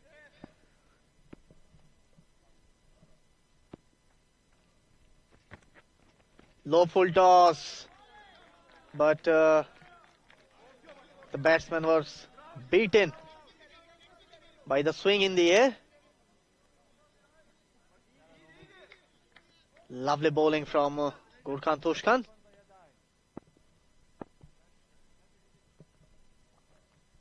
He's coming to bowl his second delivery. And this time it hit on the pad. Loud appeal. And it will be given by umpire Imran Haider. It was plumb in front. He has no hesitation to declare this as out. And the batsman has to walk back. Good bowling from Gurkhan Toshkan. And it's a very confident looking side.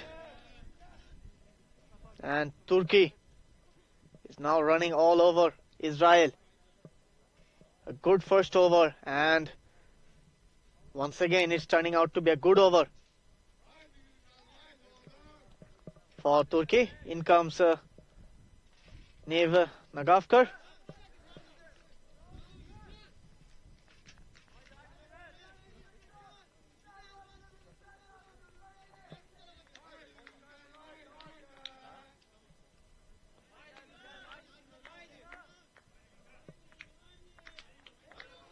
And Gurkhan Toshkan is coming on to bowl his third delivery of this over.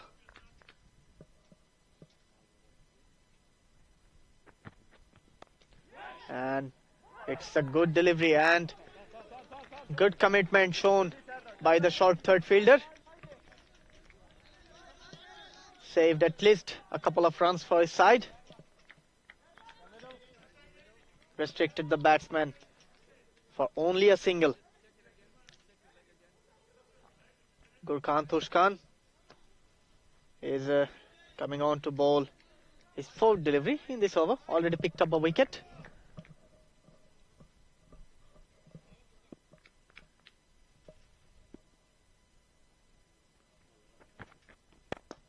And it's a good delivery and lovely stop. You can see the energy flowing towards the Turkish players. They are getting their body behind the line and trying to stop everything. Good fielding at the covers.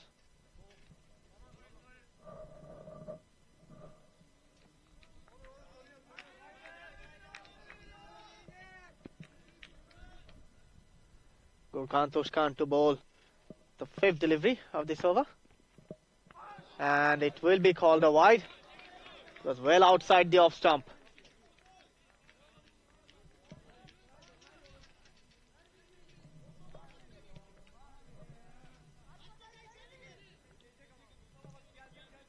And Gurkhan Tushkan, he has to bowl that again.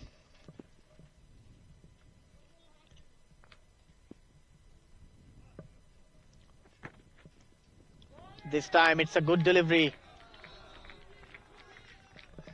Looks like Gurkhan is getting some swing of the wicket.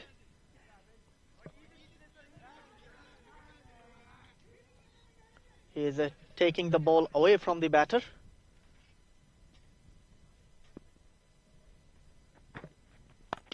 And this time it has been pulled away towards the pavilion, and it will be a boundary. So that completes the 2nd over, and Israel moves on to 8 after losing 1 wicket.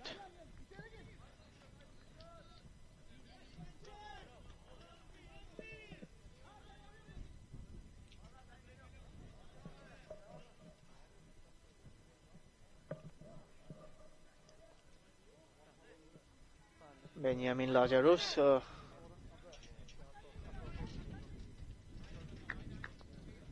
struck the last boundary, and that puts on Neve Nagavkar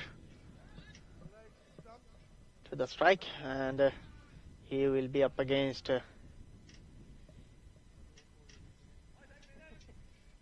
Ibrahim, who has bowled a brilliant first over.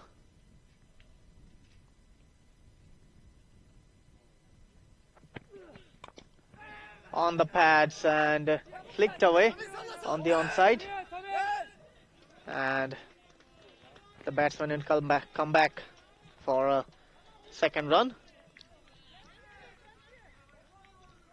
Ibrahim Khurshad conceded 2 of the first delivery that he bowled in this over. He has bowled a brilliant first over to start off the innings. Neve Nagavkar to face Ibrahim, and once again low full toss and driven straight to the fielder at cover.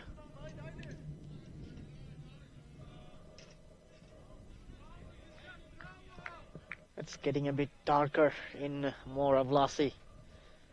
Some dark clouds are surrounding over the ground. This time it's a short pitch delivery, and it was a good fielding effort in the end. Only 1 run taken.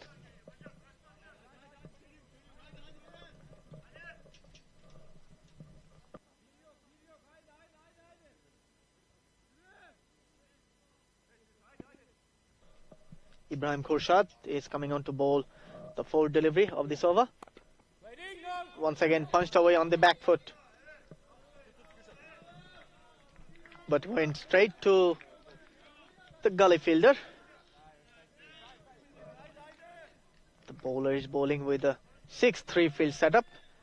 6 on the offside, 3 on the leg side, and only deep mid wicket and extra cover. There is a patrolling the boundary. Coming in to bowl the 5th delivery of this over, and beats the outside edge of the batsman. A dot ball. So far it's a good start for Ibrahim Khurshad.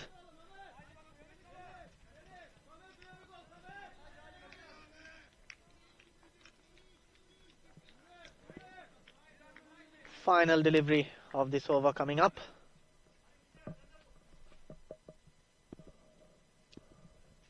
Benjamin to face Ibrahim Khurshad, and it's placed into the gap. There's a chase going on, and lovely fielding, lovely commitment by the fielder, but the batsman has changed their ends for a couple of runs, and that completes the over number 3. After 3 overs, Israel are on 13 for 1. You can see the commitment into the Turkish fielders after setting up a very good total, I would say. A low total, but they are putting in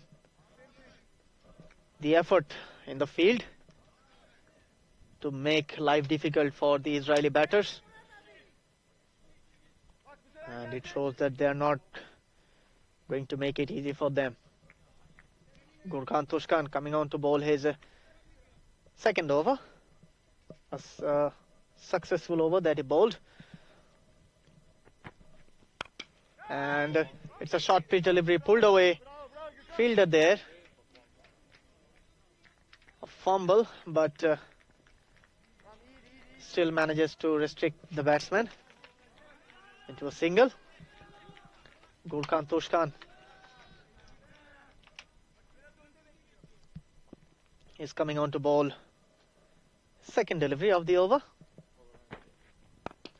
Once again, it's pulled on the onside, falls into no man's land, but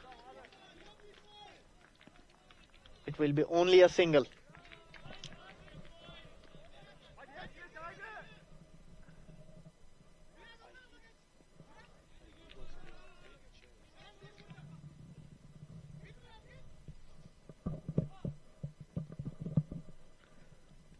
Gurkhan Tushkan coming on to bowl.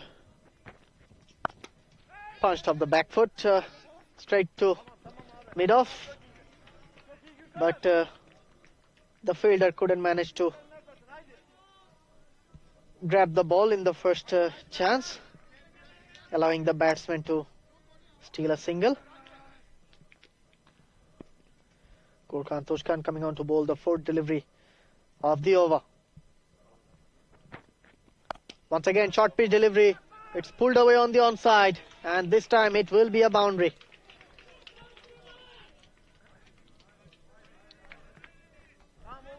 Gurkhan Tushkan is paying the price to bowl short pitch delivery to the batsman.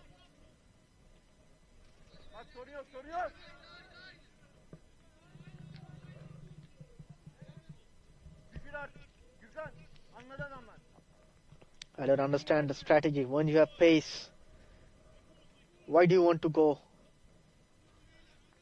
to the short pitch length? Try to bowl full, try to bowl straight, let the ball do its job.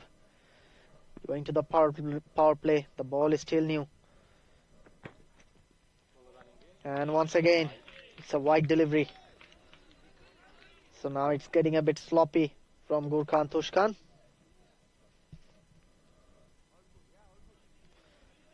.103 runs needed from 98 deliveries.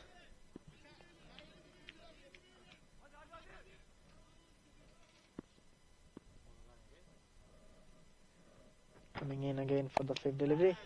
Once again, it's cut away, but straight to the fielder at point.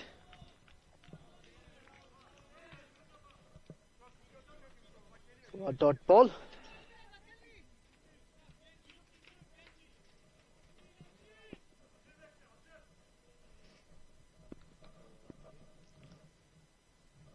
Coming in for the final delivery of this over. Once again he goes short. This time just to right of the fielder, allowing the batsman to steal a single to finish off the over. After 4 overs, Israel are on 22 for the loss of 1 wicket.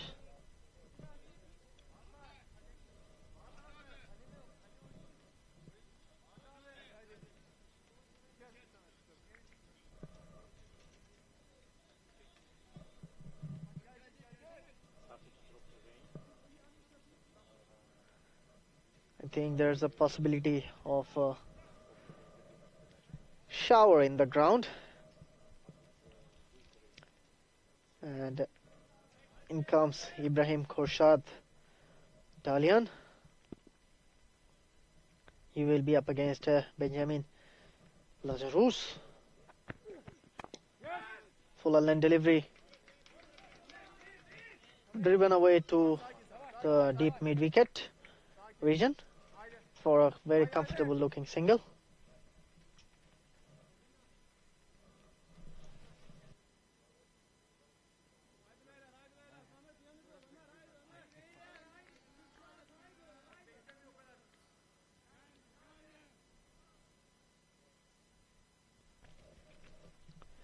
Ibrahim Khurshad coming on to bowl the second delivery of this over. Good delivery and pushed away towards the cover point region for a single.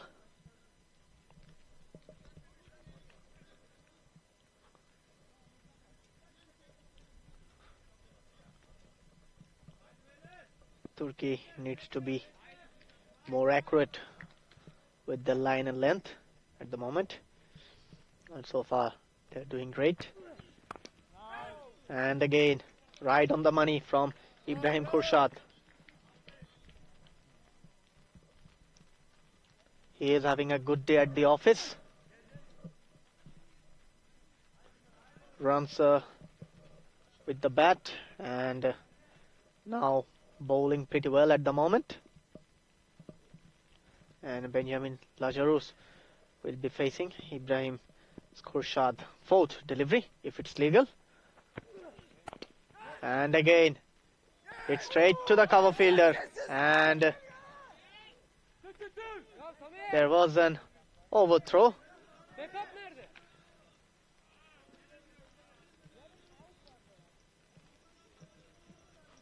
And it will be a single.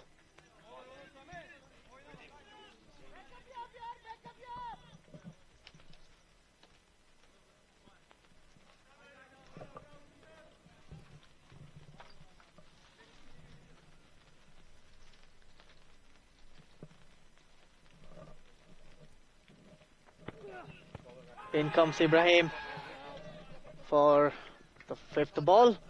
Hits onto the pads, loud appeal, but the umpire was not interested at all. And it will be a leg bye.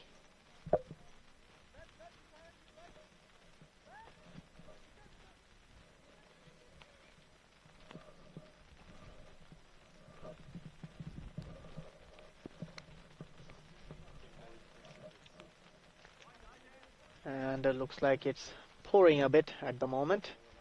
And Ibrahim Khurshad is coming in. Cut away. A valiant effort by the fielder. But eventually the ball wins the race. And looks like the rain is starting a bit heavily. 5 overs are completed. And Israel only managed to score 30 for the loss of 1 wicket. And the umpires are coming together to see if they want to continue. It's getting a bit heavy at the moment.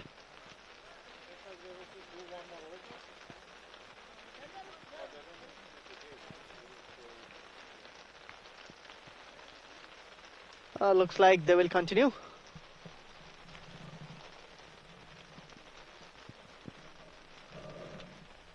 And it seems like it will be a passing shower. We can see blue sky. Mohammad Fahad Khan, the new bowler, comes into the attack, and he will be bowling from the pavilion end. And Neev Nagavkar is all set to face. And it's getting lighter, the rain.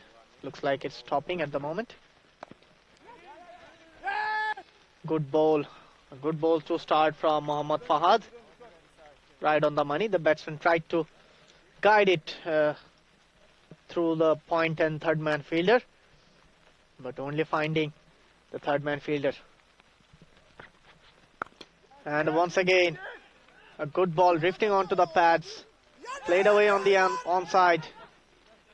And a misfield, resulting a second run.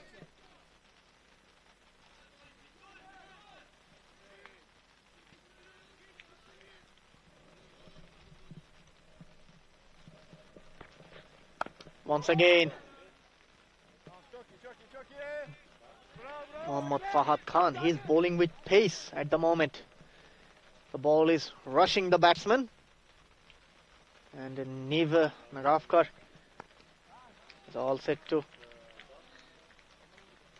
play the fourth ball, and it's a dot. 2 runs so far in this over. Mohammad Fahad Khan coming on to bowl the fifth delivery, and it was onto the stumps. Nudged away for a single. That brings back Benjamin Lazarus on the strike.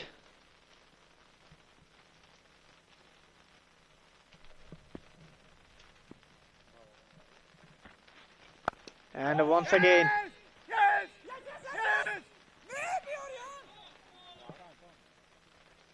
fumble at the extra cover. Allow the batsman for a single, and that finishes the over. After 6 is Israel 34 for 1.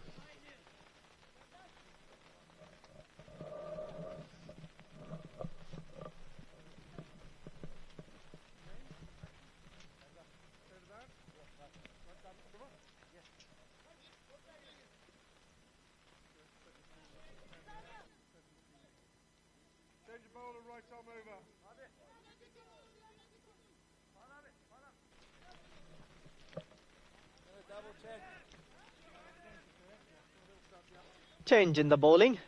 Serdar Burak Emir comes into the attack,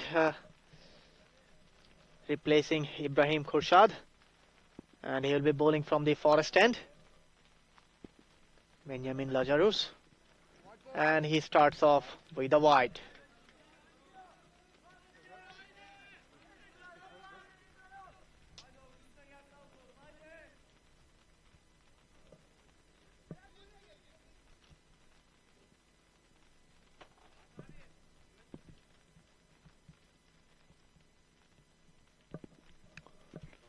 Bowler coming in, and it has been flicked away deep to the backward square leg boundary for a single. Serdar Burak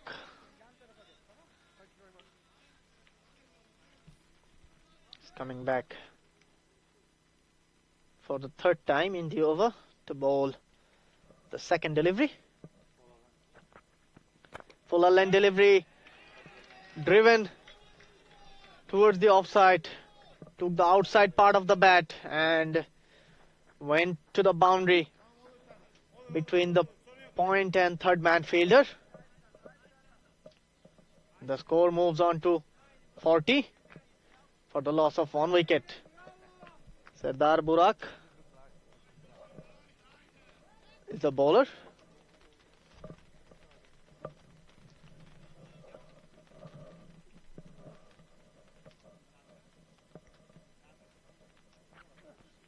Once again a full toss.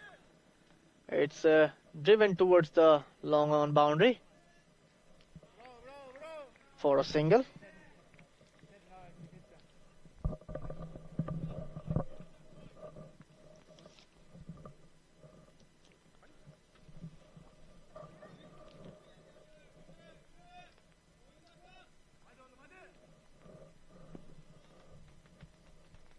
Serdar Burak coming back to bowl the fourth delivery. Chance of a catch. There's the fielder there, and it's caught. He has to walk back. The set batsman Benjamin Lazarus scored 21 of 19, and Serdar Burak picks up his first wicket on the fourth delivery that he bowled. Lovely bowling from him, bowling according to his field, and getting the prize wicket of Benjamin.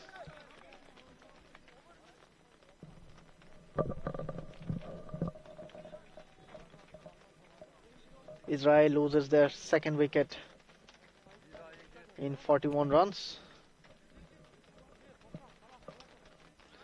In comes Jitesh Banjira.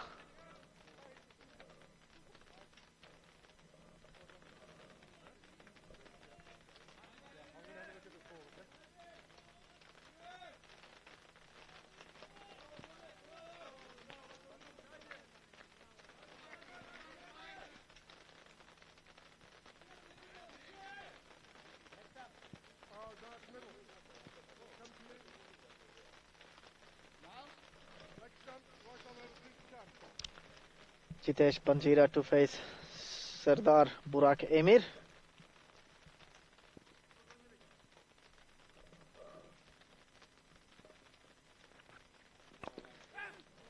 Good ball from Sardar Burak. And looks like we are having some issues in the middle.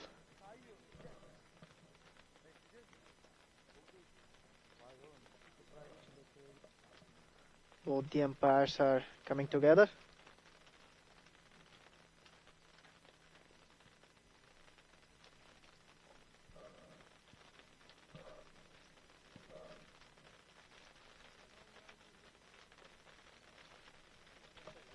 Don't know what happened.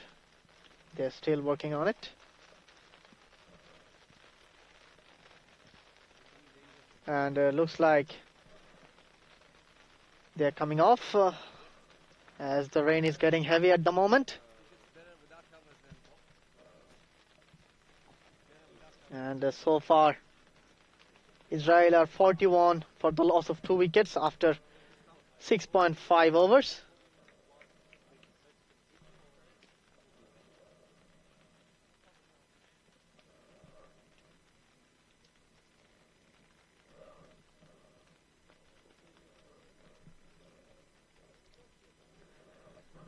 As you can see, some dark clouds on the top of the screen, and that is causing the play at the moment. We will update you as soon as the play restart. Till then, stay tuned with us.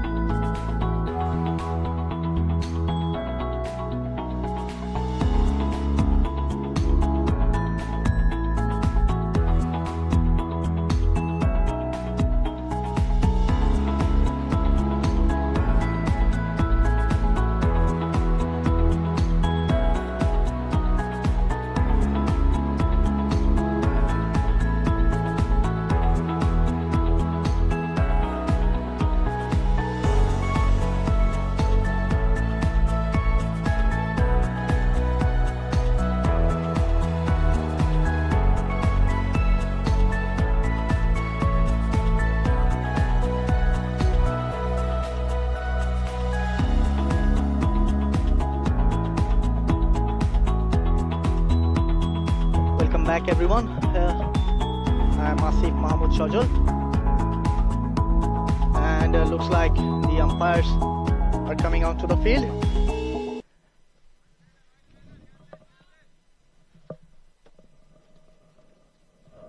And play is going to resume. There might be some overs scuttled because of the loss of time we had.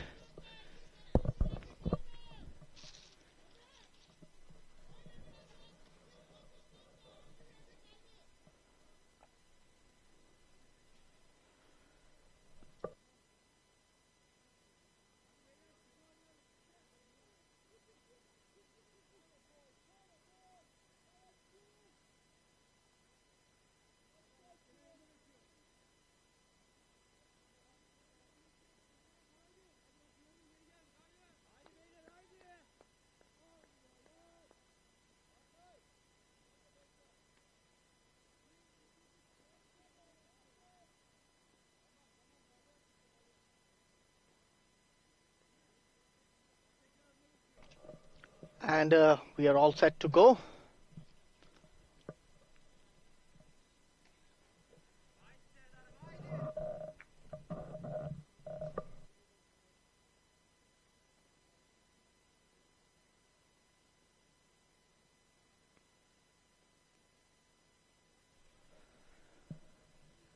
And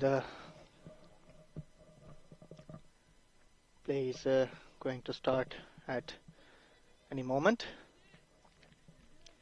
Jitesh will be on strike.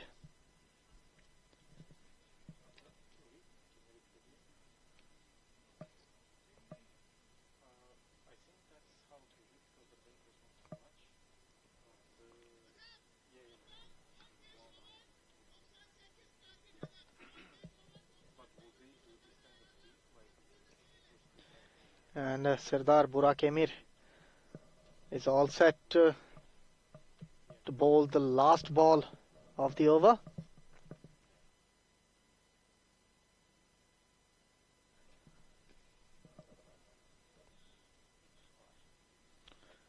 And it seems like we're having the full 20 overs.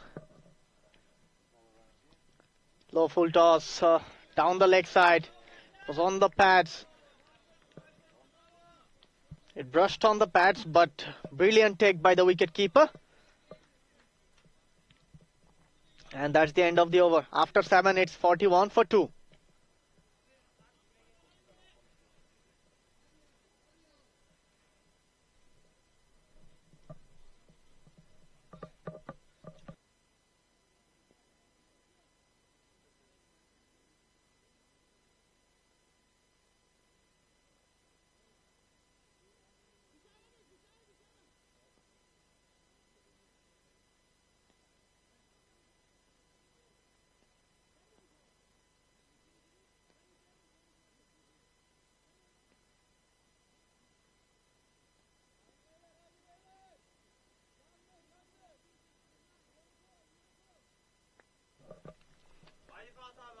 And Fahad is going to start his second over from the pavilion end.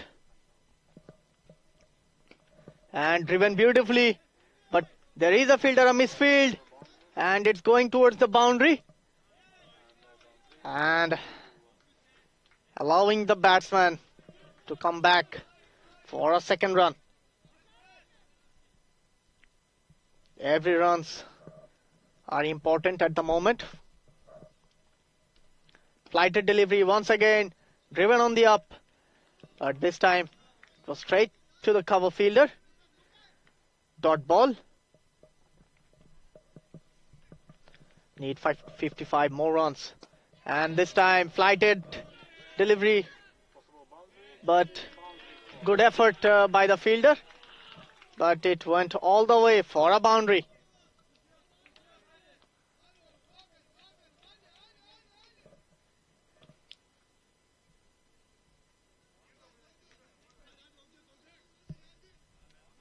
Mohammad Fahad is bowling to Neve Nagafkar. He moves on to 21 of 18. Once again a flighted delivery, outside edge, and Good fielding at the short third man.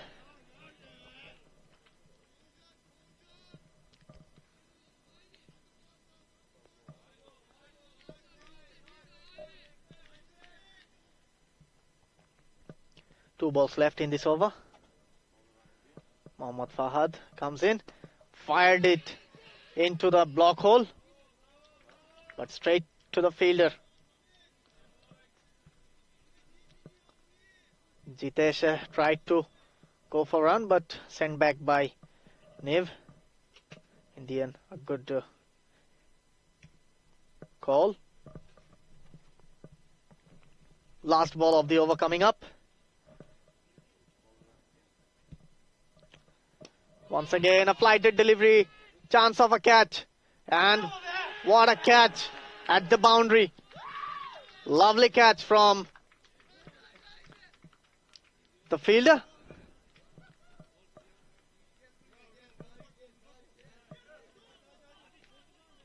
And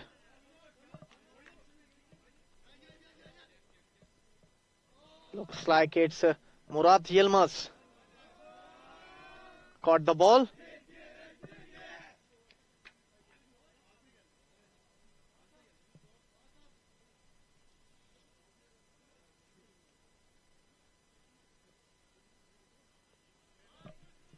And looks like we have got 5 over reduced in the match, and the target is 98. So Israel need 40 more runs to win from 7 overs. Oh, sorry, 50. 50 more runs to win in 7 overs.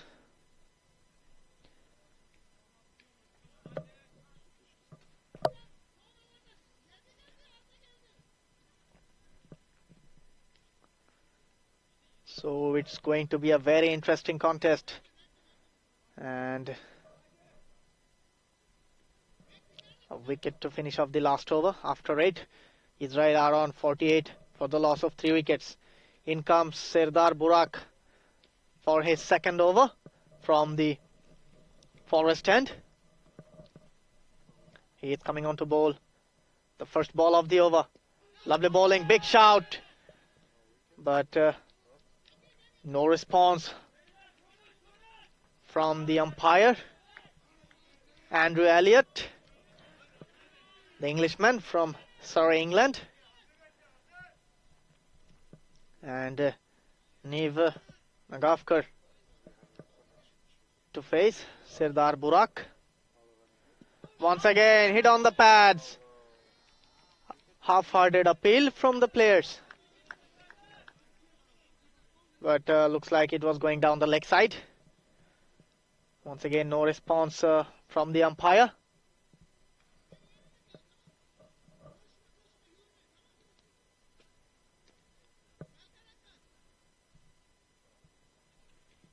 Serdar Burak Emir.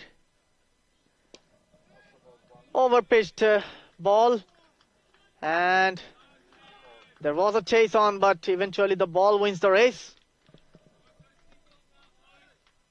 A boundary, very welcome boundary. As you can see, it was an overpitched delivery and driven over the cover fielder and went all the way for a boundary. 4 runs came from it.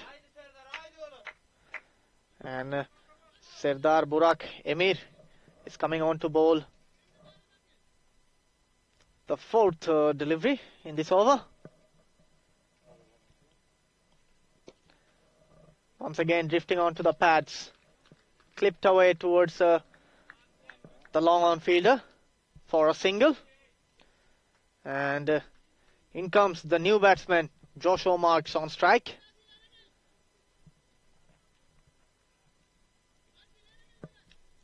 Need 45 from 38 deliveries.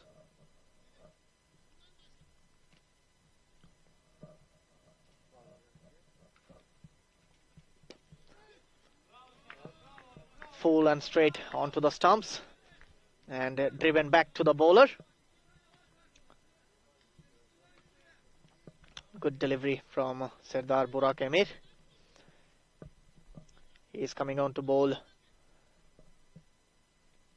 the final delivery of the over, if it's legal. And once again, it's an over-pitch delivery going towards the boundary. And there will be a couple of runs added into the total. So 7 came from that over. And after 9, Israel are on 55 for 3.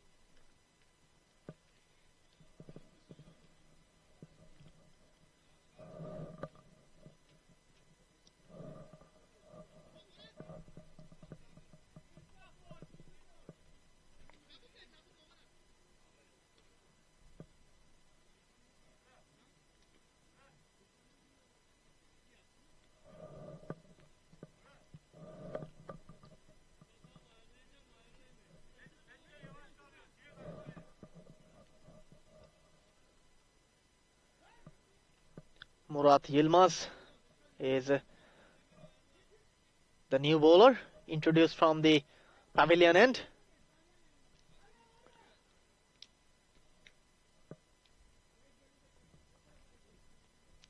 Need 43 more runs to win from 36 balls. This match is going to be very interesting. Please stay tuned with us. Once again, flighted delivery. It was pitched up and it was in the slot, and the batsman played it over the bowler's head for a boundary. Murad Shifa need to correct his line, and it will be called a wide.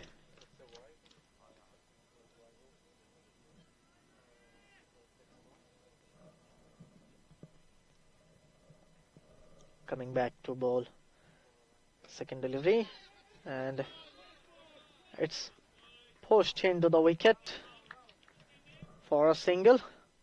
6 runs came from it so far. Still 4 balls left in this over.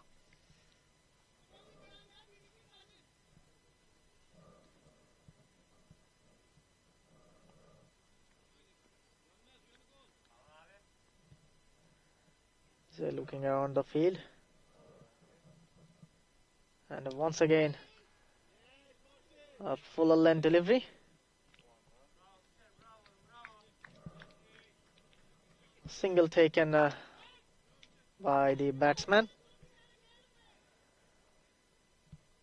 Murad Shifa is about to bowl. He's coming on to bowl for the fourth delivery, and outside off stump. The batsman tried to cut it through the point region, but missed it.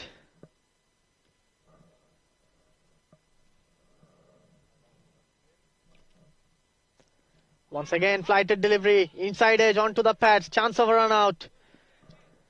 But eventually it was not a clean pickup by the fielder. A quick run taken by the batsman. Murad Shifa is coming on to bowl his last ball of the over. 8 runs came off it so far.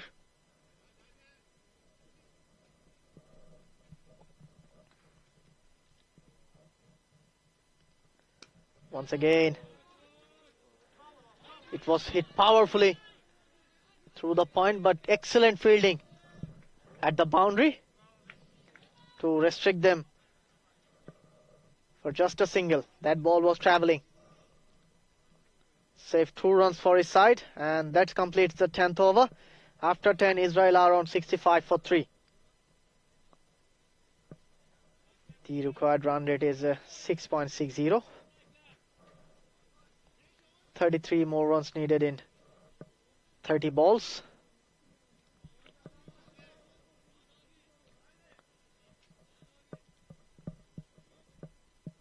Murad Shifa is coming on to bowl his second over. Sorry, not Murat. It's Serdar Burak who's coming on to bowl from the forest end, and he will be bowling his third over of the spell.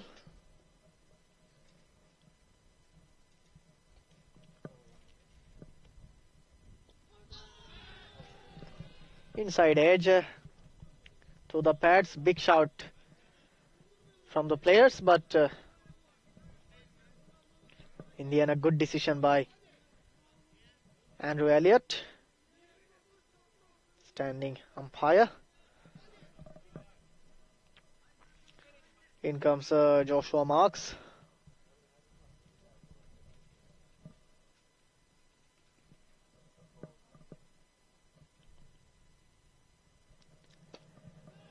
Fuller length delivery driven towards the sweeper cover fielder, and it will be only a single.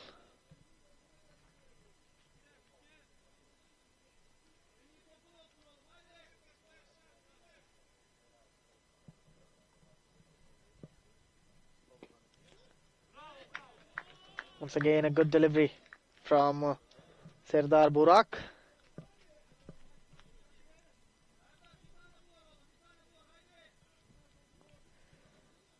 A good over so far. Only two from it, from the 3 deliveries he bowled. And once again, it's a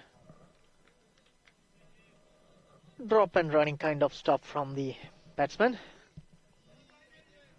to change the strike for a single. Serdar Burak Emir is coming on to bowl the 5th delivery in this over.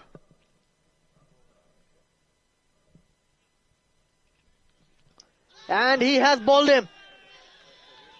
Lovely bowling from Serdar Burak. And thanks to the Almighty. Beautiful display of bowling from Serdar Burak.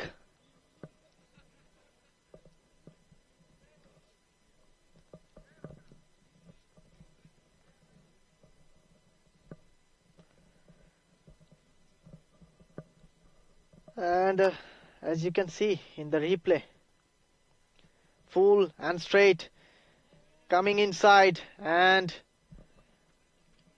hitting the wickets, and marks have to depart.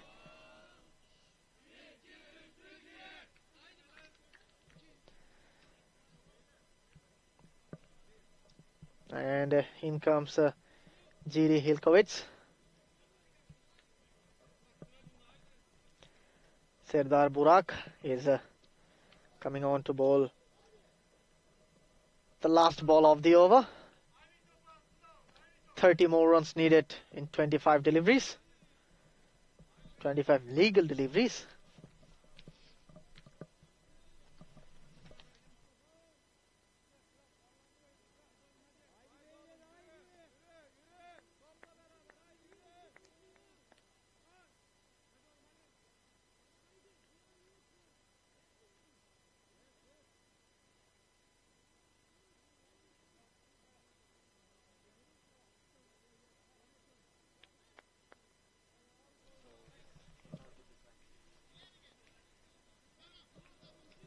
Last ball of the over coming up, and Serdar Burak is coming on to bowl the last ball of the over, and G.D. Hilkovits is going to face him. Full and straight and driven straight back to the bowler. A dot ball to finish off the over. 11 overs completed, so 24 more runs needed for Israel to win the match. 30 more runs needed, and in 24 balls. Beg your pardon.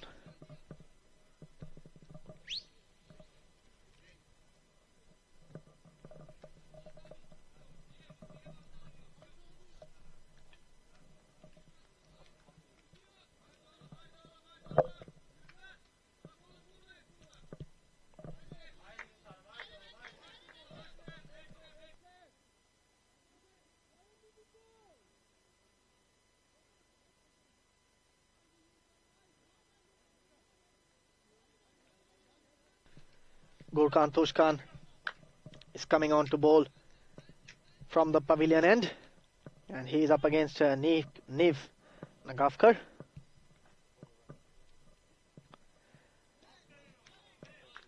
Down the leg side, and it will be called a wide. At this time, you cannot afford to bowl deliveries like this, and you cannot offer free runs to the opposition. Still 24 balls left, 29 more runs needed. Driven straight back to the long off fielder for a single. Gurkhan Tushkan already picked up a wicket in this match. He is coming into bowl his third over.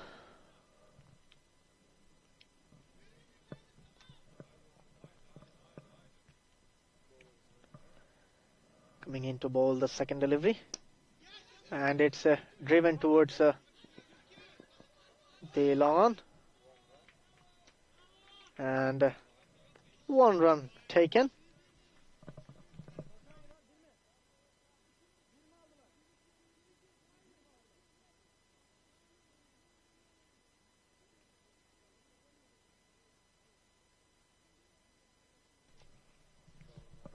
Gurkhan Tushkan coming into bowl the third delivery of this over. Down the leg side, flicked off the pads. There was a fielder there. Fortunate for the batsman that he didn't hit it too well.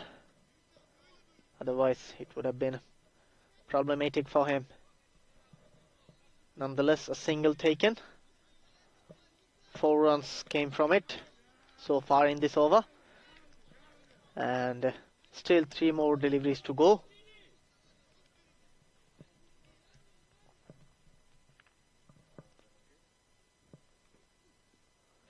Lovely bowling from Gurkhan Tushkan. He has got good pace.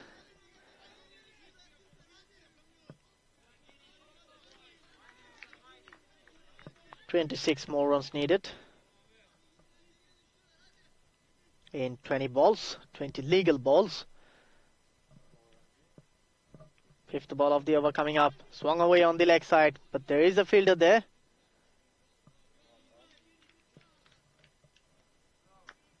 And Gurkhan Tushkan has given away 5 runs in this over. The 5 deliveries that he bowled. Coming up for the last delivery.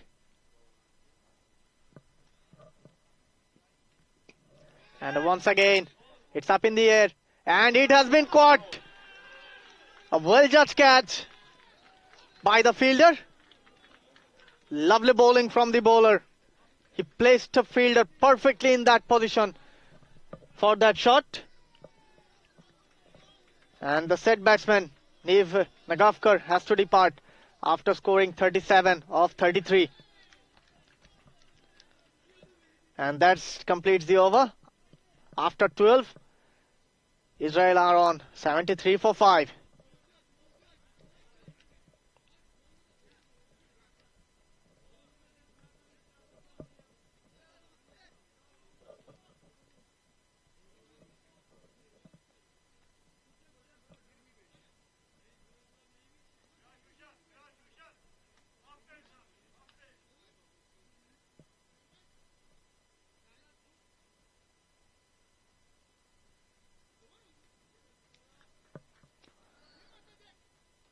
New batsman coming in, Gavi Skachat.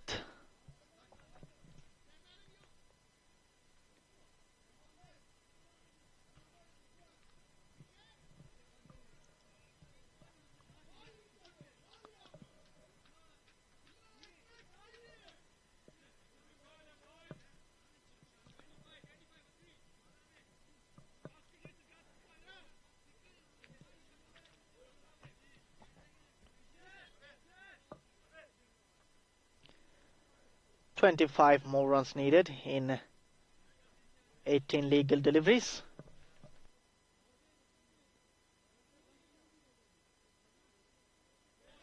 And looks like a spinner is being bought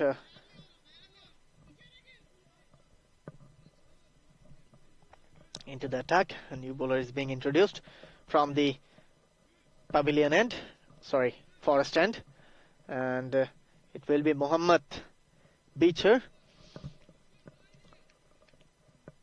to bowl against GD Hilkowitz. Sorry, my mistake. He will be a right arm over. And pulled away into the leg side, but straight to the fielder.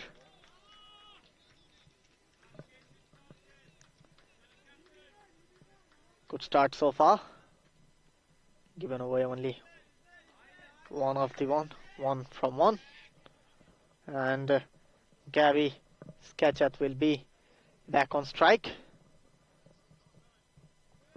He's facing his first ball in this match.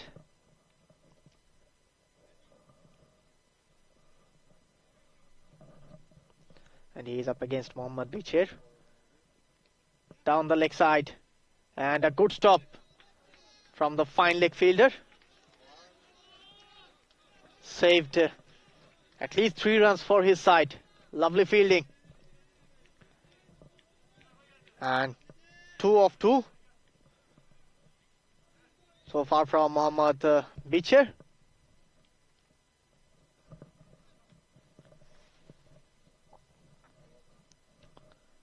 The batsman was not ready this time. So the bowler is pulled off again. Mohammad Beecher coming on to bat. Coming on to bowl for the 3rd time in this over, and he has bowled him. What a turnaround for Israel.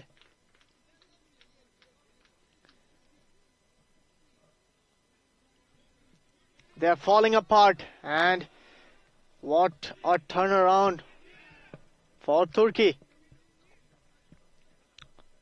1 moment up, 1 moment down.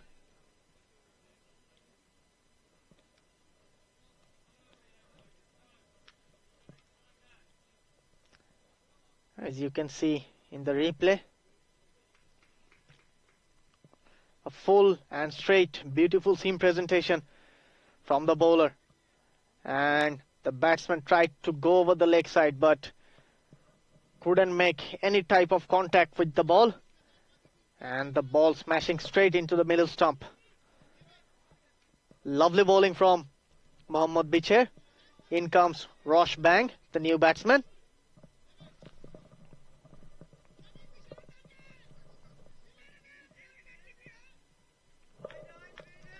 Need 23 more runs in 15 legal deliveries. 3 more balls to go in this over.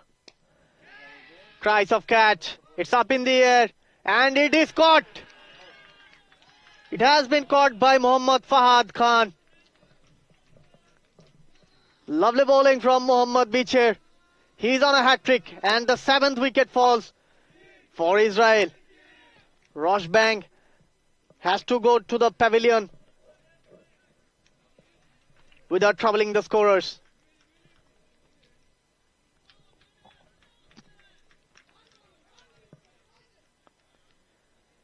Good catch from Mohammad Fahad Khan. He was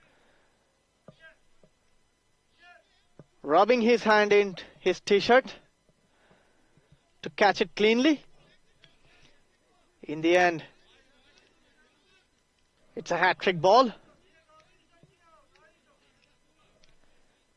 What an over from Mohammad Beecher. Still 23 more runs needed. And the new batsman is Aidan Versulker.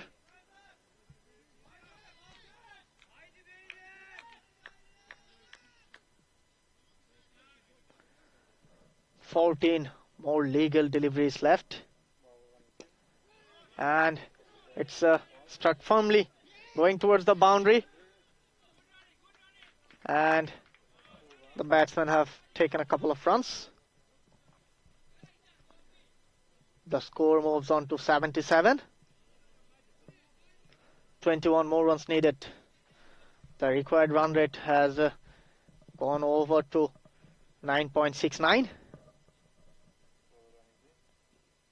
And it's a wide ball You cannot afford to bowl these kind of deliveries in this kind of situation. You have to be on target every time when you have a very low score to defend.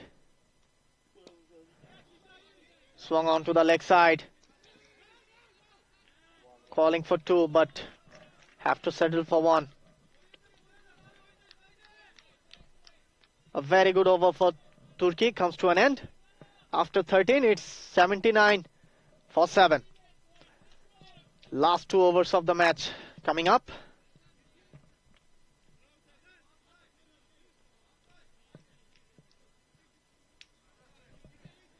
Gavi.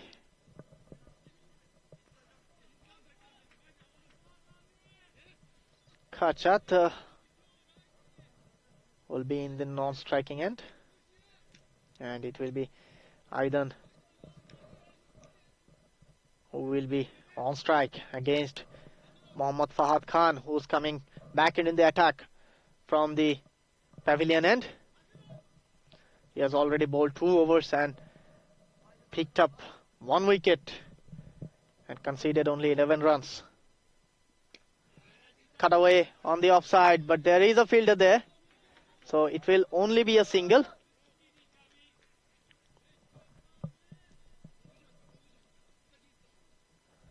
Mohammad Fahad Khan.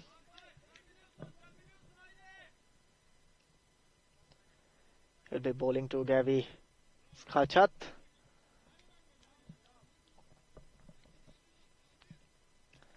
Five more balls to go in this over.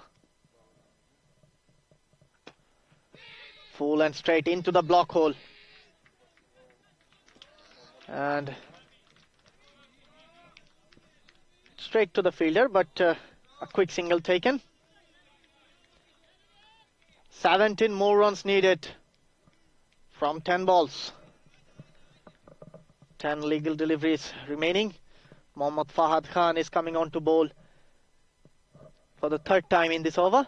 And he has bowled him. What a delivery from Mohammad Fahad Khan. He can do no wrong today. Contributed well with the bat and fielded well, and as you can see, it was a quicker delivery right into the block hole, and you miss, I hit. The batsman couldn't get his bat down in time and he has to walk back. And in comes the new batsman, Elan Talker.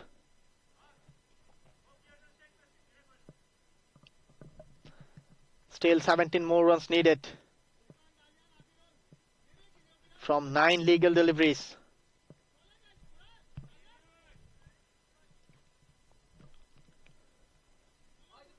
Mohammad Fahad to Elan Talker.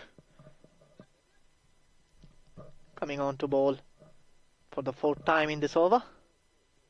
Once again, full and straight.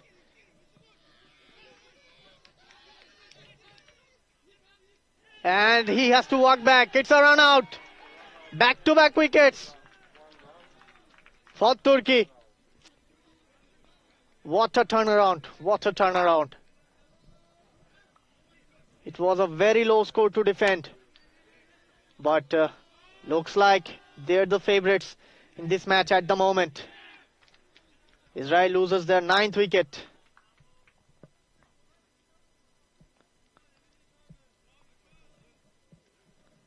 Elan Talker has to walk back. Oh, beg your pardon. Gavi Skachat has to walk back.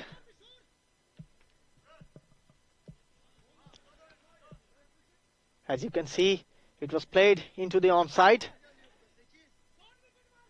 And a good one-hand pickup and a one-hand throw right into the hands of Mohammad Fahad, who's having a brilliant day at the moment. With the bat, with the ball and with the field. Mohammad Fahad Khan coming on to bowl the 5th ball of this over. Flighted delivery, driven towards the deep point fielder. And that will be only a single. Last ball of the over.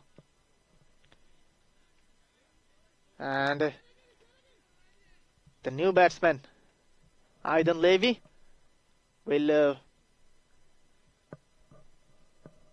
face the last ball. Can Mohammad Fahad finish this match in this over? It was a low full toss onto the pads and driven straight to long on for a single, and an excellent over comes to an end by Mohammad Fahad Khan. After 14, it's 84 for 9.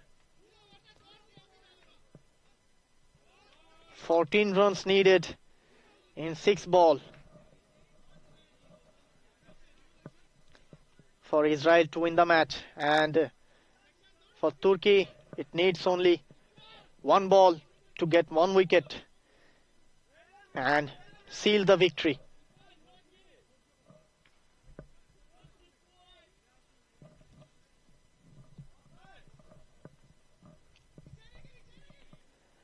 Mohammad Beecher is coming on to bowl after his brilliant match turning over. He's coming on to bowl his second over from the forest end. And a good ball, a dot ball to start. Dot ball at the moment is gold dust. 14 needed in 5 legal deliveries. There is some field changing. It's a hit back past the bowler. And it will be a couple of runs for Israel.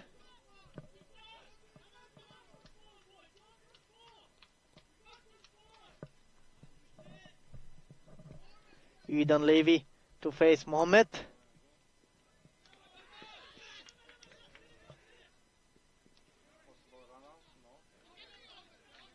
And it will be only a bye.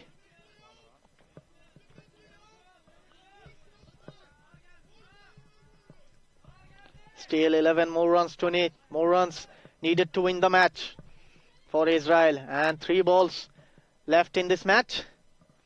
And Turkey need only 1 wicket to seal the game.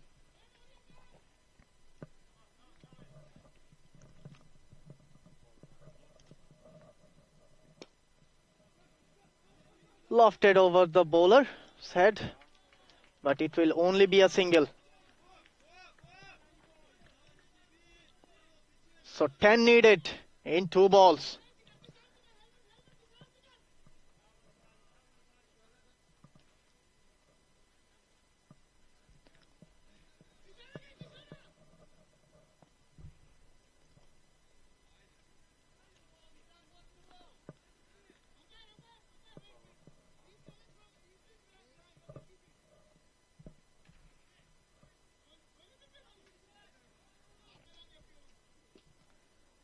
From 2 needed.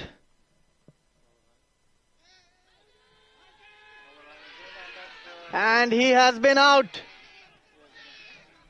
And he's out. That's the game for Turkey. What a match. What a match for Turkey. You can see they're all out. In 88, and the Turkish players are thanking to the Almighty, and they registered their first win in the tournament. What a match we have witnessed. There were so many ups and downs in this match, but in the end, Turkey is the victorious side in the match. You can see the jubilation in the faces of the Turkey player. And Israel lost the match. As you can see in the replay,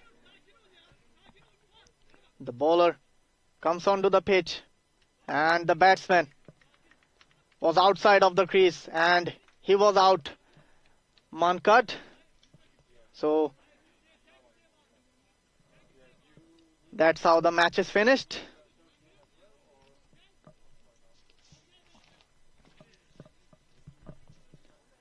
And we are from the, it's Mohammad Asif Mahmoud Shajul updating you from the Moara Vlasiei cricket ground in Bucharest, Romania. And it's the 8th match between Turkey and Israel. The ECA Men's European Cricket Cup 2026, powered by IT teams Primaria, Moara Vlasiei, Dreamcatchers, Eurovision and Dafabet. And it was Israel who won the toss, and they have decided to bowl first. And Turkey, in the end, it was a DLS decision to reduce the match into a 15-over game, so the target was reduced, and it was 98 that they had to score in 50 overs. But Israel couldn't manage to get over the line, and it was Turkey's bowler who bowled brilliantly in the middle overs and secured the match for them. Don't go anywhere. We have still a match in our hand. We have Austria versus France, and we'll get back to you very shortly. Till then, stay tuned with us.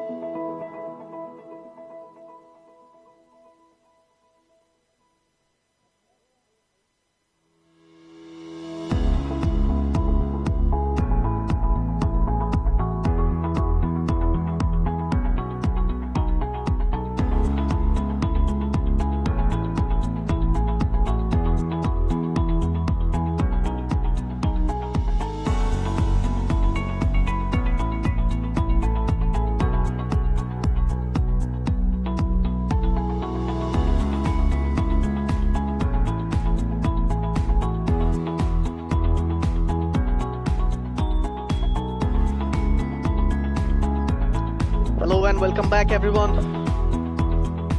I am Asif Mahmoud Shajol welcoming you all to this ninth match of the ECA Men's European Cup 2026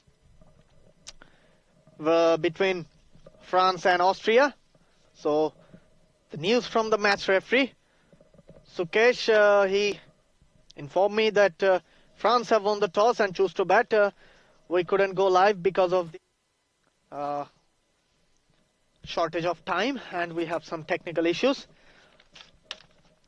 So the match will start pretty soonly. Please stay with us. And this ECA Men's European Cup 2026 is powered by IT Teams, Primaria, Moara, Vlasiei, Dreamcatcher, Eurovision. And we will come back with the live action. And please don't go anywhere. And we will be shortly.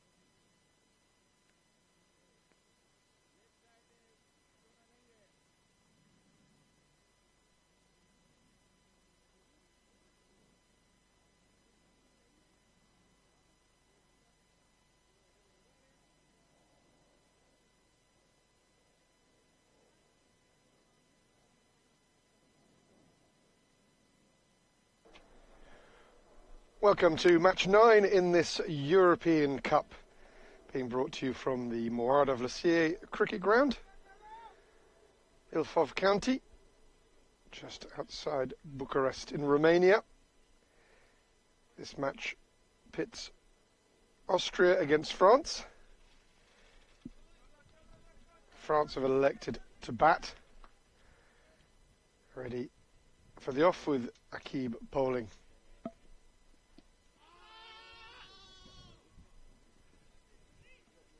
Still awaiting team information, rather rushed handover with the rain delays we had earlier and a quick handover.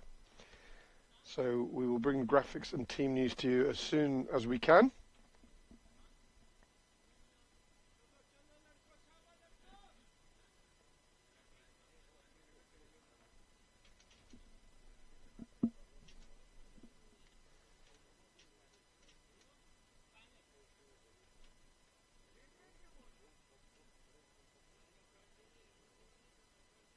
Mohammed Ali Virk, ready to face his first ball after Zakaria took that leg by.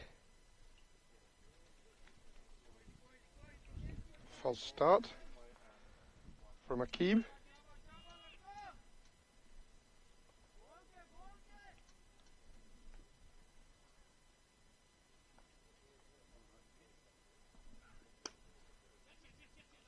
Gets off the mark, pushing wide of mid-off.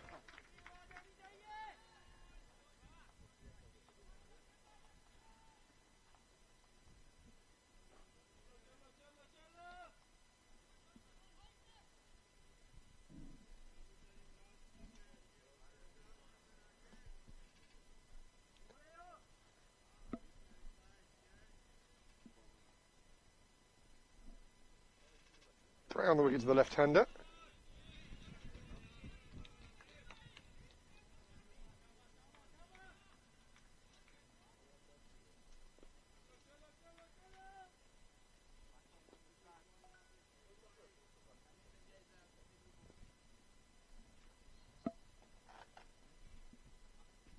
And spot on from the bowler. Just opening up the angle, coming around the wicket. He got detected an inside edge. But that's the first wicket for Australia, the first wicket down for France in the first over. And after 4 balls, score is 2 for 1. My name's Andrew Elliott. Pleased to be bringing you coverage of this match 9. It's the only day of this European Cup where we have 3 matches, so packed action all day long. So please forgive us for the delay in receiving all the team news. As we see on this replay, they still detect an inside edge on that one. So Zakaria, who's had a good tournament so far, goes cheaply on this occasion.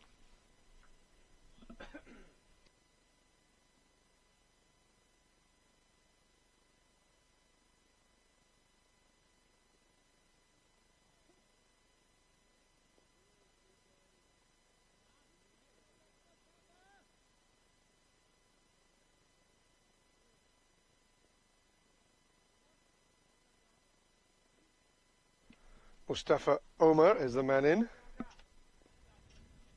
fresh off the unbeaten 100 in his last match, comfortably bettering his previous high score of 33.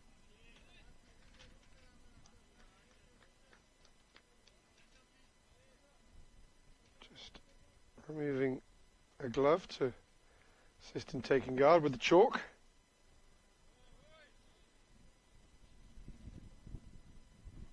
So Mustafa Omar in prime form, coming into this match, will be full of confidence. Came in much later in his last match, certainly later than the first over, but still had time to complete 100 in the last over of the innings, despite starting the final over on 84. Flashes his first one. No contact.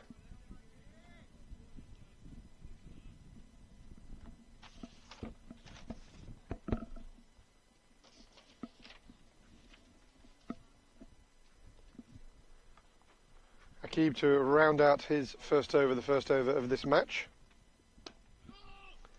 And turns out to be a good over for the Austrians, in that they concede just 2 runs off it for the loss of the 1 wicket of Zakria. So advantage Austria at this early stage, and I can now bring you that team news. The news that France are batting first.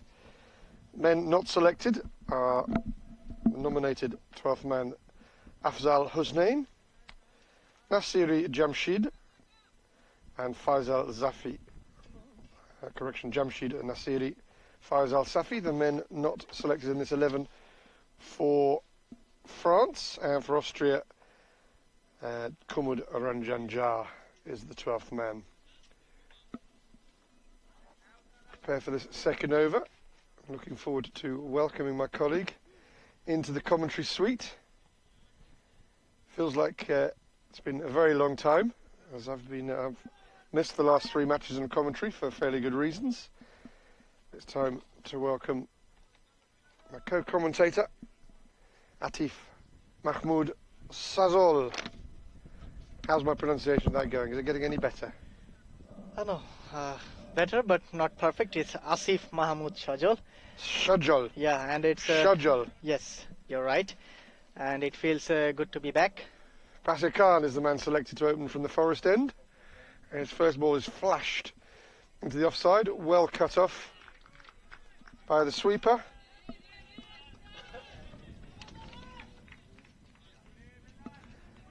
Absolutely Maiwand Momand was the man out there doing the savings. Looks for all the world like it was going to go to the boundary, but very well saved. Saved his team 2 runs. And it's Ali Virk who toe ends this into the ground. A rather grubby single. Not how he envisaged flashing it away. So Shujal, how are you? Yeah, I've never been better having the company with you at the moment. Another day at the cricket. So I've been away for 3 matches and other duties. Any highlights for you from those 3 matches? I've been busy, and I've been trying to do my job perfectly. It's impossible. Don't reach for the impossible. Absolutely, there's nothing is impossible. You have to just give it a try. And I tried my best so far, and I think I've done well. If you're enjoying it, that's the main part. Absolutely. It's just a little delay as they want to make sure they've got the field set correctly for the right-hander facing up for the first time. And very nearly the last time. Looked like man at the Forest end, the umpire Imran Haider, looked like he was having a really good long look at that. The M went in favour of the batting side, looked to a good length. I don't think that height was the issue. Confident shout.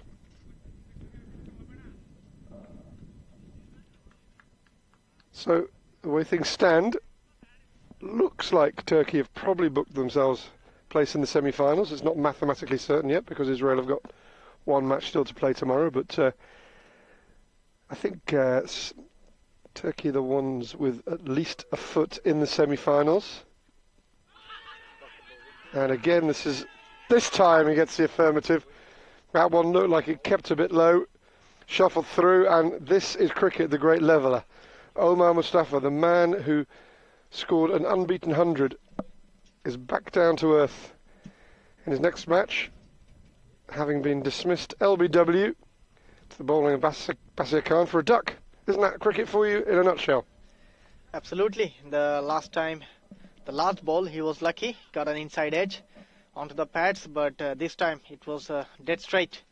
He was stuck on the back foot. And as you can see in the replay, it's plumb in front, no chance whatsoever for the batsman. And eventually, umpire Imran Haider has no hesitation whatsoever. Yeah, I think he did actually have a good look at it. I think the only thing that could have saved him was getting outside the off stump, and I think any type of stride would have got him outside the off stump, because it would have any type of stride to the offside would have gone outside the off stump because the ball was running in from outside, but unfortunately got stuck in the crease. and that was curtains for him. Yeah, definitely he should have been forward to this ball, but he was stuck on his crease, as I said before. So when you get hit, when you're on the back foot at this height, you have no chance whatsoever. I will say the only chance is the ball's missing the stumps, but that one certainly wasn't. It's Christian Roberts is the new man in, who played a good supporting role in France's last match to Omar Mustafa. He's cautiously just backing across his first ball, has a good look at it. So he, another man who came in late on in the innings at this number 4, so a completely different start for France today. They've lost 2 wickets, 1 each in the first 2 overs, so a different role for Christian Roberts to play today. Yes, indeed, he has to now build up the innings because their team is now in a bit of trouble. Punches this ball aerial fashion to mid-on. Would have entertained thoughts of a catch just as the ball left the bat, but dropped well short in the end, and he's just wringing his hands as he changes to an over, so I don't think that's caught the ideal part of the hand as far as the mid-on's concerned. So we're through 2 overs and the score's 5 for 2. Yeah, so far it's not a very convincing start for France. Not the way certainly they have wanted, but this is cricket for you. And now I think the two of these batsmen, they have a job in their hand, and they have to follow the rebuilding process of the innings.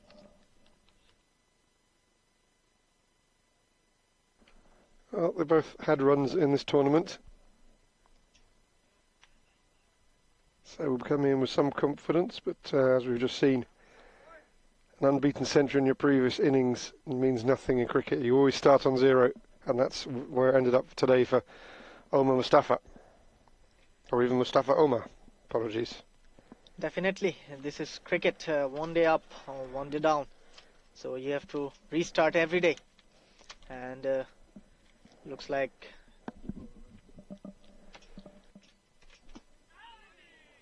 Latik starts his second over. Excellent figures in his first, 1 for 1. Just manages to produce an inside edge into the pad. First ball, nice full delivery.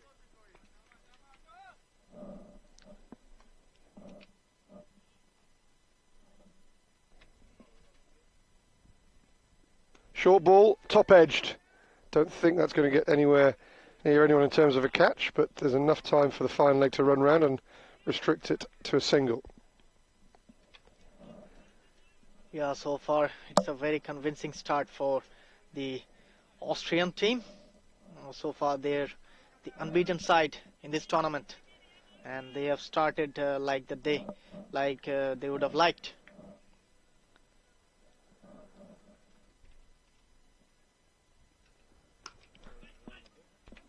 Punched confidently off the back foot by Roberts. Picks out the fielder. That was the player of the match from the last match. Ashney, I believe his name is. I have had troubles. Akshay. I had trouble pronouncing it in the middle, and now I'm struggling here in the commentary position. Yeah, 5 for in his last match. Managed to take them, or will be taking the match ball home with them at some stage. Obviously, they haven't had time to go home. Back to Austria between matches today. The only team playing 2 matches today is Austria. Correction, Israel played the first 2 matches. In fact, it's Romania who haven't had any matches today. So 2 teams playing 2 matches, and the other teams, Turkey and France, playing 1 each.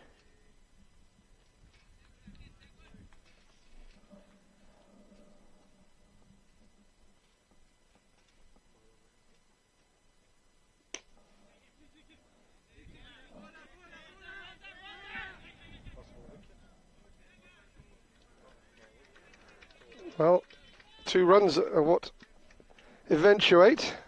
Didn't look on as things started, as it went almost straight to the cover fielder, but the throw was a bit wild and wide.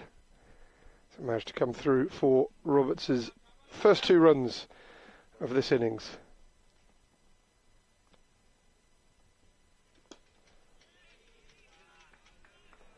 Certainly gets a lot of bat on ball, Roberts, but so far, other than that brace, he's managed to find the fielders.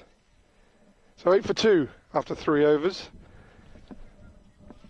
Still advantage Austria from what we've seen. We've seen a lot of scores in this tournament, just over 100, or around the 100 mark.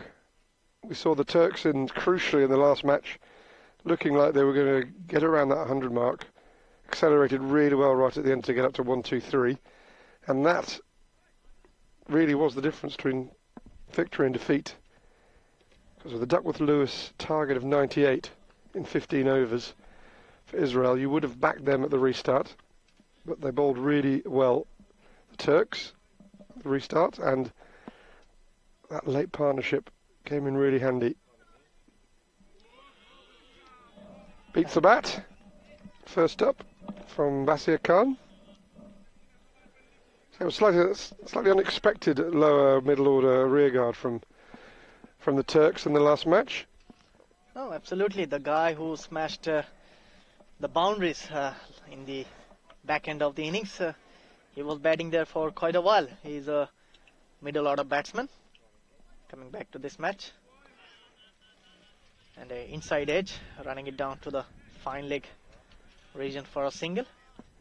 Going back to the last match, so far it has been the best entertaining match and the most tensed match in this tournament so far. It was like a test match? I would not say that, but it was testing. I see what you mean, yes.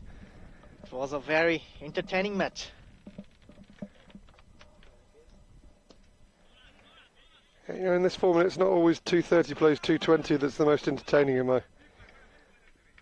my opinion. With the lower matches or the lower scoring matches, there's more time for nuances, flows, periods, phases of the match when it's a lower scoring one. And despite this artificial pitch and quite relatively quick outfield, we haven't had that many big scoring matches. Roberts works this behind square on the leg side. Contemplates a second, sent back by his partner. You're absolutely right, but from my experience, I would say low score are always entertaining and it's always dangerous. You can never predict the match when you have got a low score on the board. Okay, so I'm going to put a question to you after this ball from Vlasiei. With the influences you have in cricket, Sojal, could you possibly have a word with the IPL organisers and tell them that low-scoring matches are interesting as well? We have the Romanian coach in here. He is working on the women's IPL also, so I think we need to tell him. That's probably our link, isn't it? To try to tell, 110 plays 115 is interesting. Absolutely. And I think we need to talk to the pitch curator also. Well, that's I'm sure the groundsmen, as we call them, or groundswomen. I think it's a neutral term, groundsman. I'm sure they are acting under instruction, should we say. Through 4 overs, 12 for 2 France, so just 3 runs per over at this stage. That will surely go up, but at the moment at least have arrested the fall of wickets. Wickets in each of the first 2 overs, none since. Looks like Akib is going to bowl 3 overs in the power play, which a few teams have done in this European Cup. We haven't seen many of the 1 over, first over from the off spinner, which is fashionable around the world. It's a good straight delivery.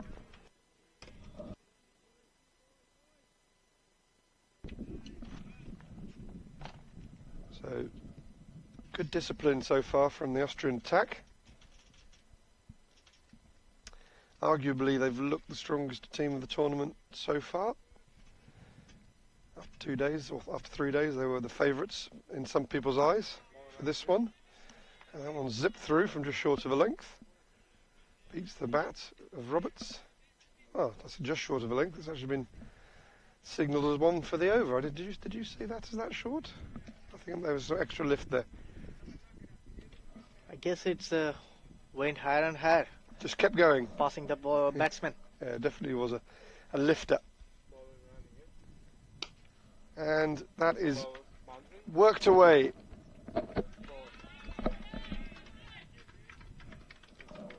Lovely shot from Christian Roberts. Rocked back onto the back foot and created some space for himself to free his arms, and crashing it between the mid-off and cover fielder. No chance whatsoever. Confident looking stroke from Christian Roberts. Well, so far it's a different looking front side compared to the last match they have played. Come back to that as Akib works this one, or Roberts works this one behind square again, this time leg side. It's a long chase, but they will cut it off. Should come back for the third, but don't. I think there was an opportunity. It seemed to go such a long way for them to only run two. I suppose initially Roberts was on the back foot, clipping that one away, which would have just cost him half a second. But his has been the most fluent contribution so far to this innings from France. As I say, the commentator's curse, he has a rather ungainly flap at that one, but the footwork went a bit awry. But no damage done other than the dot ball.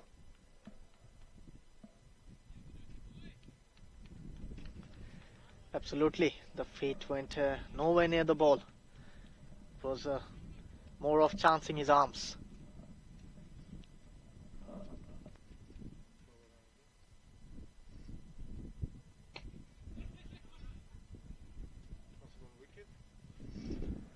Just a single taken to round out the fifth over, and we have 19 for 2 on the board from France.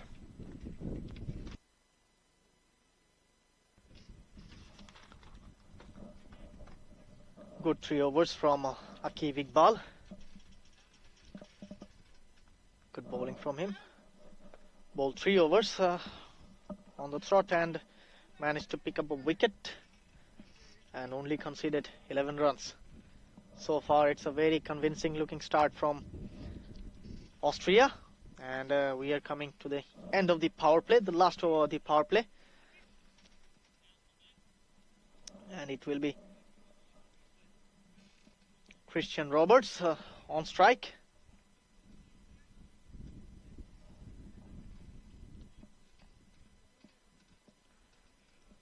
A spinner being brought back into the attack, so the keeper is getting his helmet on, and it will be Bilal Zalmai coming from the forest end for the first time in this match.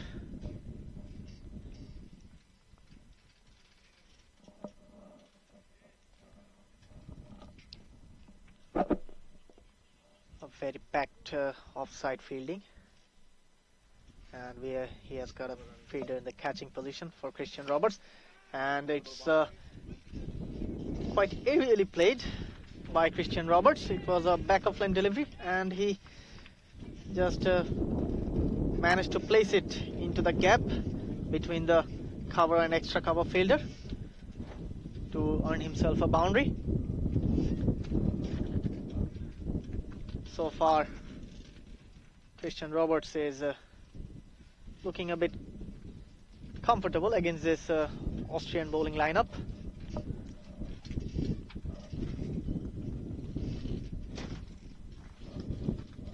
Second volley of the over coming up. Once again back of length delivery. Pulled on the onside. A better throw would have spiced the things up.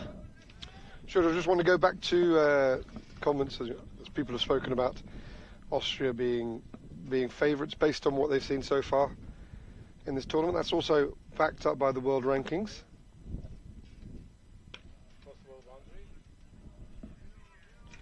Lovely shot from Christian Roberts, rocked onto the back foot and powered it between the square leg and short mid-wicket fielder for another boundary, second boundary of the over.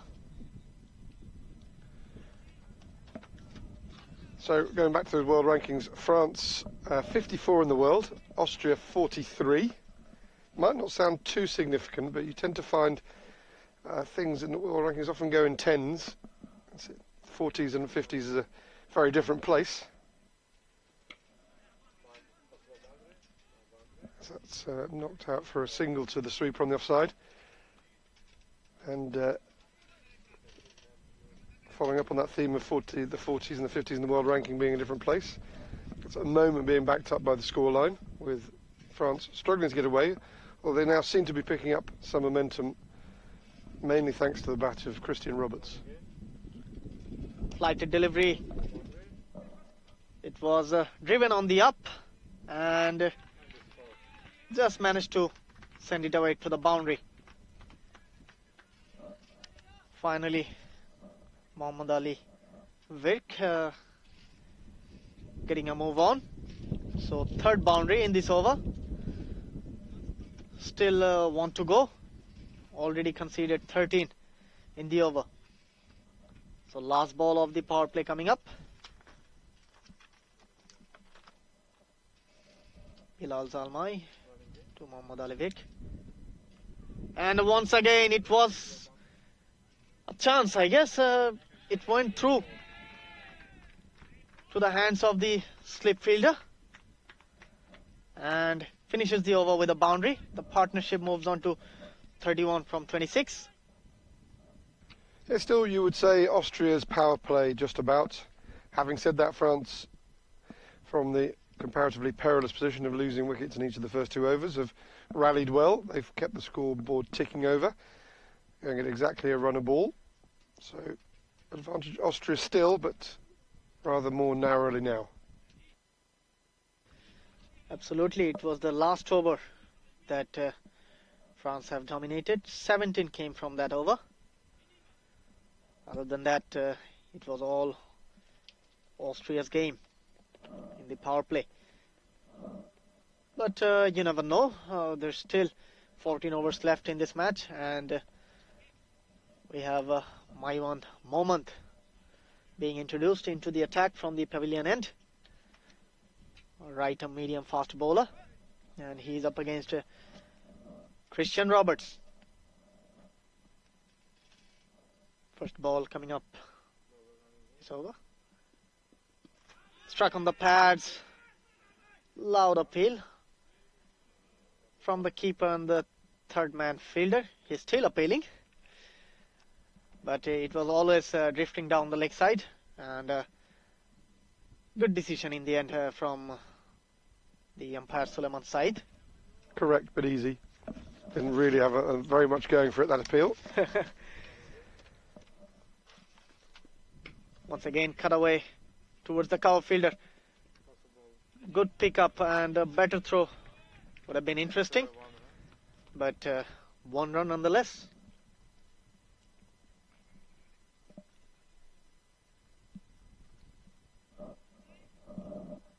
Maiwand Momand is coming on to bowl for the third time in this over. Lovely delivery, just beats the outside edge of the bat. That one just kicked off the wicket, and it was going, just getting higher and higher. So Maiwand is bending his back at the moment. He is giving everything behind the ball.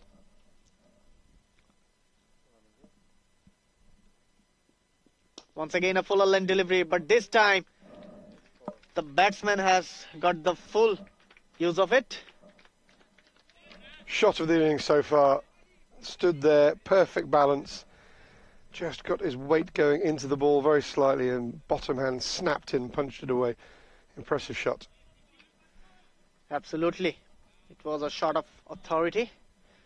There was a fielder in the circle in the mid-off, but he had no chance. Was struck firmly.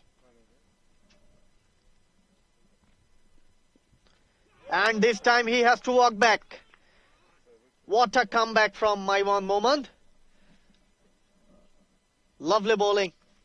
the batsman again got stuck on the crease. He was on the back foot and he has left enough space for the ball to hit the furniture. Yeah, I hope we get a replay on this one, because my impression from fairly straight long off where we're positioned is it just maybe ran in a little bit. We might not be the best angle to see it from, but I think possibly we could see it just ran in and slightly off the seam. Just made the striker play out just outside the line of it as it went through the gap and knocked the lot over. And but I think he got beaten for pace this time. The bat didn't come the time. All Dale Steyn fans will know that pace and movement is a deadly combination. Not that I'm comparing my man to... he would be more than happy. He would take that comparison, I'm sure. Absolutely. My one moment. So far he has bowled well in this over. I remember interviewing Dylan Steyn from the Czech Republic at the toss a couple of years ago in Guernsey, and actually calling him Dale Steyn by mistake, and he complained about it, and to point out that I'd actually given him an upgrade. All credit to, I hope you're well, Dylan, and Dale for that matter. If either of you are listening, I think Dylan's likely to be listening, but you never know. We'll come back to that. And we have got the new batsman Rahim Gul Nasiri. He'll be facing the last ball of the over and pushed away into the onside for a single, and he retained the strike, and that completes the 7th over. After 7, France Cricket Club cricket team, my bad, is on 42 for 3. Oh, it's not club cricket. Going back to international cricket and Czech cricket, just mentioned there that they've hosted plenty of T20I tournaments this year, mainly trilaterals, tri-series if you like. But Dylan Steyn is a keen follower of European cricket, and he would claim to be a better fielder at least than Dale Steyn is. Maybe that Dale Steyn is today at the age of 46 or whatever he is now. So that he would point out that I downgraded him as a fielder. Maybe. And back in the game, Bilal Zalmai is coming in to bowl his 2nd over after a very expensive over. He has conceded 17 in the last over that he bowled. And he has got a player in the catching position. I don't know if it's a catching gully or a catching third man. And Rahim Gul Nasiri tried to run down it to third man, but went straight to the fielder. No run at the moment. Once again, flighted delivery. It was in the slot and it was sent back to the open banks for a maximum. A good swing of the bat took it all the way. For a 6, Rahim Gul Nasiri, he moves on to 7 of 3.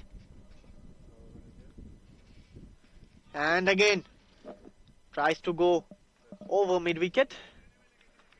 And in the process of sweeping the ball, he got hit on the helmet, I guess. So concussion protocols are being followed.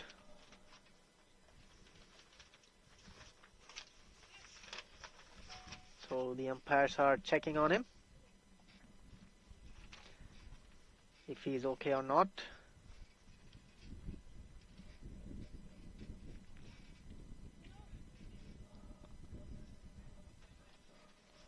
Looks like it hit his helmet after taking the outside edge of the bat. But looks like all good. And he's putting his gloves on. Bilal Zalmai so far bowled 3 deliveries, a dot, 6 and a dot. Coming to bowl his 4th one in the over. Once again, cut away. Fielders running behind it, but it will be a boundary. A good shot from Rahim Gul Nasiri.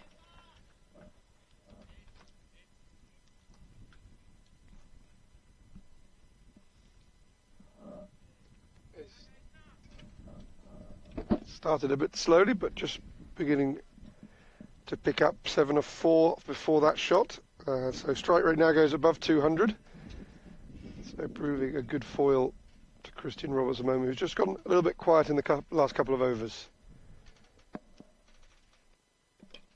Once again flicked on the onside, but this time it will be cut off by Karanveer, fielding at the deep square leg boundary. And the batsmen have changed their ends for a single.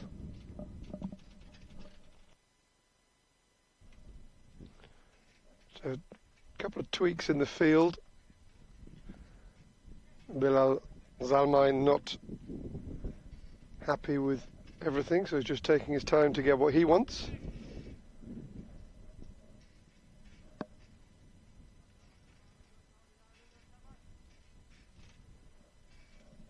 I think we're finally ready. Minimum 4 fielders in the ring. Once again punched off the back foot. There was a fumble at the boundary. The batsman thought of stealing a second, but there's an old saying, don't run on the misfield.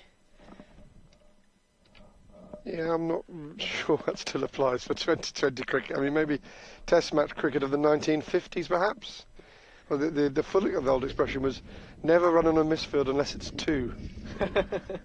But that was, yeah, I used to hear that back as a teenager on Test match special. I don't hear it so much these days. It just doesn't make any sense. If there's a misfield and there's a chance for a run, you take it. But yeah. But it's always one of those old cricket sayings that doesn't actually mean that very much anymore. Like, cricket have changed a lot. You know, the modern day cricket batsmen are more intent to hit the ball from their stance, and back in 20s you must have to move your feet towards the ball, but now it's like the hand-eye coordination.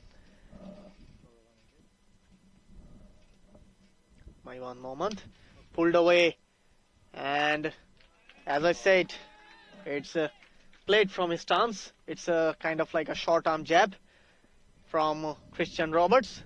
I think he heard you. You was telling that he has gone a bit quiet in the last few overs.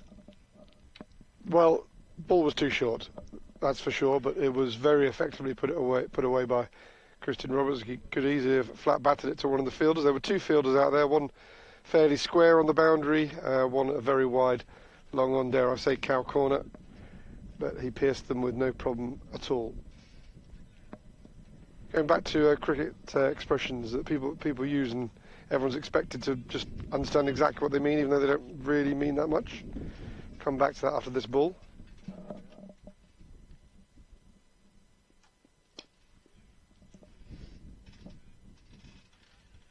Single taken when the keeper's standing up, and or whether they're short fielders, and there's maybe an edge. They either stick or they don't. That's an oft-used expression in cricket. So the summary of that is the fielder either catches it or the keeper either catches it or they don't catch it, which is kind of, you haven't really said anything. They either stick or they don't. It depends on the on the momentum of the game and the player's confidence. But do you hear people in golf say, "Oh, it either goes in the hole or it doesn't"? Because that would be the equivalent, wouldn't it? I would rather stay silent in this case. Coming on to bowl the third delivery in this over, and it's been edged away towards the gully fielder. Here's one you don't hear so much, you hardly hear at all in 2020 cricket. Yes, it is. There are 2 types of leave. There's virtually no type of leave in 2020. Very, very rarely Let's see if I've produced one now. Commentator's curse. No, as predicted, no leave.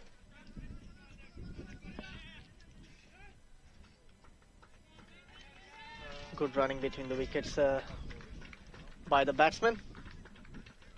And if I'm not wrong, then I can see some Aussie vibes in Christian Roberts' batting style, like similar to George Bailey and similar to Stephen Smith.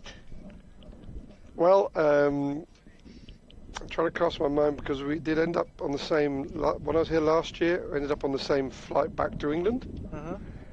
I didn't actually see him on the flight, but did see him in departures, and speaking to him and Gustav McEwen, who has captained France on more than one occasion. They were both heading back for league cricket in England. From memory, Christian was heading back to Middlesex. That's my recollection. Gustav McEwen's very much an Aussie. I know both Gustav and Christian from memory have French mothers, hence their qualification to play for France. It's not these aren't invitation 11s, as we know. Everyone has to be fully qualified either by residency, birth or heritage. Absolutely. From memory, yes, as mentioned, they both have French mothers. Don't think that Christian's lived in Australia all his life, but I think he has for some. Influence. I could be... Once again, it's picked up, but this time he picked the fielder, and a very comfortable catch, and he has to walk back to the pavilion.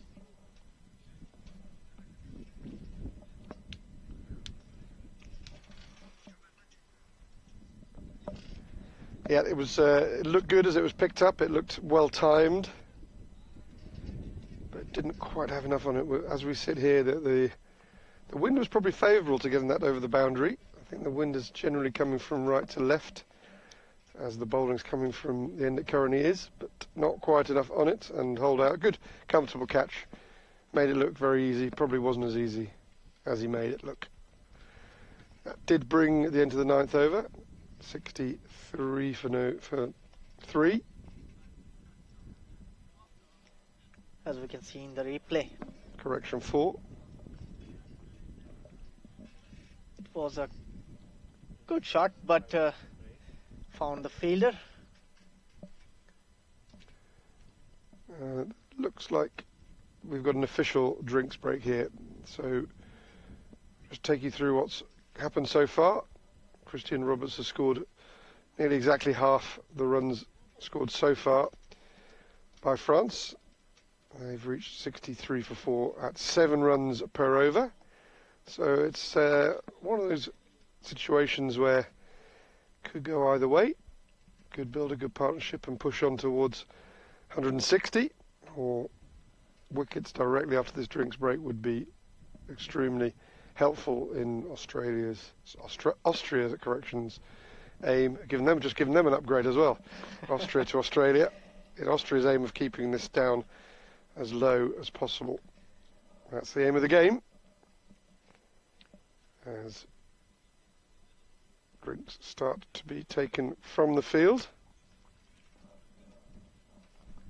Coming back to your Austria and Australia misconception, I guess. Even I have spelled it multiple times Australia instead of Austria. I have to rectify that after every time I say. But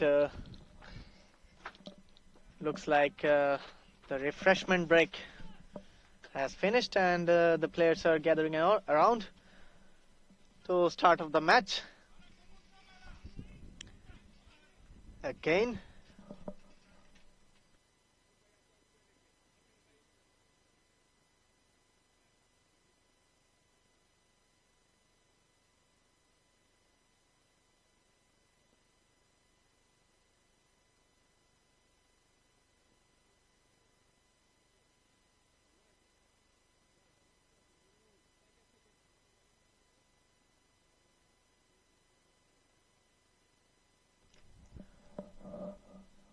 so Bilal Zalmai is coming into bowl, his third over, and it's a fuller length delivery.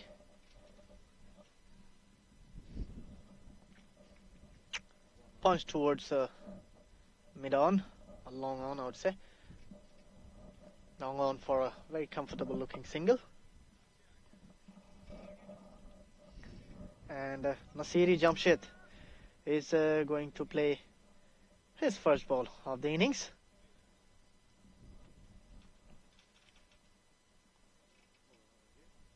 Flighted delivery and played away on the onside.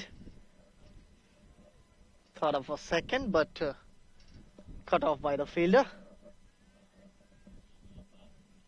They have to settle for a single.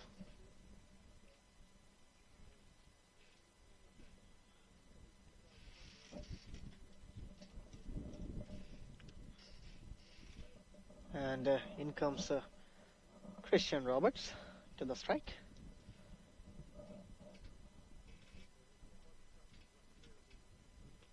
Once again punched off the back foot, and good commitment shown by the fielder.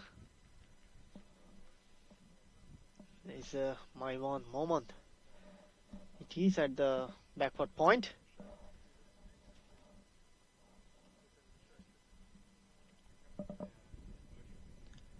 Flighted delivery again, driven towards the cover, and another single. So 4 consecutive singles taken in this over.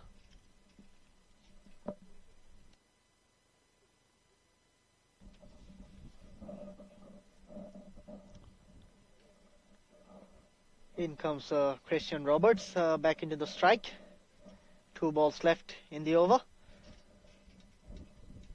So far 4 runs conceded by Bilal Zalmi. Once again flicked off the pads, and there was a fumble, but in the end the batsman decided against it, so they'll settle for another single. 5 singles in this over, and last ball coming up. Once again flighted delivery, it was in the slot, fielders coming under it, but he has no chance, and it smashed the advertising board, and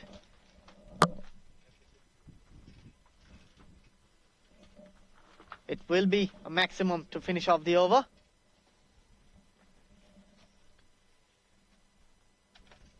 Bilal Zalmai finishes his over with a maximum, and after 10 it's 74 for 4.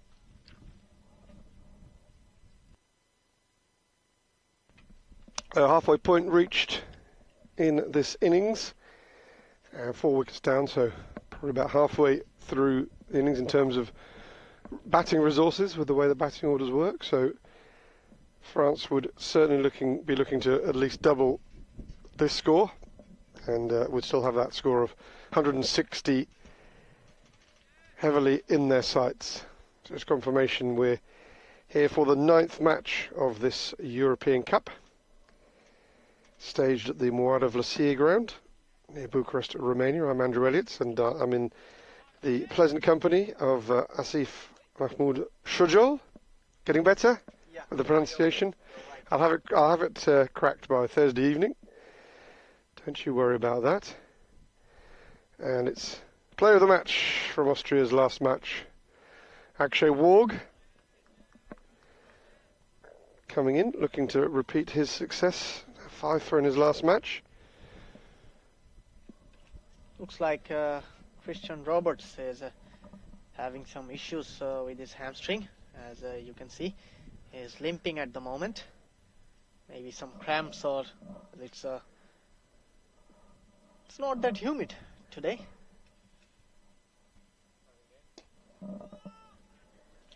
Well, having been out there today, it's I can say that when the wind drops, it is uncomfortable. The majority of the time there is a breeze and it's very pleasant, but there are times, maybe 20% of the time, as Warg manages to keep things quiet. Probably shouldn't have had a single there, but that's one of those anomalies of cricket that a spot-on throw can cost a run, whereas a throw that was slightly wide could have been a dot ball. Could argue that the direct hit wasn't really necessary. There wasn't really a realistic chance of a run out. Now, Shujal, speaking of pronunciations, back in the day, I say back in the day, not too long ago, maybe turn of the century, there was an English player called Mark Warg with the same spelling. He certainly pronounced it that way.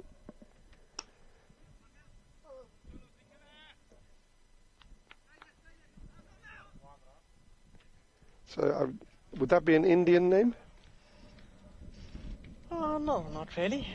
We used to pronounce it like Mark War. Yes. Yeah. Well, he was good. This is the temptation with this player because, but I do remember him pronouncing his own name Warg.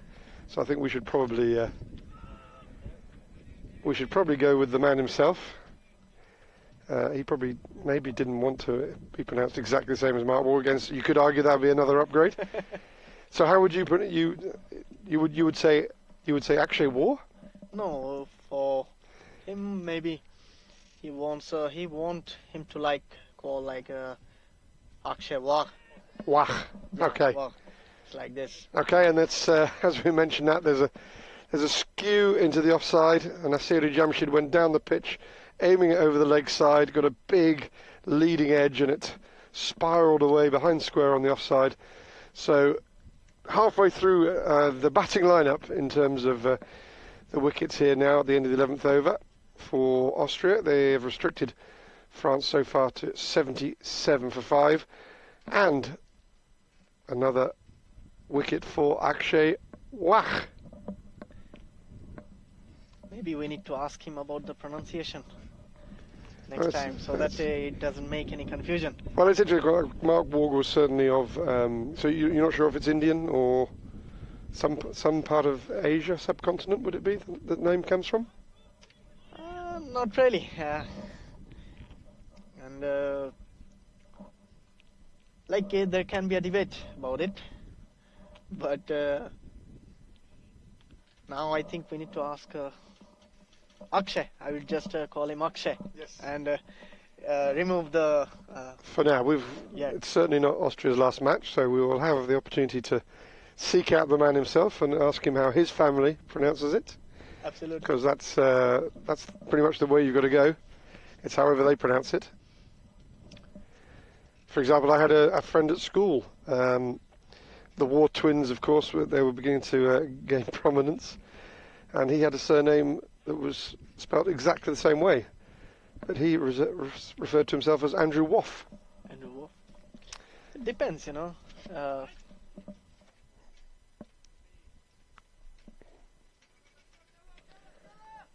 It depends on the person, how he wants him to be called. So, having said that, Bilal Zalmai coming on to bowl his last over of the spell. Yeah, he's been quite expensive in this match. Gone for 40 already with his last over to come.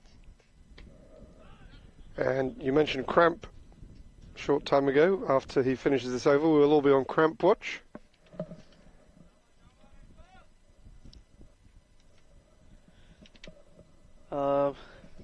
I didn't understand the question properly. This again, nearly. It was squirted in the air. It had a lot of promise, but Momand couldn't get back to it. And there wasn't really a question there. Shujul, it was just that Bilal's been battling with cramp during this tournament. But of course, if you come into a match with a problem, you can't have a substitute fielder for it. So he's been trying to get through his 4 overs and then get himself into the ring and not have to move too much. That's been the tactic. Absolutely, he might go outside the ground also. Having said that, it's powered away over the cover fielder. Yeah, nearly for 6. It was certainly powerfully struck by Christian Roberts, one of his strongest shots, but it was fairly flat, so it didn't quite get to the boundary on the full, so 4 runs scored for him. He moves into the 40s now. Sensible batting from Christian Roberts, just holding the innings together.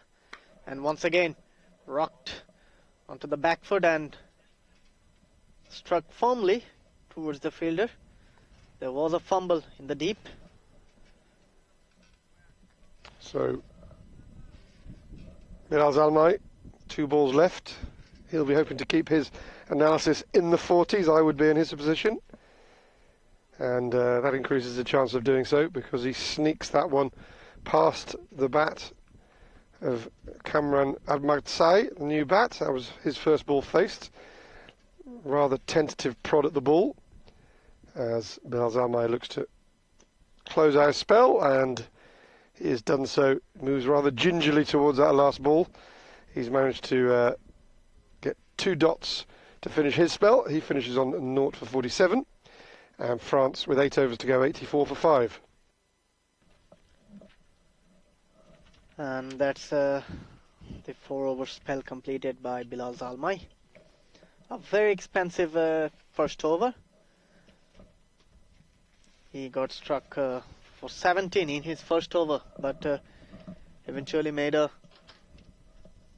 good comeback, I would say, in the last 3 overs. Conceded 30, still expensive, but compared to the first over, it's better than before. In comes Akshay, and he'll be bowling to Christian Roberts. Fuller length delivery, tries to go over the leg side, but in the end, it's a dot ball. Just going to let you lead for this over because I've got some team news, very late team news. So give me a couple of minutes and I will update you on that. Absolutely. Just a delay as CEO of cricket here in Romania, Abdul Shakur, had to adjust some of the advertising hoardings.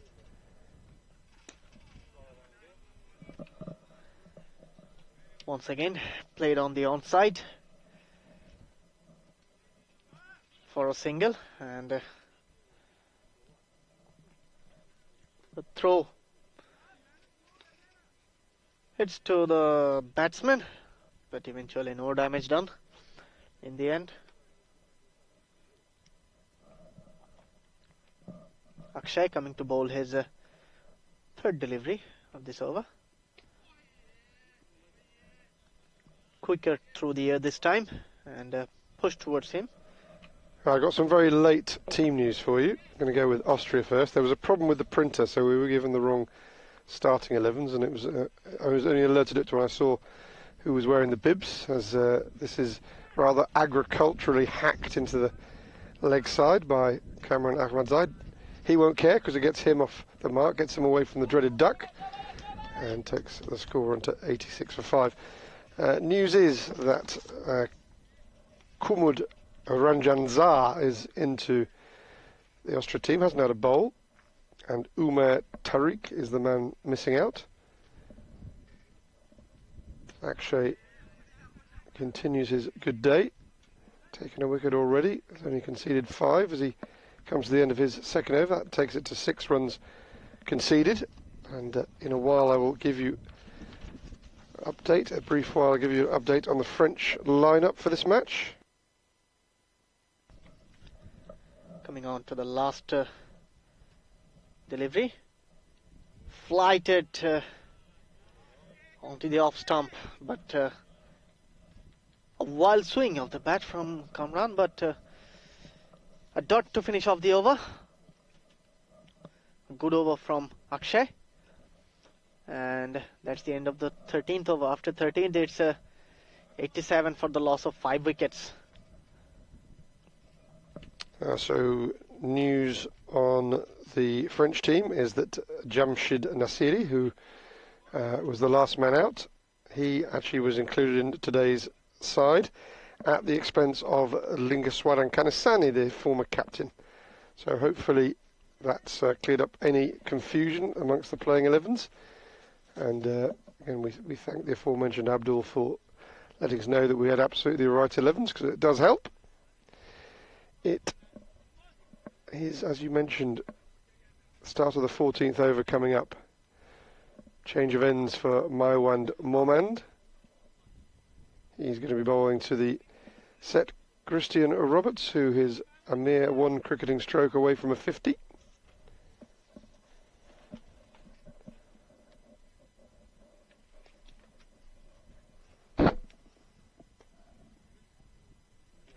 Flicked away on the onside.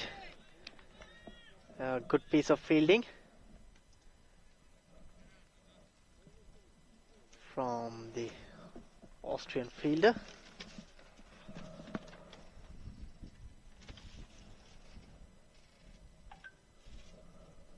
I guess it's Kumud Ranjan Jha, the fielder. It's short square leg.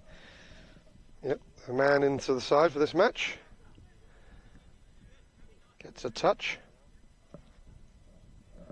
And once again pushed towards mid-off for another single. So Christian Roberts is on 46 of 38. And my one moment coming to bowl for the third time in this over. Once again worked away on the onside. There's fielder there, so they have to settle for one.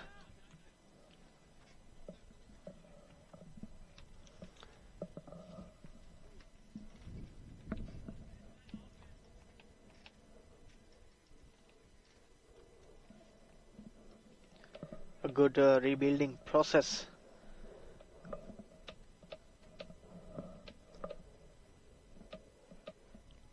Ahmadzai on strike.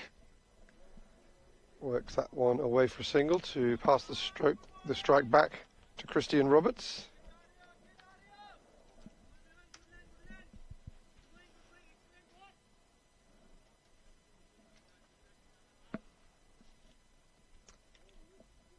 So France closing in on initial objective of 3 figures.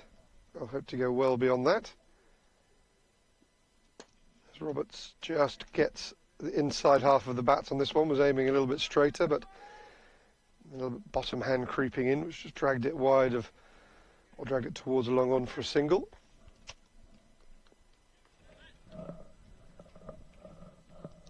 A very sensible innings from Christian Roberts. He saw wickets falling apart from the other end, but he is still onto the crease. 14th over is complete with that single. Cameron Ahmadzai keeps the strike for the 15th over. After 14, it's 93 for 5, as we see the summary there. One thing these graphics don't show is the not out bat, so I can assure you that Christian Roberts' innings is not yet complete. He's just 2 runs away from a 50. Definitely, as I told before, a very responsible innings being played by Christian Roberts. When you see your mates just coming and going, on the other hand, wickets falling apart, but you're sticking in the other end. And Akshay. Yeah, he's to continue, and why not? He's in a run of form today.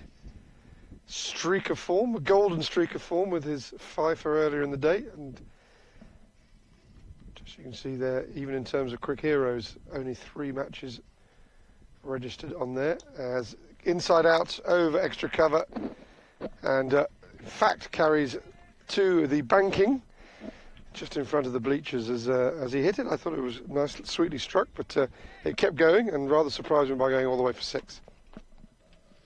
Absolutely. Good shot from Kamran Ahmadzai. Coming back to Akshay's fifer. This is the first fifer in this tournament, and he's the only guy. Continues as he tends to do. It's right or left-handed. Bowls over the wicket. Did, however, manage to squeeze an LBW out of the umpire, despite the fact that he comes over the wicket by pitching it full earlier on in the day. This one is very similar area. Again on the banking. Not quite as much inside out this time, but that is very much the scoring area favoured by Kamran Ahmadzai as he hits his second six of the over, and we're only halfway through it. Oh, it's a very straightforward delivery from Akshay. In a T20 match, on a surface like this, you cannot afford to bowl over there. It's a flighted, full and outside off stump. Comes in again, much fuller, cramps Ahmadzai for room. And he's only able to take the single. I'm relying on you. Ahmadzai would be an Afghani name, perhaps?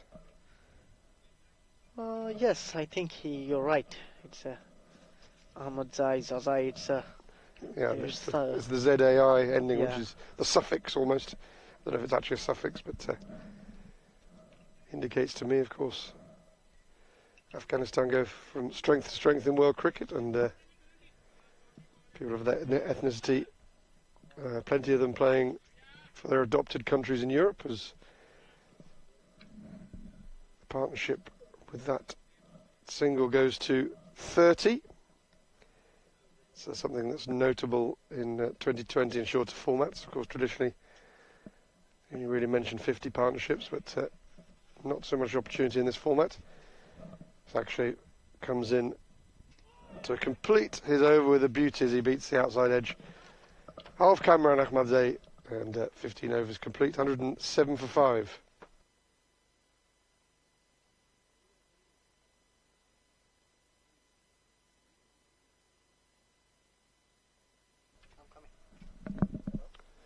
Now 5 overs remaining in this match 9 of the ECA European Cup. Quick liquid refreshment necessary for the two batters, particularly Christian Roberts, who's been out there since the second over of the innings. Going to see Vlasiei Khan returning from the Forest End. Well, economically so far, just conceded 7 runs off his 2 overs and also taken a wicket.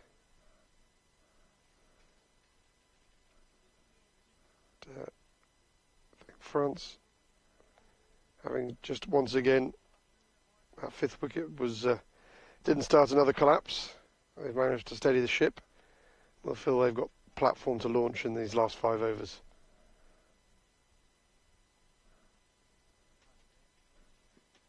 And that gets through. Attempted stroke to leg by Christian Roberts. Remains on 49.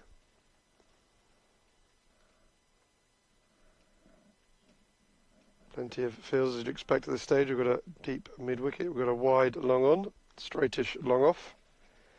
Sweeper on the offside, and we've got someone at third.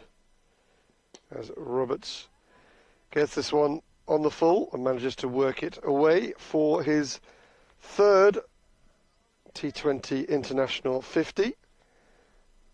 He scored that in this being his 31st match in this format, so well done to Christian Roberts for reaching that milestone. Not a lot of celebration from his camp, but of course they're not allowed to have TV monitors where they are due to anti-corruption. Maybe the news will filter through shortly. And another single taken to pass strike back to Roberts. So you can see his stats on the screen there, that he's faced 43 balls and hit 5 fours. So he will feel he can go from here.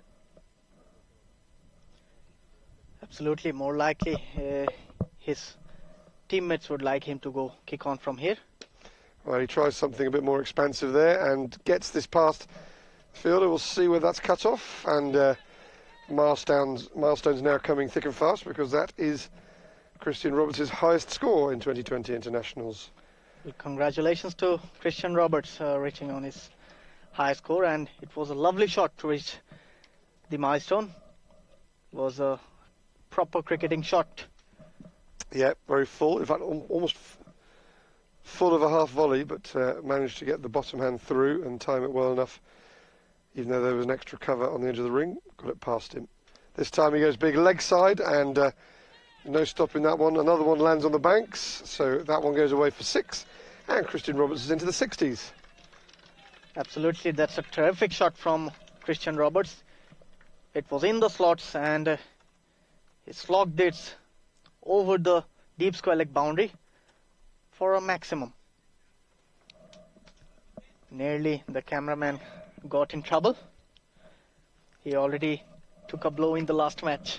Okay, so can Vlasiei finish this over off with some respect? In fact, he can, because he does just concede the single. Does mean that Roberts will have the strike at the beginning of the next over, and it's 120 for 5 after 16.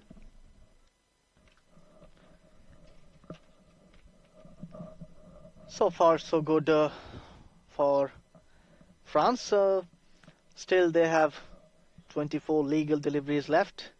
Maybe they will try to get at least 40 or 50 odd runs in this 24 balls that is left.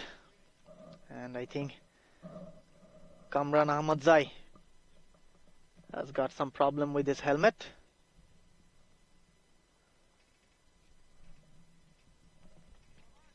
We'll soon find out. Oh, it seems like it's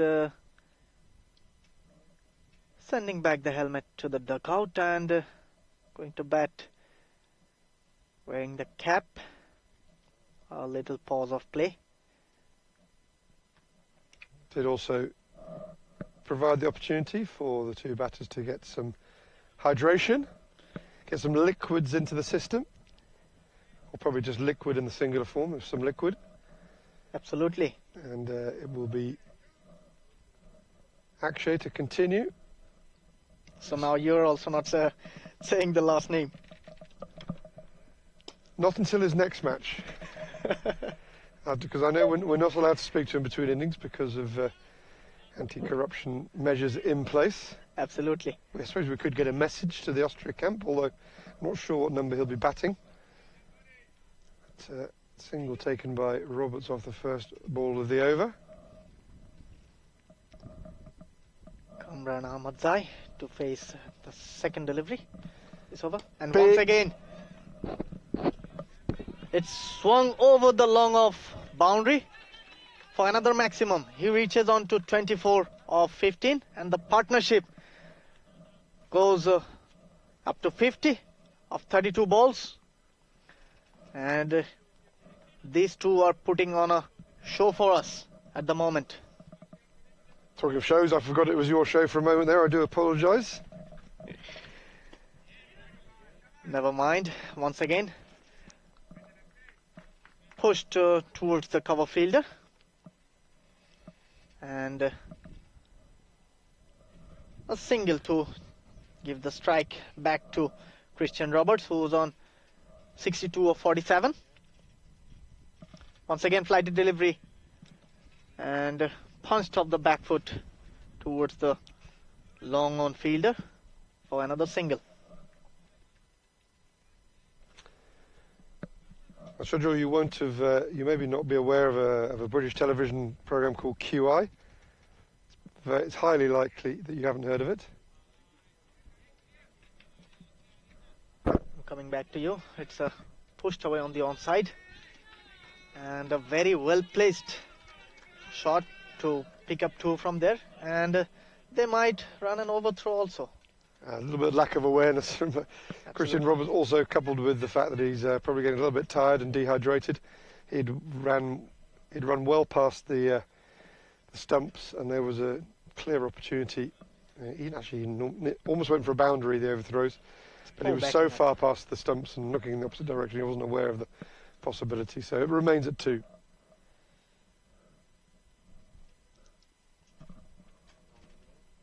Shea coming in. And once again, a wild swing of the bat from Kamran Ahmadzai. I have no clue what he was trying to do there. But that completes the 17 over. After 70, it ends 131 for the loss of 5 wickets. So speaking of having a clue, have you got a clue what QI is, or have you never heard of it? No, this is the first time I'm It's a panel. Hearing the It's name. sort of a panel quiz show, light-hearted. Not really a quiz show. It's more of one of those that sort of informative humour. It stands for quite interesting, and they have research elves. It was initially presented by Stephen Fry, who you may know, who you may well have heard of. But in that programme, they have things called elves. They have research elves who do all the research. And luckily enough, we've got an elf who's come up with some information regarding Kamran Ahmadzai. It would appear that he's played some franchise cricket in Sweden as recently as last month. So appears that he played for Phoenix over there. So he doesn't restrict his cricket purely to France. He's been doing a little bit of extra cricket activities in Sweden. So well done for him for expanding his horizons. And he's facing up now. In fact, correction, it's Roberts who's facing. Inside edge, and it's running towards us, and looks like Straight between our chairs. it's going for a boundary, a very lucky boundary for Christian Roberts. He had no clue whatsoever where this ball was going.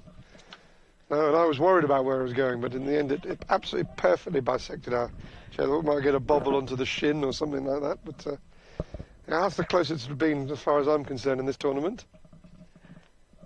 So in terms of commentating. Did have one whistle past my right ear yesterday when I was umpiring. Once again, cut away on the back foot from the left of the backward point fielder for another boundary. So Christian Roberts is turning it on. As I said before, they are putting on a show. He reaches on to 71 in 50 deliveries that he faced. And talking about close calls. Just yesterday. Yeah, I had one whistle past me while I was umpiring. We had closer calls Yesterday? than this one. Really? Yesterday? From the commentary position? Absolutely. Okay. When me and Luca was doing the commentary, we had closer incidents. And coming back to the game, was into the block hole. Thought of second, but sent back by Christian Roberts. I think it was Benjamin Lazarus opening the batting for Israel yesterday who sent one past my, whistling past my right ear. So what happened to you here? Was there contact, impact? No, Luca had to save the ball. He was sitting in your position. He had time to run around in front of the table? No, Oh, okay. he just stand up and got the ball. Ah, it was a bouncing ball. I see what you mean. Okay. Yeah. It was a 4, presumably, yes? Just a Yes, single take on that one. absolutely. Yeah. So it was a bouncing 4 into the commentary gazebo. I must have seen it, but I've seen that much cricket over the last few days. Slipped my mind.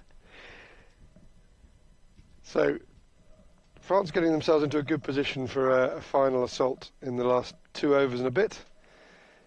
As they're approaching 150, I think they can probably bank 150, or they should do at this stage. And Christian Roberts is facing up. Low full toss, and there is a fielder there, and he will be caught. He is asking the umpire about the height issues, Of course he is.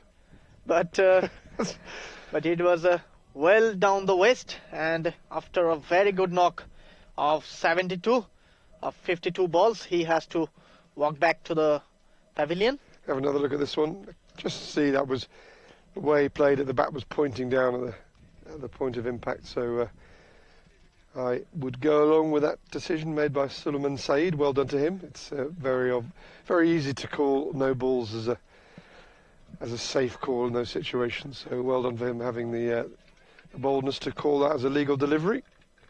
And of course, I said, of course, the batter asked, because that's what they do. Because he really should have stuck that into the trees, and he didn't. Absolutely, players always want to put the umpire in the hot seat to get something out of them. Well, it's almost a get out of jail thing there, because deep down they know they should have sent it over the boundary and hasn't quite timed it. And he's, can the umpire just save? Can they just retrieve the situation for me? Absolutely. And not on that occasion. In comes the new batsman, Noman Amjad. He will be up against Maiwand. Momand, who is about to bowl his last legal deliveries of his spell. He already picked up 3 wickets in his 3.5 overs that he bowled and conceded 31 runs. In comes another low full toss, driven to the gap, but wait slide from the fielder. 143 for 6 it is then, with 2 overs remaining. I said that France should be able to bank 150. They really ought to get there and beyond, but time only will tell. So the current run rate, they would get to 159. It says projected on your screen. Nobody's projecting that other than basic maths. To continue at their current run rate would leave them with a score of 159 to the nearest run. So you can read into that what you wish. I would think if I was in the position of France, my mindset would be get to 150 as soon as possible and see how far we can get beyond that. I think they will be more than happy to reach anything around 165 to 170. And at the moment, it's not that impossible when you have got a set batsman on the strike at the moment, Kamran Ahmadzai. A man fresh from Swedish franchise cricket, and he's going to sneak a second one into that particular delivery. It's Akib Iqbal, the opener, who's come back to bowl at the death. Yes. Curious expression that, again, we all bowling. use. Yeah, 3 overs in the power play, and the last over from this pavilion end, as he rushes in and, for whatever reason, Kamran Ahmadzai isn't ready, although he is responsible for being so. Some distraction, maybe just misjudged how long it was going to take Akib Iqbal to get back to his mark.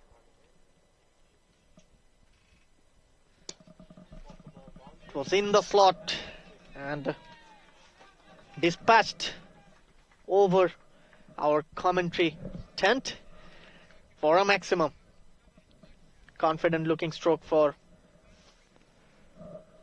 Kamran Ahmadzai. Well, he moves on to 36 of 21. You say confident, but Faridullah Shams there, who went and stood on the tarpaulin, will come back to that point. And once again, uppishly played, and a bit of fortune there for Kamran Ahmadzai, because the fielder Kumud Ranjan Jha was, if he could have timed his jump properly, that would have been a screamer. It would have been. Going back to Faridullah Shams, he obviously knows this ground very well because he had complete confidence in whatever's below that tarpaulin as he dashed up the bank. Another outside edge, running down to the third man boundary, and it will be another welcome boundary for France. The scoreboard moves on to 159. Still 2 more deliveries to go in this over. So it looks like 170 is not an impossible task anymore. Of course, and it never was, as is proved by how things have gone since. But yes, so I've been to this ground a lot of times, but I wouldn't be dashing onto the tarpaulin. I mean, I'd be imagining building foundations underneath it and everything. Wells. Misses out on the last ball. But yeah. So I think we've got someone who knows this ground very well, judging by how the confidence which he went up that bank. Absolutely, you know. Could be anything underneath there. They come here so many times in the year. Correction, there is 1 ball left in this over. And into the block hole by Akib Iqbal, and good commitment, fielding off his own bowling. And it will be a single to finish off the over after 19, 160 for 6. Yeah, really good over for France against the opening bowler, coming back just to bowl that single over. Managed to get away. Some good shots, a little bit of luck with the edge, but it doesn't matter how they come. 160 is where they are. That's banked. 2 a ball from here would get them to 172. I think France, with the start they had, losing a wicket in each of the first 2 overs, losing both openers in the first 9 or 10 balls, I think they would be very happy to have got to where they are now. Can they push home that comeback? Absolutely. Bashir Khan comes back for his 4th over from the Forest end. And I think that Christian Roberts' innings was the key. And once again, it was a fuller length delivery. The batsman tried to go over the long on boundary, but it missed everyone. Missed the batsman and missed the keeper, and went all the way. It was actually an edge, because that's been signal 4. That was 4 off the bat. I did think I'd heard something, so yeah, there's a little fine edge on that, which I think just sent it down a little bit, which almost York, the keeper, sped away. So 4 runs goes on to Ahmadzei's score, takes him on to the brink at 49. Once again, chance of a wicket, and a smart catch taken by Akev it is. So not to be for Cameron Ahmadzei, falls 1 short of that particular milestone. Goes, however, for a well-made 49 off 26 balls. Just wait to see, so we've got 2 new bats at the crease. Just waiting to see who it is that we've got coming in here. It's Rahmatullah Mangal, a man who held all those dot balls yesterday. He is the new man in.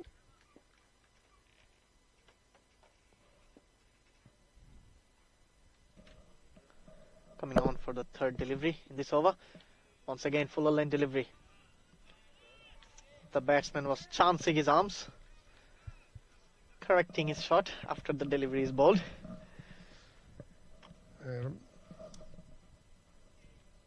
Rahmatullah Mangal, known mainly for his bowling feats.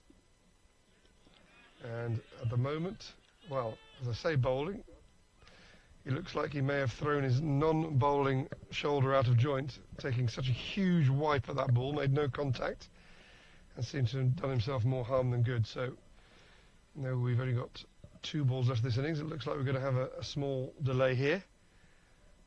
I suspect that one of the medical staff will run on and administer something magical. Well, he just looks, he's trying to just self-administer some stretches at the moment. That might get it sorted out. Seems that Suleiman Saeed has a little bit of medical knowledge himself, telling him what to do, and has the confidence to give the thumbs up so that we can move on.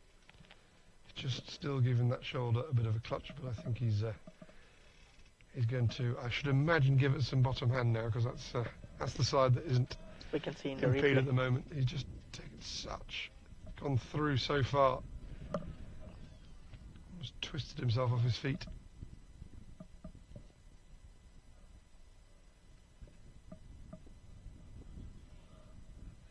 Bashir Khan coming on to bowl for the 5th time in this over. And once again, an inside edge. Good stop by the keeper. Quick reaction. Well, you say once again, he actually finally got some bat on it at the 3rd time of asking, and that was the difference. The keeper had to dive, so they had time to rush through. Not that Noman Amjad is the man in particularly, although he has scored 2 from his only ball received, and we're ready for the last legal ball of the innings. Swung away on the leg side. Got some inside edge to run it down to the fine leg. And a single to finish off the innings. And France are 66 after their 20. Well, and add 100 onto that if you like, because I'm sure they'd like the other 100 of their score. So 166 is, for 7 is the final score. Saw on the summary there, another one with coming down from a 5-wicket haul in the last match, and actually didn't even appear on the top 3 there, although he did take a wicket. So again, that's cricket for you. He did exceptionally well in the last match and chipped in with another wicket today. So 166 for 7, the final score. 8.4 will be the requirement. Correction, 8.35 per over will be the score required by Austria to win this match. When we come back after the break, just give you a quick time check. We are going to be back to bowl the next ball in just under 15 minutes time. Please do join us then.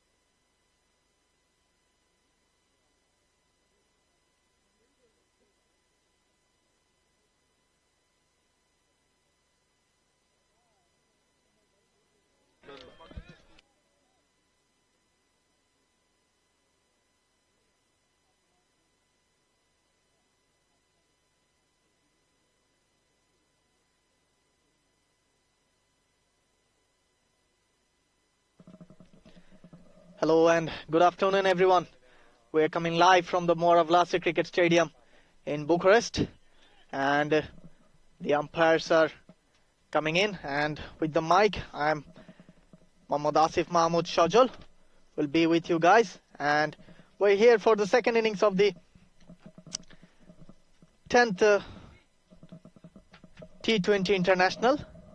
9th T20 International between Austria and France, and it's the second innings of the ECA Men's European Cup 2026, Austria versus France. And France was won the toss and they decided to bat first, and they put on a total of 166 in their limited overs. And this ECA Men's European Cup 2026 is powered by IT teams, Primaria, Moara, Vlasiei, Dreamcatchers, Eurovision. You can watch all of our matches through Eurovision and Sportsbox YouTube channel. And we are all set for the first ball of the second innings. And it will be Karanveer Singh up against Rahmatullah Mangal. And alongside me, I have my fellow commentator, Andrew Elliott from Surrey, England. So how are you? That's very precise, and I'm well, thank you very much. It's nice to be here. It's nice to be sitting down for the last match of the day, and we'll have the pleasure of seeing Mr. Rolex bowl the first ball of this second innings. Right on the money on the first ball. Batsman tried to cut it through the offside, but only finding the fielder at point. So what do you think? Is it being a contest? It's definitely a contest. It's definitely a contest. I'm not expecting this to be one-sided, whichever way it goes. I'm expecting it to be competitive. Back to the second ball, taking the outside edge, running down to the deep third man, and the first run added on the board, and Karanveer gets off the mark. You may be aware that some of the teams are staying at a sports complex by a beautiful lake somewhere outside Bucharest, as we are here. I will come back to where we are in a minute, but France are one of the teams that are also staying at the same complex. Fuller lane delivery. Tried to drive it through the cover, but only finding the mid-on fielder thanks to the inside edge of the bat. Yeah. Reminiscent of Graham Smith in reverse at his best there. Graham Smith famous for his cover drives through square leg.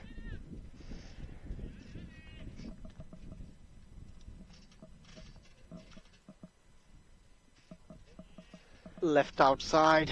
Well, there's one of those leaves we mentioned in the first innings that you hardly ever see. Apparently there are only two types of leave in cricket, good ones and bad ones. But the French squad are staying at the same complex, whose name just escapes me at the moment, but last night I learnt that Rahmatullah Mangal works in some capacity with Rolex, so here's Mr. Rolex, as far as this tournament's concerned. Pulled away and down to a very square deep fine leg. It's right between the fine leg and backward square leg position. So Rahmatullah Mangal, of course, who went 17 balls without conceding a run in his last match, and didn't conceded a 1 and then a 4 off the first ball of his last over, but managed to end up in single figures on the economy, on the runs conceded. So he'll be looking to take that forward into this match. Coming on to the final delivery of the first over, and it will be called a wide by our umpire Said Suleiman. And talking about Rolex. Well, just before we go on to that, you've just been a victim of cricket law. As soon as you say it's the final ball of delivery, you can virtually guarantee it's going to have to not count as one of the 6 in the over. So That's cricket law taking you out there, so we'll come back to a Rolex shortly.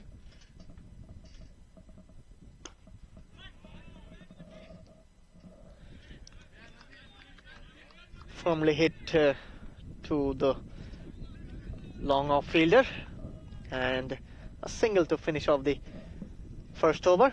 Austria are 4 for no loss. And talking about Rolex, Go on. you know, there's a very famous character in South Indian film industry called Rolex. He's very famous for his acting. Was that his name at birth, or was that a stage name? No, it's a stage name, but Okay. it's a very interesting and a very famous character. Okay, but No. it is a person, yes, who uses that as a stage name. Okay. Yes. And does he sort of act under a certain character? Does he sort of act in a version of himself in all the films he does, or? No, he's acting the total opposite of his character. Okay, the full spectrum. Natural character, but it's a massy movie, action-packed movie. We're seeing something a little unusual from the last time that France were in the field. Their skipper is actually going to open the bowling on this occasion. Having said that, because of course we've had some changes, we haven't got absolute confirmation that he's captain of this match because there were some problems with the technology. But for now, we'll assume it's the captain, as he was in the last match. Can't imagine why he'd be deposed. Come back to you. Good delivery to start off the bowling of Dawood Ahmadzai. And it will be Karanveer up against Dawood. Flighted delivery and swung it away on the onside. And we have to wait for the umpire signal. And Imran Haider signals it. It's an over boundary. Joe, I was one of those from here. I was completely undecided, and I think Suleiman Saeed was completely undecided, and so I think Imran Haider went with what he felt was the likeliest occurrence, and that was that it went all the way for 6.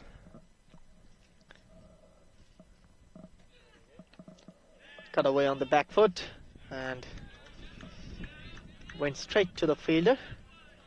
Fielding at backward point, Christian Roberts, and who's still stretching. Poor old chap. He's all of 22, 23, I think. Once again, flighted delivery. Fielders coming under it, but he had no chance, and it went all the way. Yeah, you said he was coming under it. He was nowhere near being under it. He was merely an interested party watching it sail over his head. Actually retrieved by one of the subs, Lingeswaran Kanisani, who's just being rested for this match, with more crucial ones to come.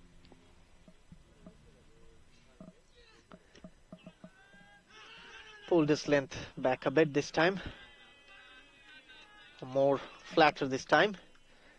But you know, when the ball goes up in the air, there's always a chance. Well, I suppose there is a moment when the fielder's underneath it, but he's a long way underneath it. Absolutely. But in this case, Karanveer got the better of him. Once again, cut away, and once again, and walkout bounce in front of Christian Roberts allows the batsman to change the ends for a single, and that completes the over. After 2, it's 17 for no loss. Going along nicely at the moment, Austria. Yeah, they're up with the run rate for now. Early times, of course, early stages of the innings. Only 2 overs in, but promising signs in that they haven't lost a wicket, so that's already advantage Austria. Nearly did it again. Austria from that point of view. I think the power play will be very important for both the teams.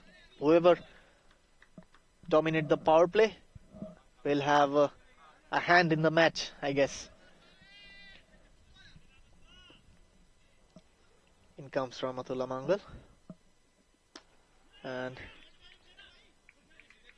was a back-of-length delivery.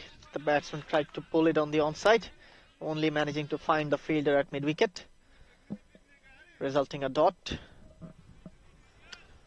Karen Beers made all the running so far in this innings, striking at 150. Bilal Zalmai striking at 33. And this one is up in the air. And it has been held by Christian Roberts. A very well judged catch. And the destructive Karanveer Singh has to walk back towards the pavilion. And Rahmatullah picks up his first victim of the match. Yeah, it was just a little bit too ambitious on that occasion. As you can see, it was well outside the off stump. He tried to go over the infield, but only managed to find Christian Roberts, who's having a great day at the moment.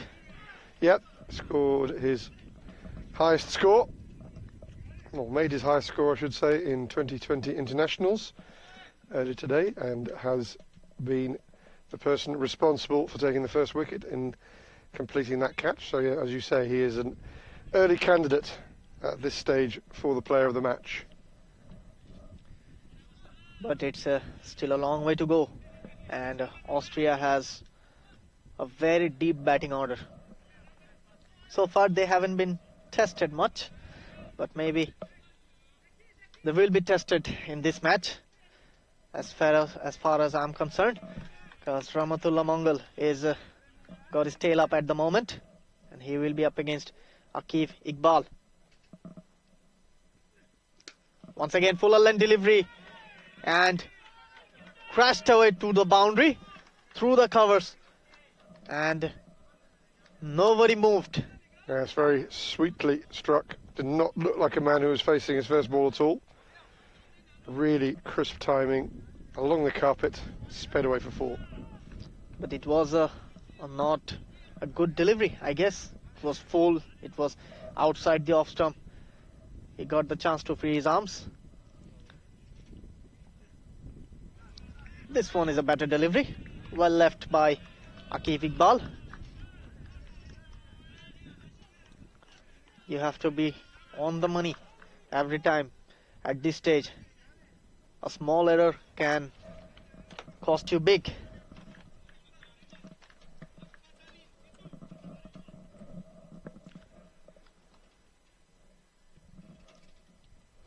Coming on to bowl for the 5th time this over.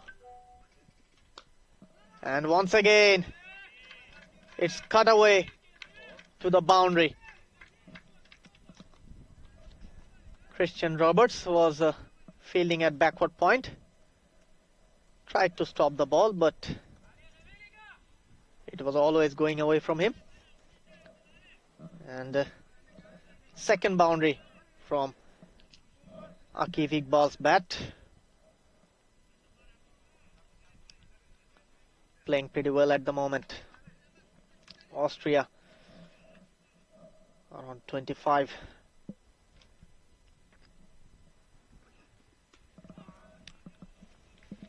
Good cricket and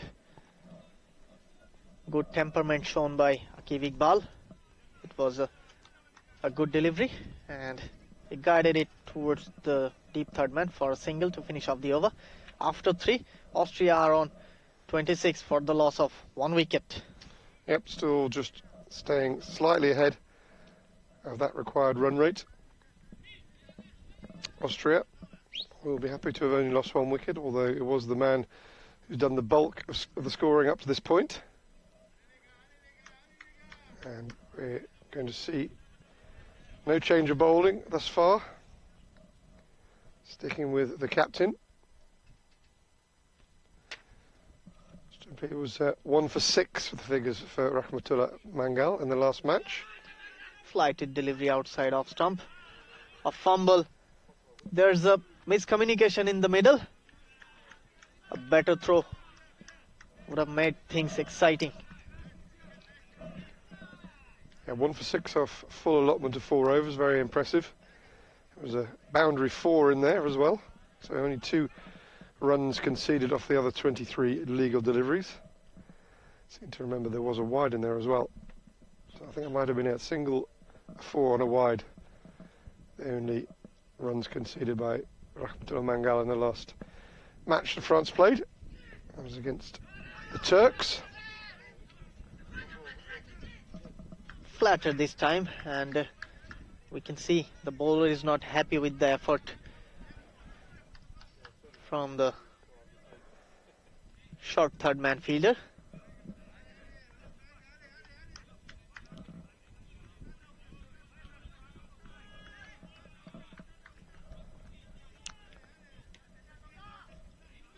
One run conceded so far in this over, and Bilal Zalmai will be up against Dawood Ahmadzai.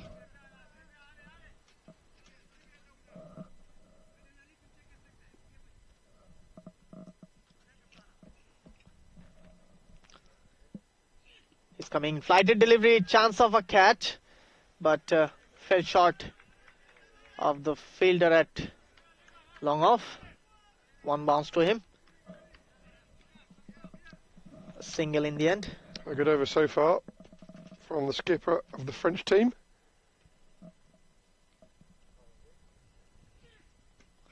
And what a delivery. What a delivery from Dawood. And you can see the celebration. What it means to him. I think it was a googly. I think it was a googly, and I think that was a tribute to Imran Tahir, that celebration. He went off and the little Usain Bolt type salute at the end. He tore off. No one could catch him. But I definitely think that was the googly. Flighted up. Got some inside edge also maybe. Yeah, I think there was a hint of that as well. But I think Imran Tahir would run 2 or 3 yards more compared to Dawood. Not now, I reckon. He's got to be pushing 50, hasn't he? He's probably still playing somewhere. Yeah, playing different parts of the world. And that brings up Shadnan Khan back on to the strike.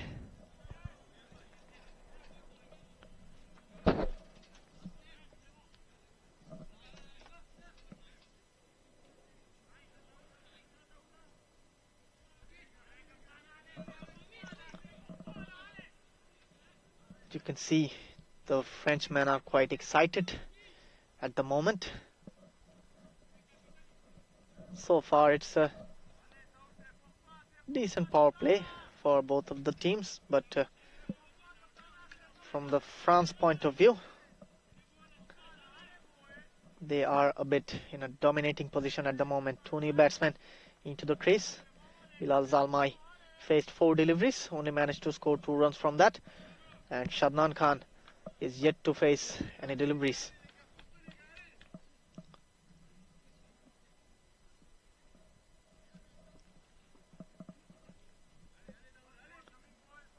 Only 2 fielders are patrolling the boundary in the long on and long off. Good bowling from Dawood Ahmadzai. Good confident bowling. He is sticking with his plans. Got his field set up. And looks like the momentum is going with the Frenchman. Shadnan Khan.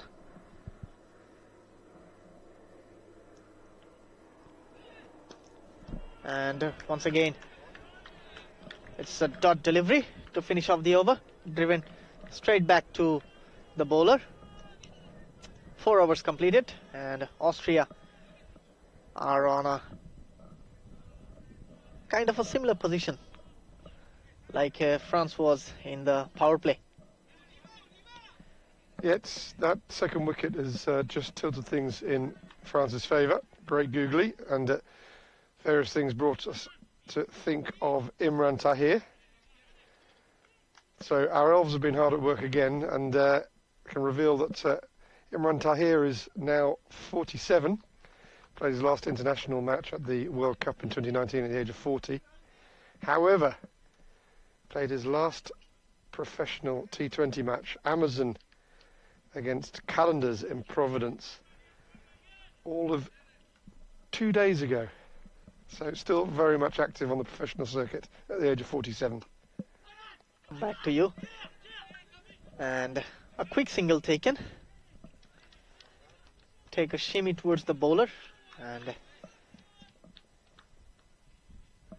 only managed to find the long outfield, mid outfielder eventually for a very risky single. And Shadman Khan is back on strike, who is yet to open his account. Rahmatullah Mangal.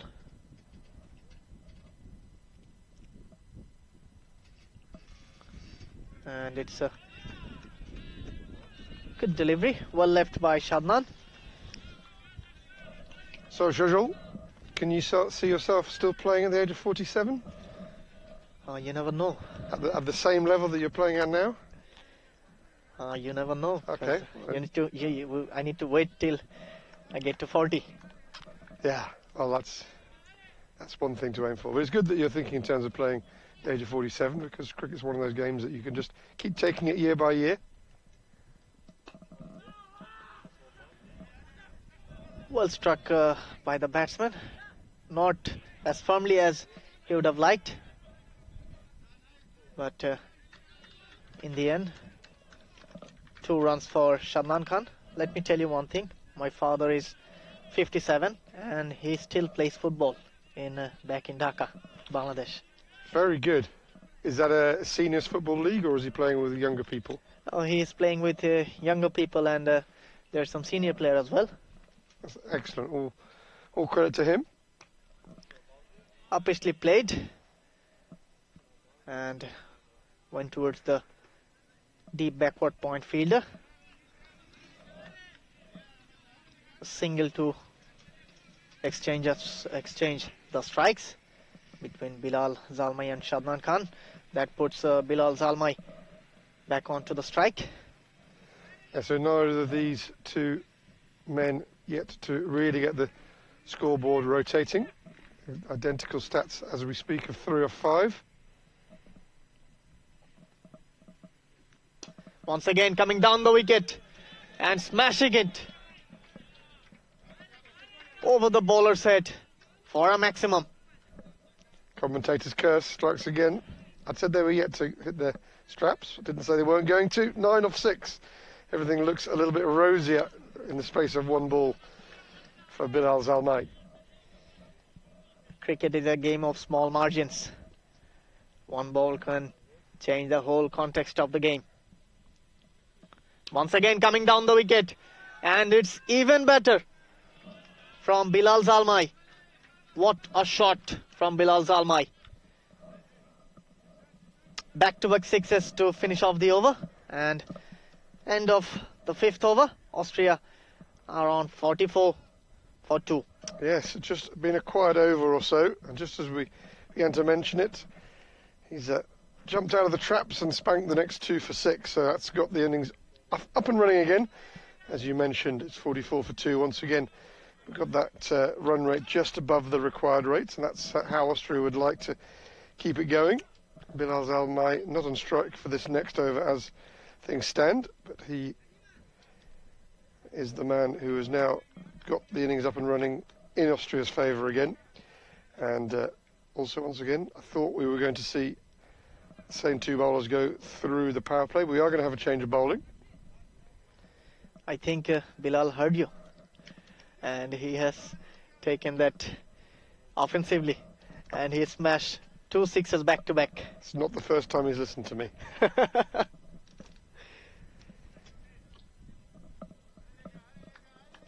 Just confirming looks like, to me it could be Karanbir. No, it's looks like Rahim Gul Naseri, the man charged with bowling this next over. Apologies, I got the wrong team. Managed to try and pick a bowler from the wrong team to bowl this next over. So it's Rahimgul Nasseri, who has taken his place in this French team today. Jamshid Nasseri was the man who actually came in for Lingeswaran Kanisani.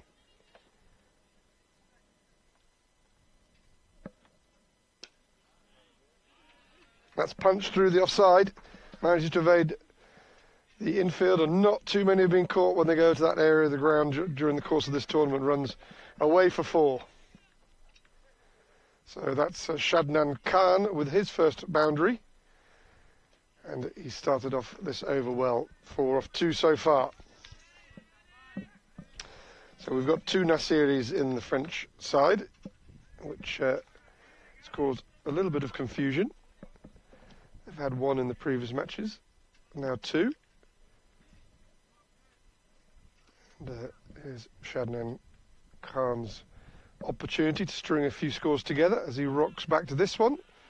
And there is no protection, surprisingly, on the offside. For that one, we are of course, in the last over of the power play.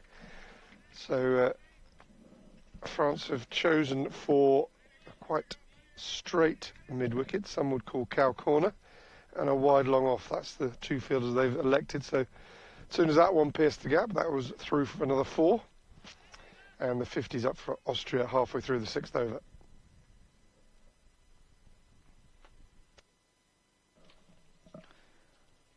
So far, back-to-back boundaries for Shadnan Khan. One was a low full toss, and the other one, he created some room for himself and smashed it between the fielders in the offside. Just keeping my eye on Mohammed Dawood Ahmadzai here. There are some similarities with Imran Tahir. Actually, his build, long hair. This is tentatively pushed straight to the aforementioned Dawood Ahmadzai, who athletically hurls it in at the base of the stumps, and it's nicely tidied up by the keeper. Single results. And it's Bilal Zalmay, who's back on strike.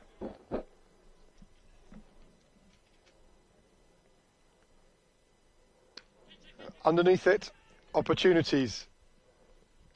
And taken by the bowler, does the work for himself.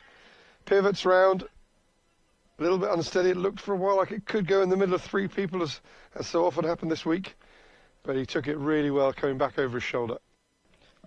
Absolutely, a good running catch from Rahimgul Nasseri. It's not easy when you're bowling. And looks like he has done it. Made it look quite easy in the end. Yeah, when it goes over the shoulder, coming over the shoulder, there's always doubt. As we look on the replay, hopefully the camera will follow as well. As he does, he's twisting round. So misperception, it's coming over his shoulder, and he pouches that with no problem at all. Really good catch. And the most important thing, there was more fielder coming for it. And in the end, he called for it. And ignored the person approaching him. It's really difficult. It's really difficult to do. Absolutely. He was looking at them, actually. When he was running towards the ball, he was looking who is coming towards him. But eventually, it was him. Now, the new bat-in you've been calling Bashir Khan, even though it's spelled just with an S. So I'm going to go with your greater knowledge of all things subcontinental, and I'm going to go with Bashir Khan. Is that an educated stab at the pronunciation of his name, or? Subcontinent education is different compared to the British education. Last ball of the power play, new bat just pushes it into the covers for a single, and at the end of that important block of 6 overs, we are at 53 for 3, France. A very decent power play for both the teams, as the last over was quite expensive from the context of the game. 9 runs came from it, but Priceless wicket. absolutely. You would easily take the 9 runs. You'd accept the 9 runs in exchange for the wicket. I would anyway. everybody will do the same. Switch of ends for Dawood Ahmadzai, the France captain. He's going to bowl from the end that we're at, the pavilion end, to Shadnan Khan. An immediate switch of ends. Now bowling with the added protection of fielders out.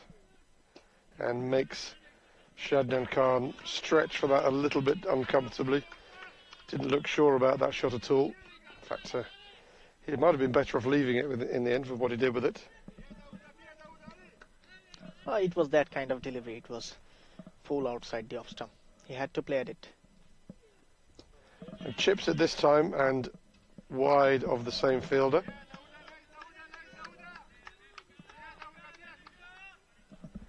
Just a single. So far, good bowling from Dawood Ahmadzai, and I have some issues with one of the French fielders, and looks like the medical team need to interfere. I don't know what's going on here. I think he has a problem with his knee, and Someone's bleeding, I've heard. I don't know whether he's bleeding or someone else. We've got people running in all directions.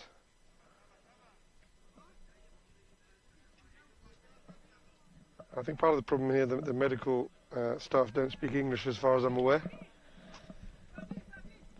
Yes, you're right. He speaks only Romanian, so it's very hard to communicate with him. I think we're having a sub out to save time, which is, it seems to be the best solution to me. It seems that one, not the captain, but one of the fielders was bleeding.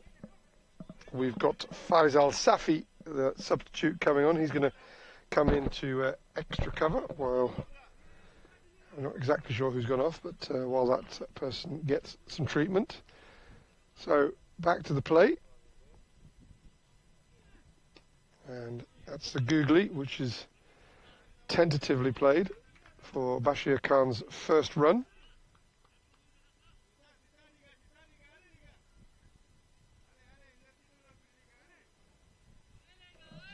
Delicately played for a single, pushed into the gap.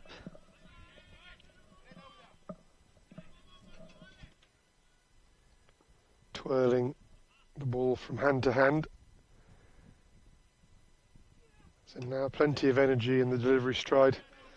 The arm whips over.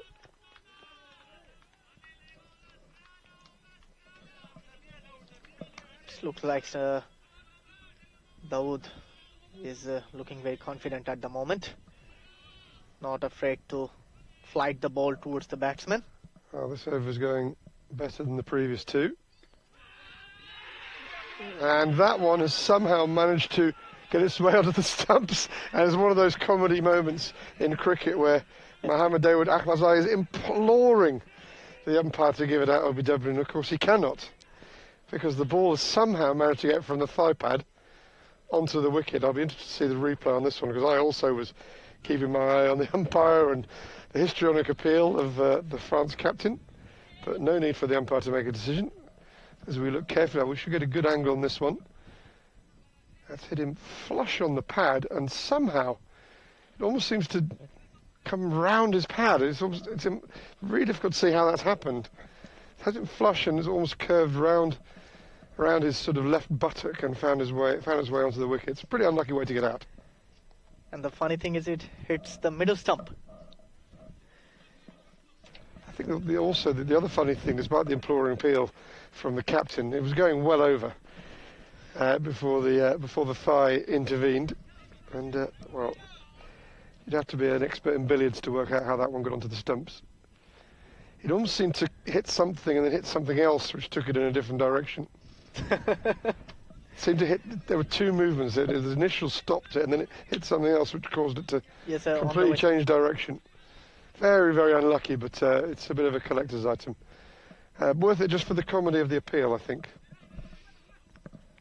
I agree with you, but he was so focused in the game that he didn't see what happened next, and the batsman was bowled. And as I said before, Dawood is looking very confident at the moment. In comes the new batsman, Akshay. You say bold, but it's really only a bold in name, isn't it, really? Because that wasn't even really played on. It's one step further detached from being played on. Because he didn't play it with his bat even. Full start. I don't think the striker was ready. It's Akshay.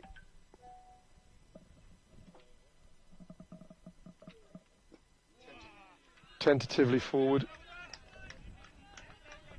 Nervy start from Akshay, and a successful over from Dawood Ahmadzai. Takes his second wicket in that over, and after 7 overs, rather precariously, Austria stand at 55 for 4. It's a turnaround, I would say, because the way Austria started, but now they are falling apart at the moment, and credit goes to the French bowlers. They're bowling pretty well at the moment and giving no chance whatsoever to the Austrian batsmen.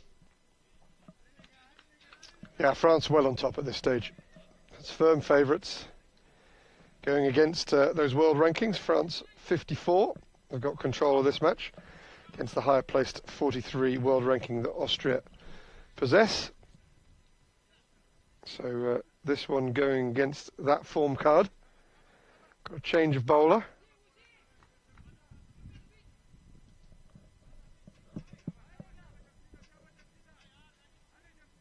We've got the Nasiri who's come into the side this time. This is Jamshid Nasiri bowling some off spin and some rather ungainly shot from Bashir Khan,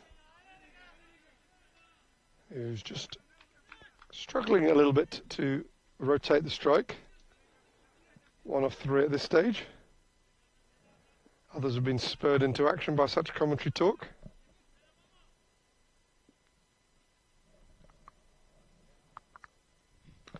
And that's too short from Nasiri. But Bashir Khan fails to capitalise, just rather gets it off the inside half of the bat, or the bottom half of the bat, where it goes a cross-bat shot. Either of the fielders on the leg side could have stopped that. Field all change now for the left-hander.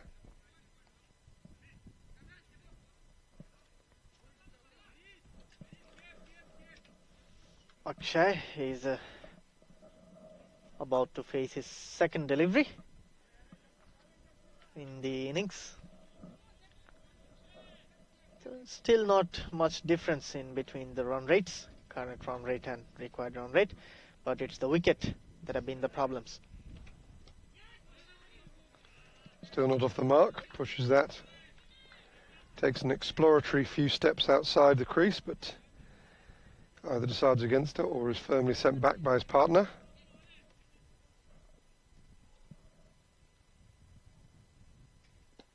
Studious in defence, but still not opened his account.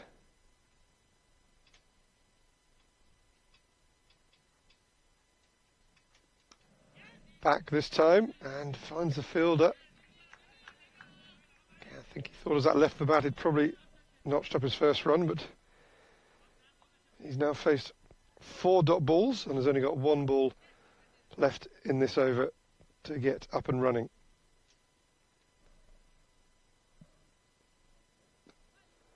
And it's not going to happen on this occasion, so he remains on 0 not out. Excellent first over from Nasiri, conceding just the single, and it is, after 8 overs, 56 for 4 Austria. So far the France are all around the Austrian batting lineup. They're struggling to get off the mark and struggling to find the singles also. And thanks to the French bowler.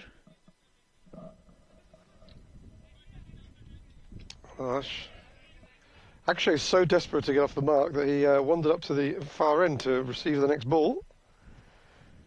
And thankfully the umpires and also the France players were alert to that. We've got a change of bowler. It's a change of ends, in fact, for Rahim Gul Nasiri. So we've got Nasiri's at both ends. wicket taker, but went for 9 off his first over. Of course, the 2 boundaries came first, and that's a full toss, easily worked away by Vlasiei. So there'll be another opportunity for Akshay to get off the mark.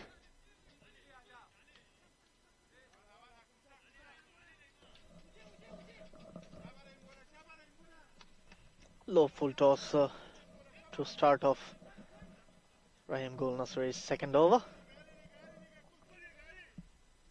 And he's going to switch to round the wicket for the left-hander. So what's Akshay got for us now? Well, I think he's got tired of looking to get off the mark with a single and went to smash it over the side screen. Managed to completely miss the ball.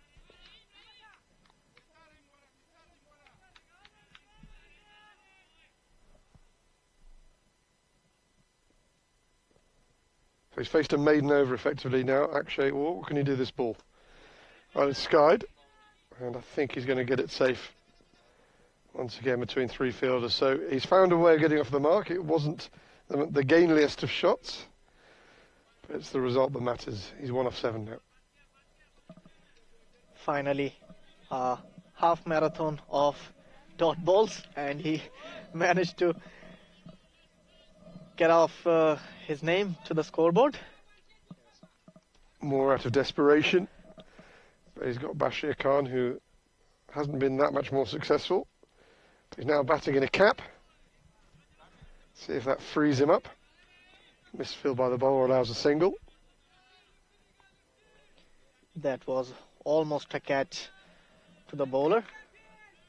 Yes, I say in misfield, but I think he was cashing in his chips to go for the catch and gambled the catch and conceded the small price of a single. That's swung away with ease. What was Akshay ever worried about? That has actually struck the bleachers on the top of the bank. It's one of the biggest sixes we've seen to that side of the ground this week. Where's that been? Oh, he was waiting for this ball, I guess. As you can see, it was a flighted delivery in the slot and a free flow of the bat. You can see the bleachers there rebounding off that, and Nasiri looks to force it through. But pushes it wide, just dropped his right shoulder a little bit early, and shoulders swung round and pushed it wide. This one is nicely timed, elegantly timed. Pierces the offside ring and goes for a single out to the sweeper. So that is the end of the 9th over, and Austria have now moved on to 67 for 4. Still up against it. As I told you, that Austria has a fair bit of depth in their batting lineup, and as you can see, the last 2 balls that Akshay faced was very well timed, and both of them came from the middle of the bat.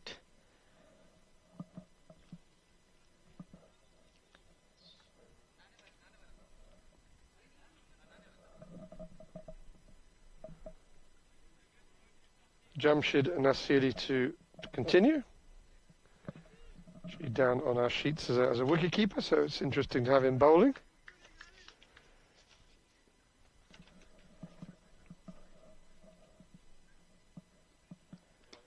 Once again, swung away on the leg side, but the ball going to the opposite way, and he has to depart. Akshay has to walk back. Yes, more damage for Austria. They go deeper into the mire. They're a long way off this target. They still need another 100, and that's the 5th wicket down. So we'll see in this one, he's looking to go straighter. Manages to get a leading edge into the offside and safely pouched. Oh, the ball came free there quite quickly. I'm not sure what happened. And into bat, the man who opened the batting in the last innings, coming in at number 7 on this occasion. He did quite well at the top of the order. Not quite sure why drinks haven't been taken. Is it because the temperature has dropped sufficiently? I was expecting them to take drinks at the fall of that wicket. Player maybe not asking for a refreshment break. You can take if you want a refreshment break at this point of the game. I think in general it's decided at the start of the tournament, so just wondering if maybe the drinks weren't ready in the dugout, or someone's forgotten it's the 10th over. We shall see. Or maybe the wickets are falling regularly. That's why they might have decided. They're expecting another one to fall in this over. Is that what you're thinking? Hopefully. Already half gone. Zishan Arif works that away with a heavy bottom hand, just flicks it away almost hockey style to get off the mark to his first ball. Let me tell you an interesting thing. Oh, you've set yourself up now. Slightly awkwardly played by Bashir Khan.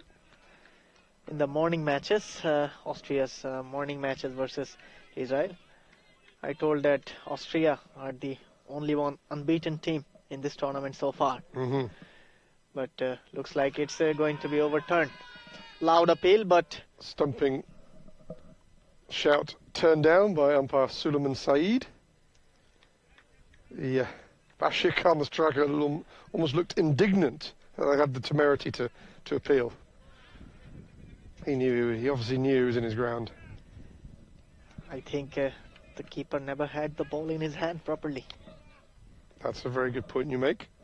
That would be perhaps the source of the indignation.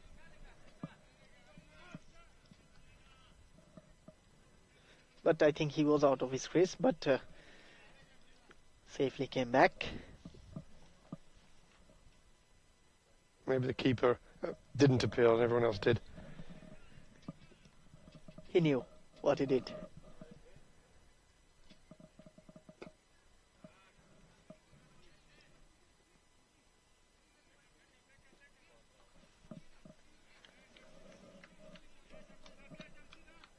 Single. So we are expecting drinks after this ball. We shall see.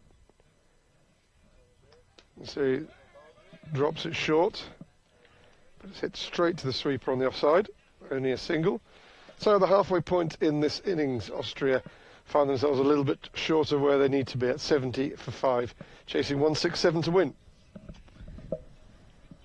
Absolutely, the required run rate has risen up to almost 10 per over, and that will be drinks, and players are having some refreshment, and we will be back in a short while.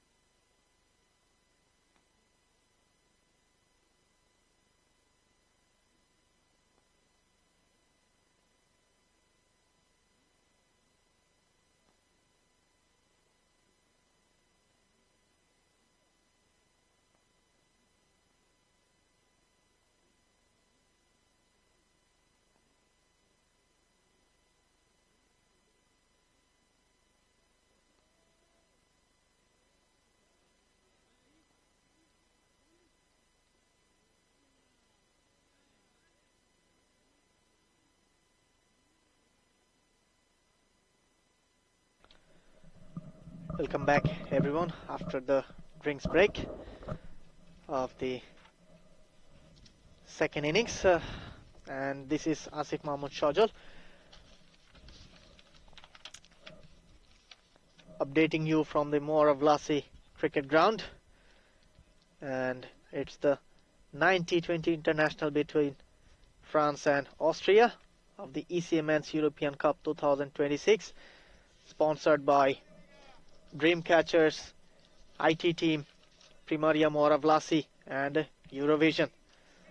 And I've been joined by Mr. Andrew Elliott, and the 11th over is about to start.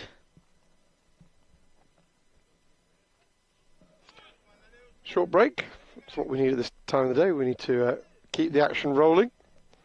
I was going to ask you, and this is something I meant to ask you in the first half of the innings, because Moara Vlasiei, you mentioned it being in Bucharest or near Bucharest. So to those that have never been to Romania, so therefore have never been to Bucharest, can you give us a bit more context of how far it is from the capital city, how long it takes to get here? It's quite far, like it's in the state, Bucharest state, but it's almost 30 to 35 kilometers away from the city center. And coming back onto the game, up in the air, fielder coming under it and safely pouching it. Just after the drinks break, another wicket falls, and this time it's Zishan Arif, who has played a brilliant knock yesterday, but has to depart early. Well, he played well this morning, opening the batting, got to 20 really quickly. I wonder why they hid him down. Why they've hidden him down at number 7 for this match, because he's come in and he's had to go for a shot straight away and he's got out. So I find it a bit curious that they've changed the order to that extent, but it hasn't worked. I think that we can say that for sure. And Austria, they slip further into the mire at 70 for 6 at the start of the 11th over. So a good drinks break for France. And we're now into the, use the polite term for the number 8, we're into the lower middle order. Oh, it's been that kind of day for France. They have done everything right so far, except the batting power play when they have batted, but they have recovered that quickly. And Irfan Safi will be facing Khan Usman, who has come into bowl from the pavilion end. Got a wicket of the first ball that he bowled. And coming for the second time in this over. Once again a fuller length delivery. Tries to push it on the offside, but missing it completely. And the ball went straight to the keeper, resulting a dot ball. So you're saying how far it is from. So it's almost 35 kilometers from the center of the city. And how much is that in terms of time? You can answer that after this delivery. Once again, fishing outside the off stump. And ball went straight to the keeper. It's around 40-45 minutes drive from the center to the ground. Okay, so it's a commitment. I suspect not that many live out this way in the cricket community. Once again, push towards cover, and it's the informed captain of France.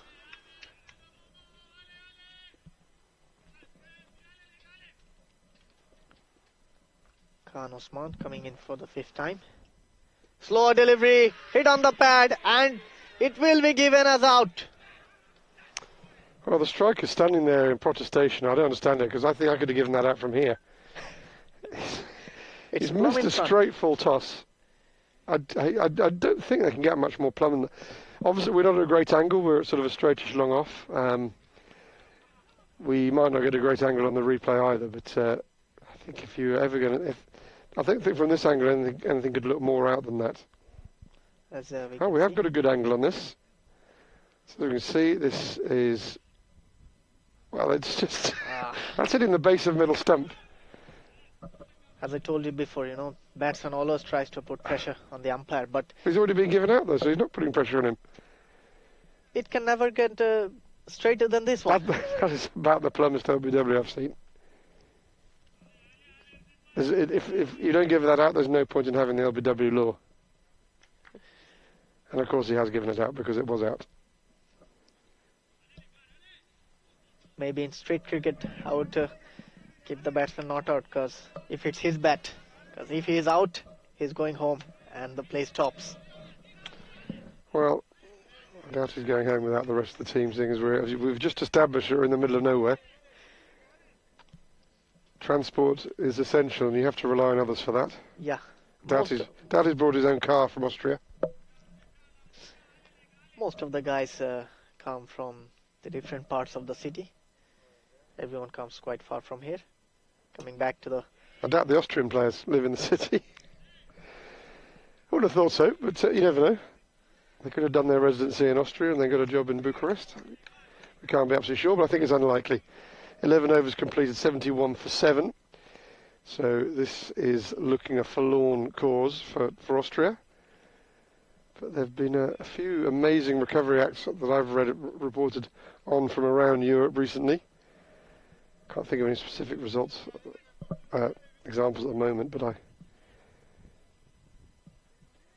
did see a match. I think the first inning score was 160 and the side batting second was 70 for 9.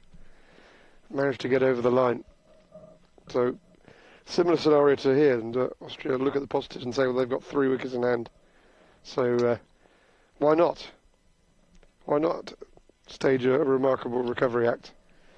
Nothing is impossible. Nothing. Well, some things are, but a man like me flying, for example, I'll come under back my to own that. propulsion.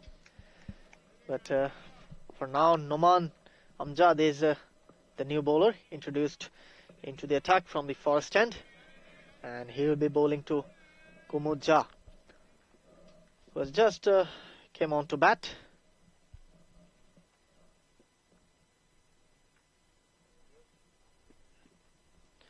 Lovely bowling, a good start from Nomanja. Lovely carry to the keeper, and I'll come back to you about the transportation. Maybe the federation provides something for the visitor team to come to the ground. Yeah, I don't think I'm not going to be flying under self-propulsion anytime soon. Yeah, but us commentators and umpires have been looked after well in terms of the transportation. It's very occasionally been on time, not that often. Once again, similar kind of delivery from Noman Amjad. I think part of our problem is we're staying by the aforementioned lake. And I'm not an experienced user of Uber, but I think it tends to go as the crow flies. So Uber drivers who are the other side of the lake tend to accept the job. And then they take half an hour to drive around the lake to come and pick us up. So, well, I mean, it baffles me, the capabilities of Uber, but maybe that's one improvement they could have in the future. Other ride services are available, of course. That's punched away. Out of context, really, with how things have gone recently. There's been punched over extra cover for 4. Confident shot from Komocha. But I think we need to talk to the CEO of Romanian cricket to have a better transportation system for the officials. Never been interested in getting in a helicopter. No, I don't trust them. Once again, and it was hit straight to the fielder at long on, and he takes the catch on the second grab. Yeah, so that turned out to be a little bit of a lone boundary over extra cover because the eyes lit up. He felt he was in form. He felt he'd clicked into the next gear. A little bit of overconfidence, backing himself to hit it over the fielder at long on. Didn't quite get enough of the middle of the bat on it. We can see on this one, looks like it's just turned in the hand because it's got the inside half of the bat, and it's about 3 or 4 yards inside the boundary. That's snaffled. Looked a bit closer from where we were, but we can see on that replay it was comfortably inside the boundary. Good catch in the end.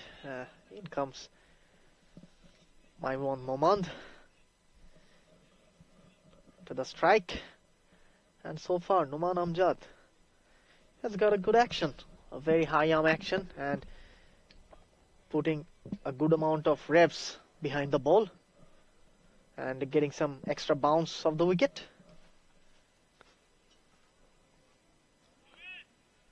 And he's up against Maiwand Momand.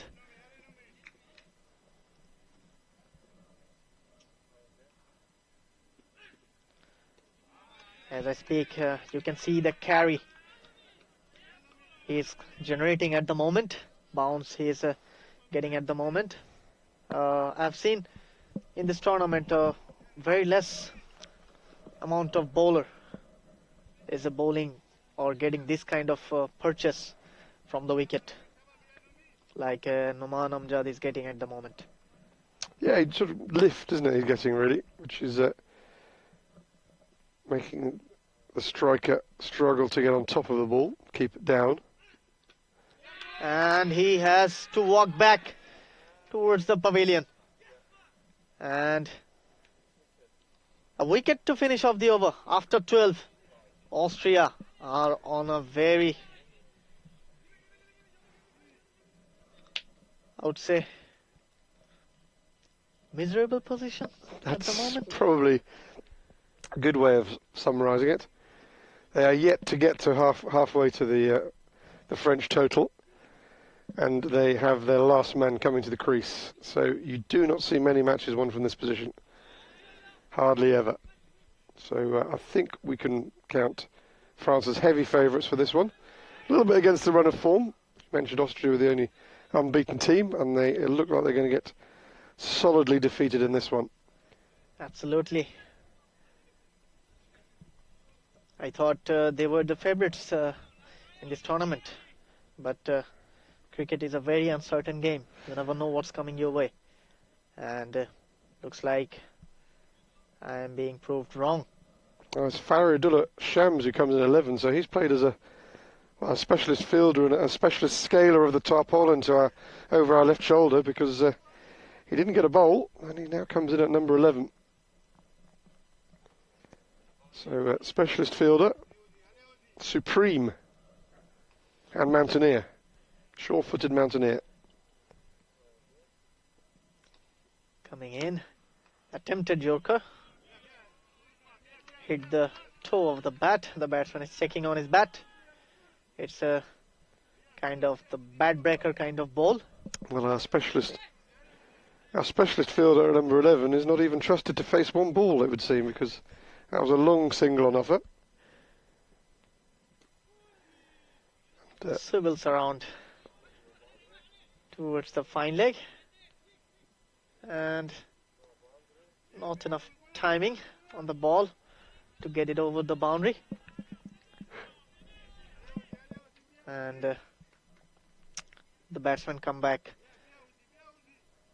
for the second, and 2 more runs added to the scoreboard.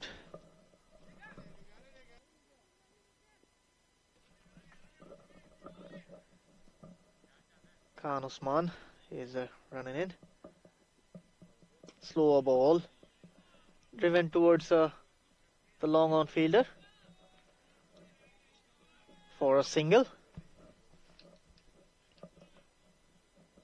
And can they put up a fight on the last wicket? It's a question, and the answer is probably no.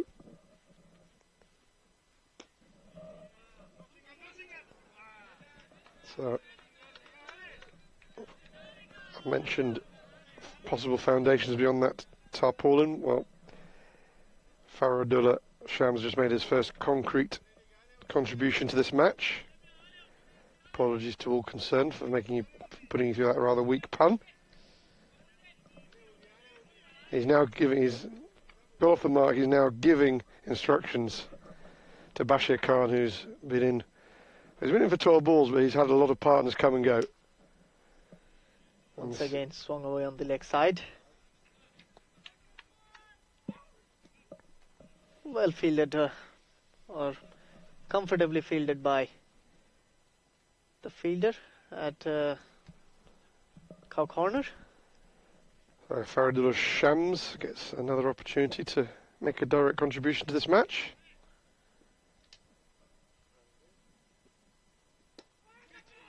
And once again, upishly pushed towards the captain of the French team. And that finishes the over. 13 overs, 80 for the loss of 9 wickets.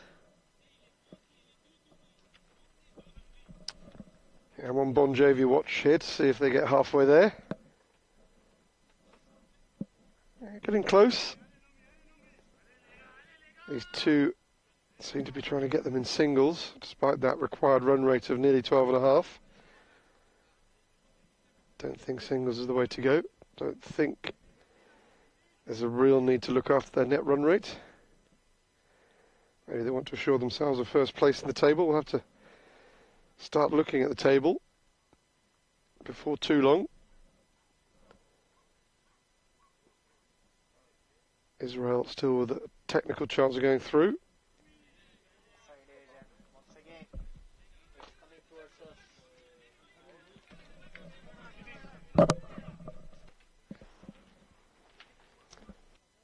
Yeah, it was inside edge down to the boundary, just to our right. Apologies for the lack of commentary. We're just slightly concerned about getting whacked by the ball. It got my cap. That was put alongside me. I knew there was a reason you'd gone quiet. It was you were protecting your cap, protecting your own property, and don't blame me for that at all. Once again, back of line delivery from Noman Amjad. And hit the batsman, Bashir Khan. Looked quite uncomfortable. So they did get halfway there with those 4 runs, down to a very fine leg. Just underlines the height of the task in front of them. To go at 12.5 runs per over for 7 overs when you got your last pair at the wicket is really asking too much.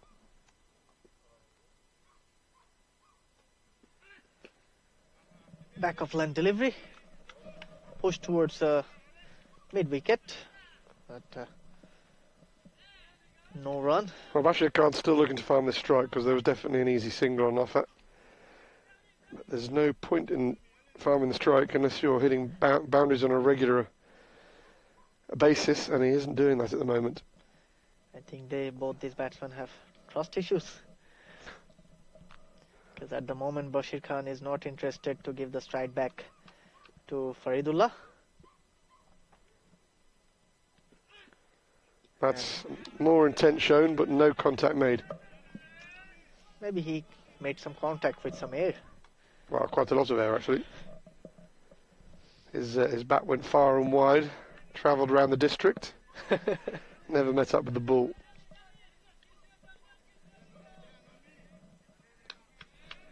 So far, Noman Amjad has been impressive in this match.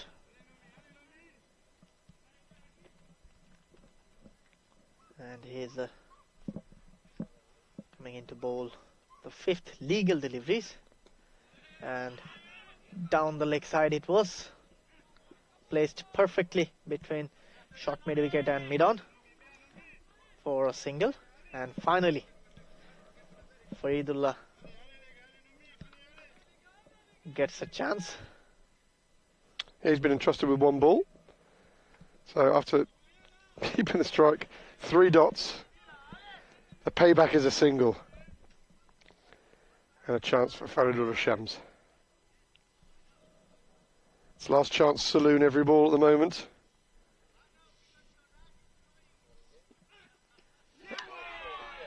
And he has to walk back. He was given the responsibility to play this ball at least and finish the over, but he couldn't manage. As you can see, he went away from the ball, and there was enough space between his bat and pad to go through and disturb the furniture. So that completes the Austrian innings. They are bowled all out in 88 and 85 all out the final score, and Christian Roberts, as you see on their screen there, has been nominated as player of the match. You can see congratulations there from the France captain. Commiserations.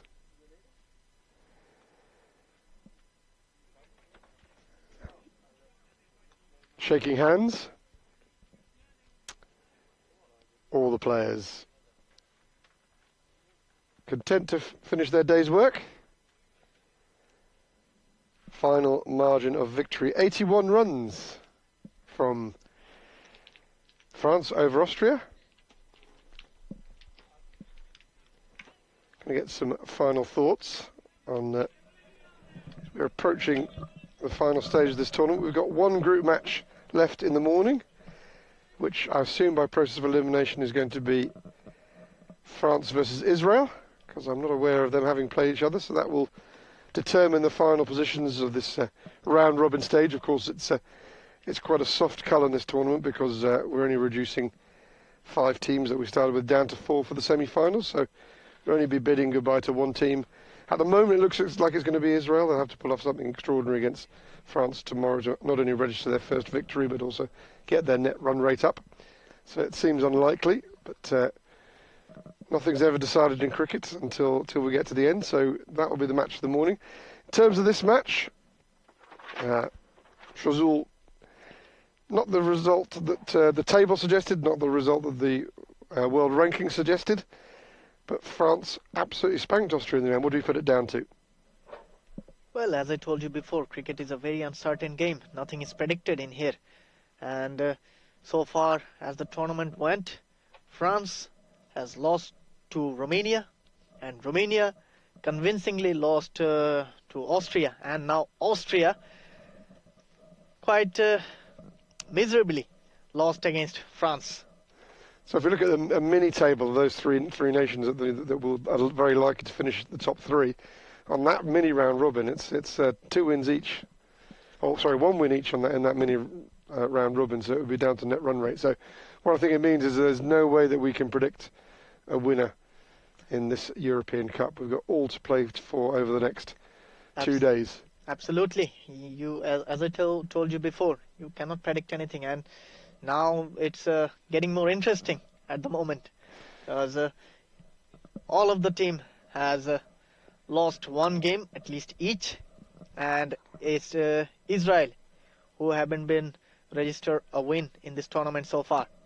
Yep, they'll have that opportunity in the morning. You'll be covering that one, Shazul, I believe. So good luck with that. I will be involved elsewhere in the tournament, and we'll be back, I hope, to be with you in the afternoon. But from the Moara Vlasiei Cricket Club near Bucharest in Romania, it is up to Shazul and me, Andrew Elliott, to bid you a very good evening, and we hope to have you back in the morning for the first match at 10 o'clock local time. We'll see you then. Thanks for joining us.